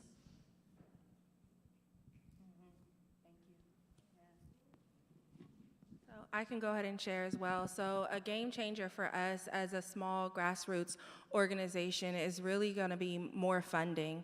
We need more funding.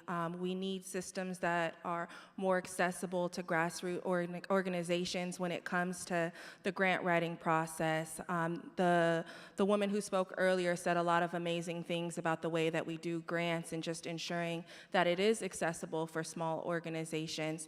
Backstory here, so nonprofit philanthropy is very new for me. My degrees are in psychology and social work. I recently went to Harvard to study nonprofit management because I did not know I was going to be a nonprofit founder. Literally, we are community-led, and community put me in this position. I actually tried to steer away from it, like, no, but so many times it was like, you know, God put you here. This is bigger than you. And how we really came to be is, as I mentioned, I do a lot of trainings for educators. I also train corporations around systemic racism, racial trauma, mental health, and I was actually doing a workshop to Amazon employees during the pandemic, and this white man had asked me, what could he do to help Black people during this time? And I was like, well, you can pay for them to get free therapy. And so he sent me $10,000 the next day and was like, use this for your Black clients so that they don't have to pay for your services. And I posted about it on LinkedIn, social media, and everyone was like, well, I want to give you money too. So we made a GoFundMe. It raised about $100,000 within a week, and people were like, this needs to be a nonprofit. And I'm like, okay, I've worked for nonprofits. I don't really understand how to start a nonprofit. What does that mean? And the community, I made that Facebook post May 2020. We became an official nonprofit August 2020. And community members, Monica, yes, thank you. So if you all are familiar with Monica, who founded Queen Care, she was like, look, I'm going to do the paperwork for you. We're going to get this. We got a board established. And I'm over here like, okay, I don't know what any of this means. What am I doing? And it's been an extremely difficult process with some of the forms, some of the things that we have to go through, explaining our cause. And like the lady said in a haiku, like, how can you explain this work in 200 characters? That's just not okay. And the amount of work that it's been on my small team, a lot of the stress, a lot of the burnout that it puts on small grassroots organizations, I'm noticing that it's really become a system to benefit larger organizations. And if we want to see these small organizations like myself succeed, we have to fund them. We have to invest in them. We have to prioritize our mental health overall. We have to prioritize organizations that are supporting mental health and actually doing the work on the ground, because a lot of people say these things, they have this language, now everyone, you know, is anti-racist. Well, how are you actually being anti-racist? Do you just have a BLM flag hanging up? Did you black out your social media? What is the action behind that work? What does it really look like through your lived experiences and how you show up in this world? And that's another thing. We need to fund culturally responsive services, make sure that we're giving back to organizations that are supporting culturally responsive clinicians and services that really serve historically excluded communities. Those are some of the main things that would really be a game changer, especially for us as a small nonprofit grassroots organization.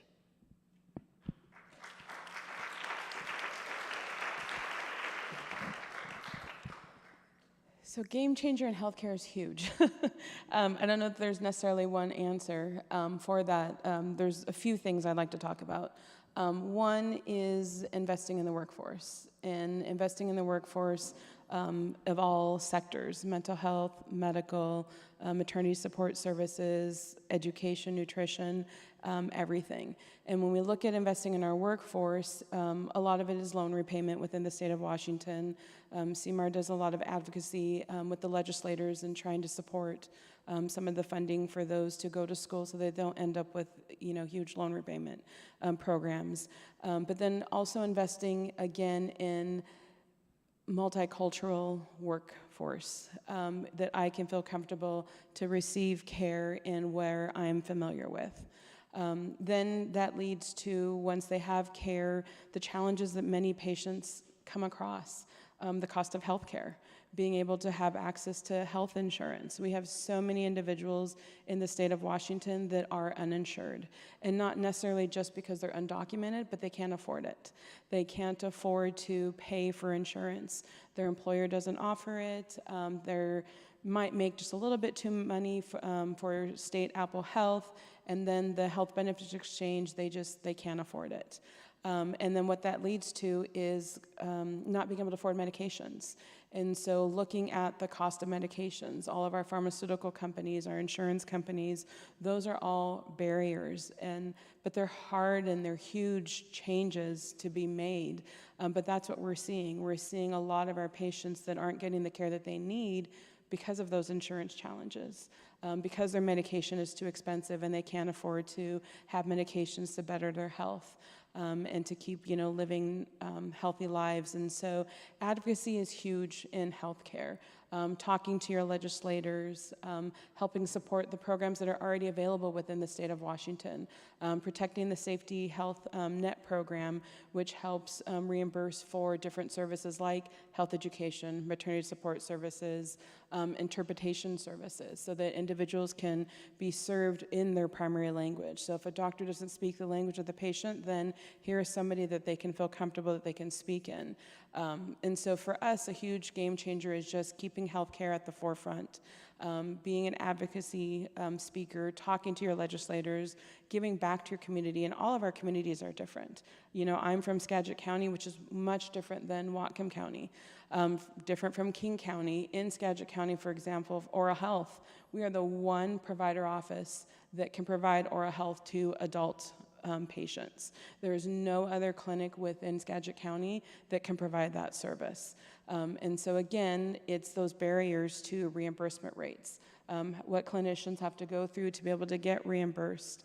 And so it's more on the advocacy of healthcare, of fighting for changes in insurances, medication, pharmaceutical companies, which is huge. But if you have that voice and you can talk to your legislators and you're familiar with your community and those challenges that they come across, that's going to be the biggest change for us in healthcare, and in being able to provide care to that person, to their families, and then dealing with all the challenges that they might have as well too. And so education, I think, is key. We do see the workforce is changing. The workforce, the younger individuals who are coming up, keeping them at the forefront of the difference of our past, what we've had to go through. You talked about the hospitals, what it was like years ago, and then what it's like now.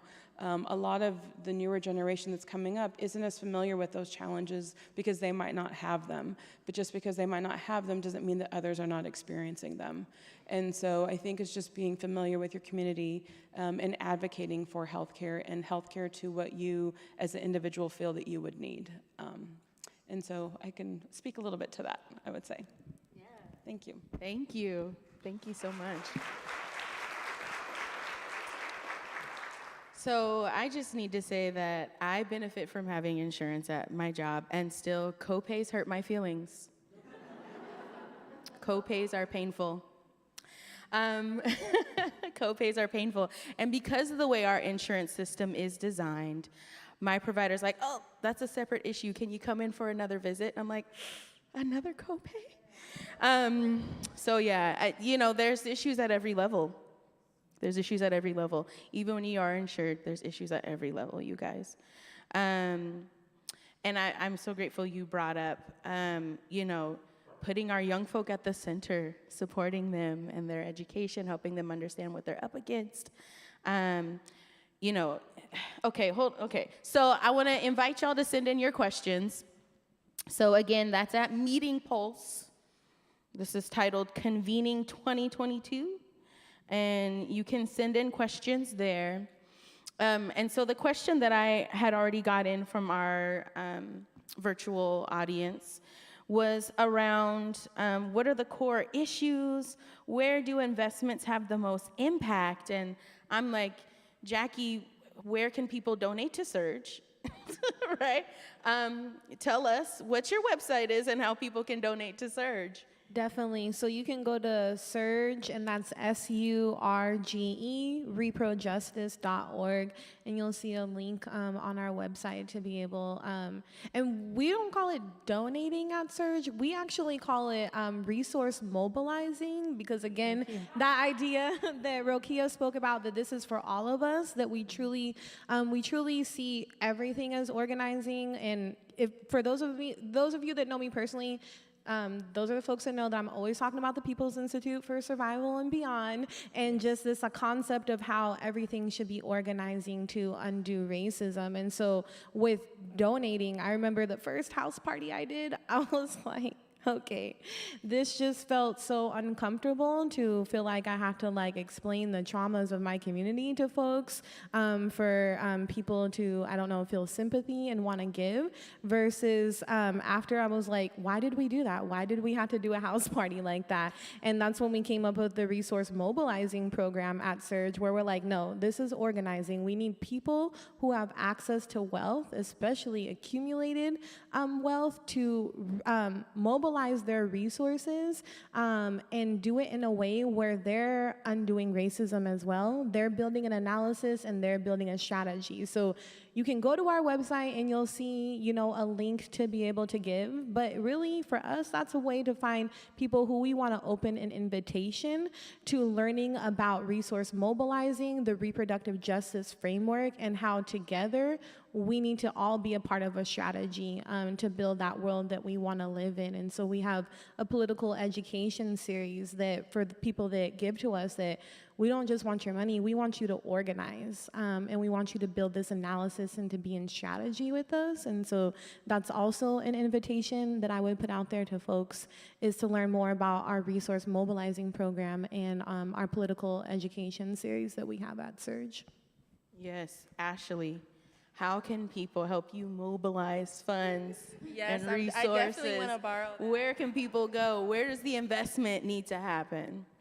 You can go to therapyfundfoundation.org/donate, but we might need to update that to say resource mobilizing, because I really love that, because it really is like you're sharing all this pain and these traumas, and then you're trying to get people to give you money based on the pain of Black folks. And we really are trying to find ways to look at the way we do that, and really looking at the nonprofit industrial complex and how are we playing a part in that, how are we participating, how are we serving our community in the best of ways. So to our team, take notes here, definitely write that down. But yeah, that's how you can support us currently, therapyfundfoundation.org/donate.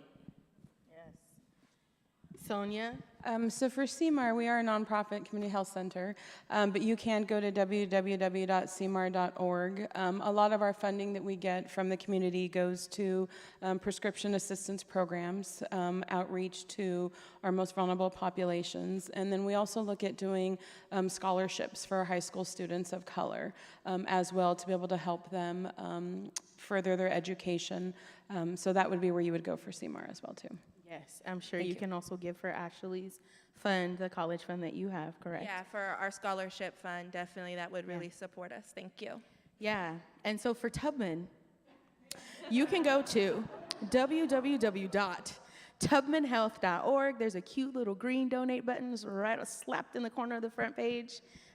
Please feel free to support. That's where investments can go. When I think about this question, I do appreciate that question from our virtual friend, because there was a ton to unpack. But what I heard folks say is invest in community, invest in the workforce, Invest in our young people. We know the issues. Communities know how to take care of themselves. They always have. It's just, it's interrupted by systems. It's interrupted by policies that don't serve us, right? Or they're moving too fast, like Jackie stated earlier. They're moving too quickly without us. They're not hearing the full story. And as Ashley mentioned, we're having to bleed, right? Like, this is what's happening to us. Why do we have to come from that scarcity-based, that traumatized, like, why is that the approach when we can just say, hey, we're doing this amazing work. We know what the issues are, right? There's a Google. It's your friend. We know what the issues are. So why not support the work of the people who are doing it? That's how you take care of those core issues. That's how you get to the bottom of it. You support the people who are doing the work. There's no one person or no one organization that can do it all.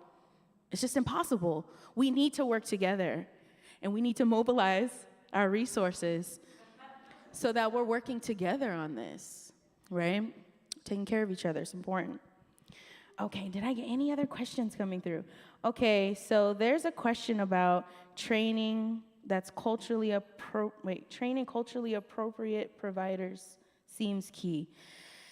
Yeah. Does anybody want to take that one? Training our providers, providing more of that education and support for our providers. And I just want to add really quickly, because I told you I like to talk, that Sonia mentioned something earlier about individualized care. When we're looking at the person in front of us, we're listening really intently to their needs. And we're also able to work collaboratively with our team and perhaps maybe other providers, maybe the hospital social worker, right? We're working collaboratively to listen in to those person's needs and providing that holistic care. That's key, right? You don't even necessarily have to fully understand another person's culture if you can understand what they are telling you that they need. Simple. That also means that that person needs more than 15 to 30 minutes to talk to you about it. There's no way you can have a comprehensive provider appointment, right? Hear all the needs of that person, really help a person find their wellness when you're only giving them 15 to 30 minutes of your time. And a large part of that is repeating questions that the front desk lady asked, and then also the CNA or the nurse came in and asked, and then you're answering the same. We got to stop that, you guys. We need to talk to our providers, and we got to stop that. We need to really give people the time to communicate what they need, see the whole person in front of you. So that's my soapbox moment. But I'm going to give it back to y'all. How do we really get providers hip? How do we get them trained and ready to support diverse communities that they're expected to serve? So I definitely echo all of the things that you stated, because that's extremely important when it comes to training providers in doing this work and providing culturally responsive care. But it really starts with the individual and ensuring that they're checking their biases, they recognize their privileges and how they show up, that they're doing active work consistently to be anti-racist. Oftentimes we think, oh, well, it's a person of color in this role, but oftentimes even as people of color, we can uphold white supremacy. And there's this phrase in our community where we say all skin folk ain't kinfolk, and I can tell you firsthand that I have interacted with other people of color who have been just as harmful as white folks in the healthcare system. So that's why it's important that it's done on an individual basis, that we're constantly doing this work to ensure that we're not doing more harm when it comes to communities of color. We're looking at what are their needs. As Rokia said, listening to them. I cannot tell you how many times a person of color has came in with all these diagnoses and the person wasn't necessarily hearing them. And say, for example, they had the same signs and symptoms of a white person. A black person is more going to be diagnosed with, say, something like schizophrenia, where a white person will get the diagnosis of bipolar because it's more manageable, but it's the same signs and symptoms, and the clinician may not have necessarily been listening to them, hearing them, seeing how some of their cultural nuances actually show up in that session or in their behavior. So we have to ensure that providers really have those skills, and it's everyday work. So, it's not just I took one course or I took one education, then I'm done. I definitely do recommend the People's Institute on Undoing Institutional Racism. That's a training that it's required for all of my team to attend. So I would say if you're looking for a training, you can definitely start there. Make sure you're reading books. Google is our friend. We can do this work that you're paying people to teach you. You're not just going up to your friends of color and saying, hey, can you talk to me about this? Because that is not okay. So again, doing your own work to be able to show up.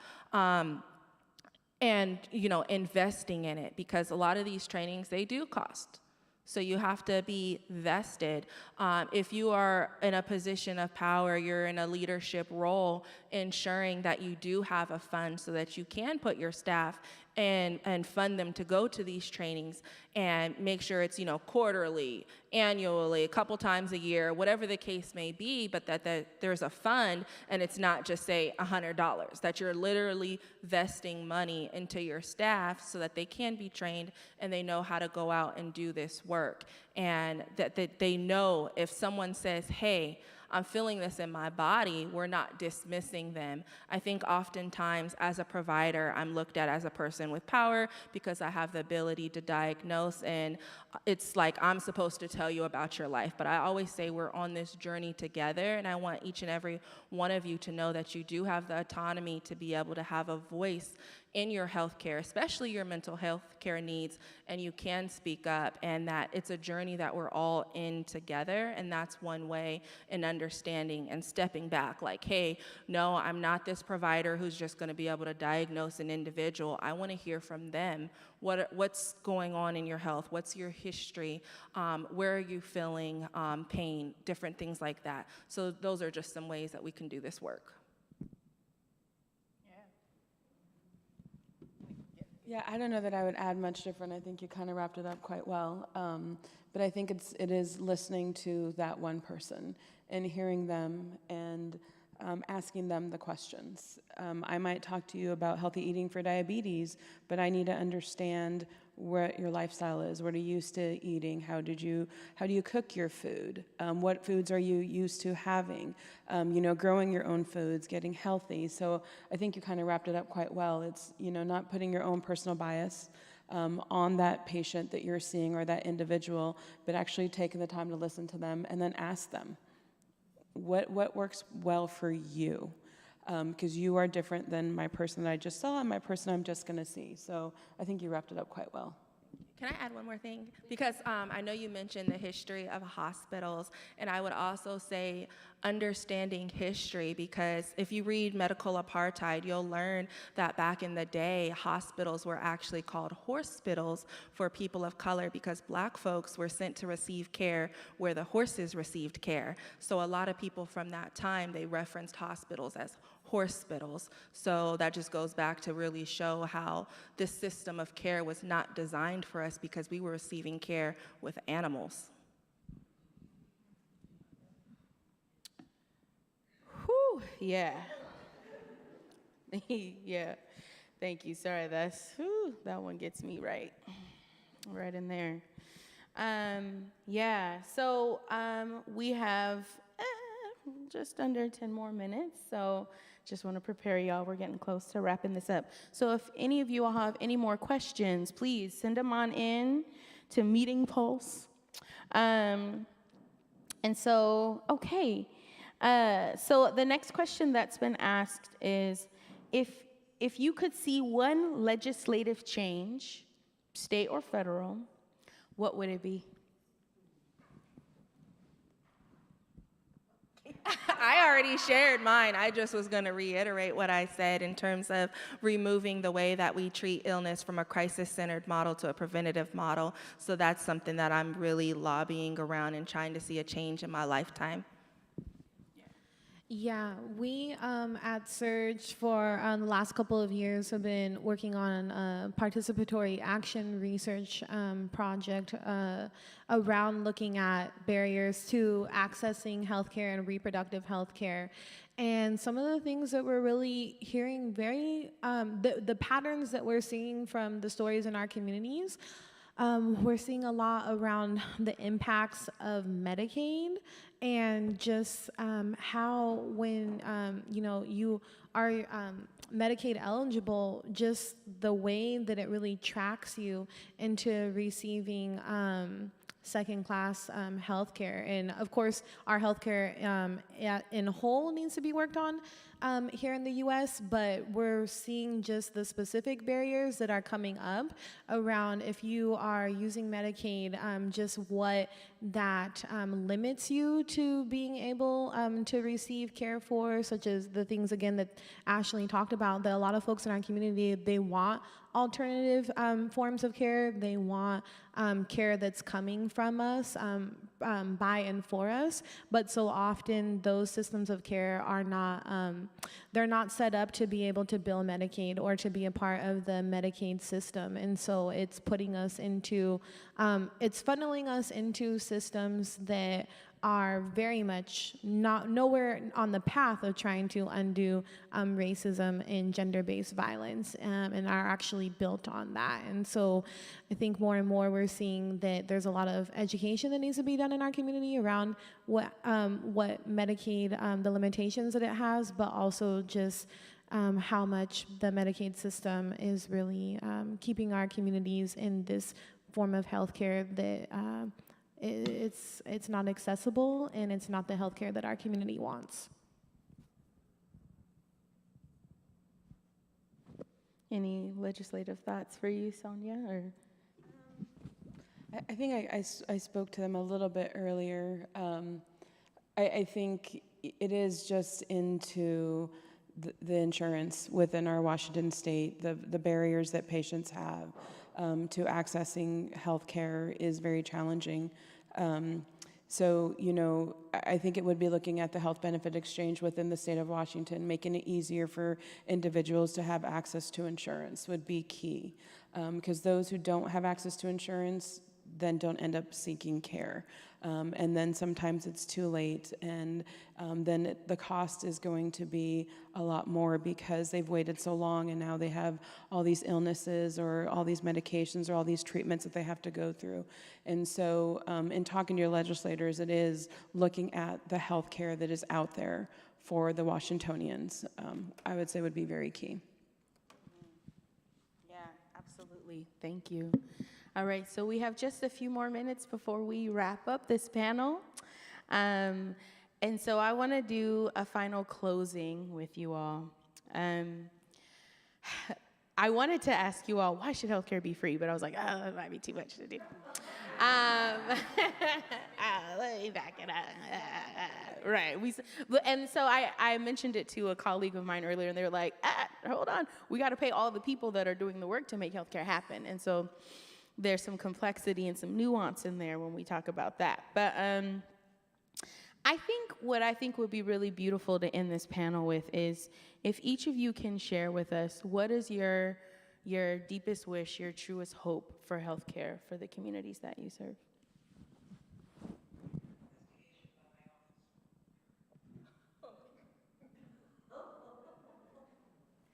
I'm happy to go first. When I think about my deepest wish for healthcare and changes to it is that I want to live in a world where our healthcare system has been built by our communities and that truly serves our communities at the end of the day, and that we're not experiencing we're not experiencing racism at the intersection of gender-based violence when we're trying to access the care that we need. And I definitely echo those same sentiments, and I would really just say health equity for all, especially for our most vulnerable communities. A space where individuals can show up and they know that they're seen and they're heard and that they'll have the resources to be able to receive care, and providers know that they'll be compensated for providing that care. Yeah, and then again, just to add on, I think it's just treating the whole person. It's, looking at that person, who they are, what they need, where they come from, and ease of access to healthcare, so that there are providers out there to serve everybody and anybody, and that I can call and I can come in today because it works well for me, or I can come next week because that even works better for me. And so ease of access to healthcare would be huge. Mm-hmm. Please give a big round of applause for this panel.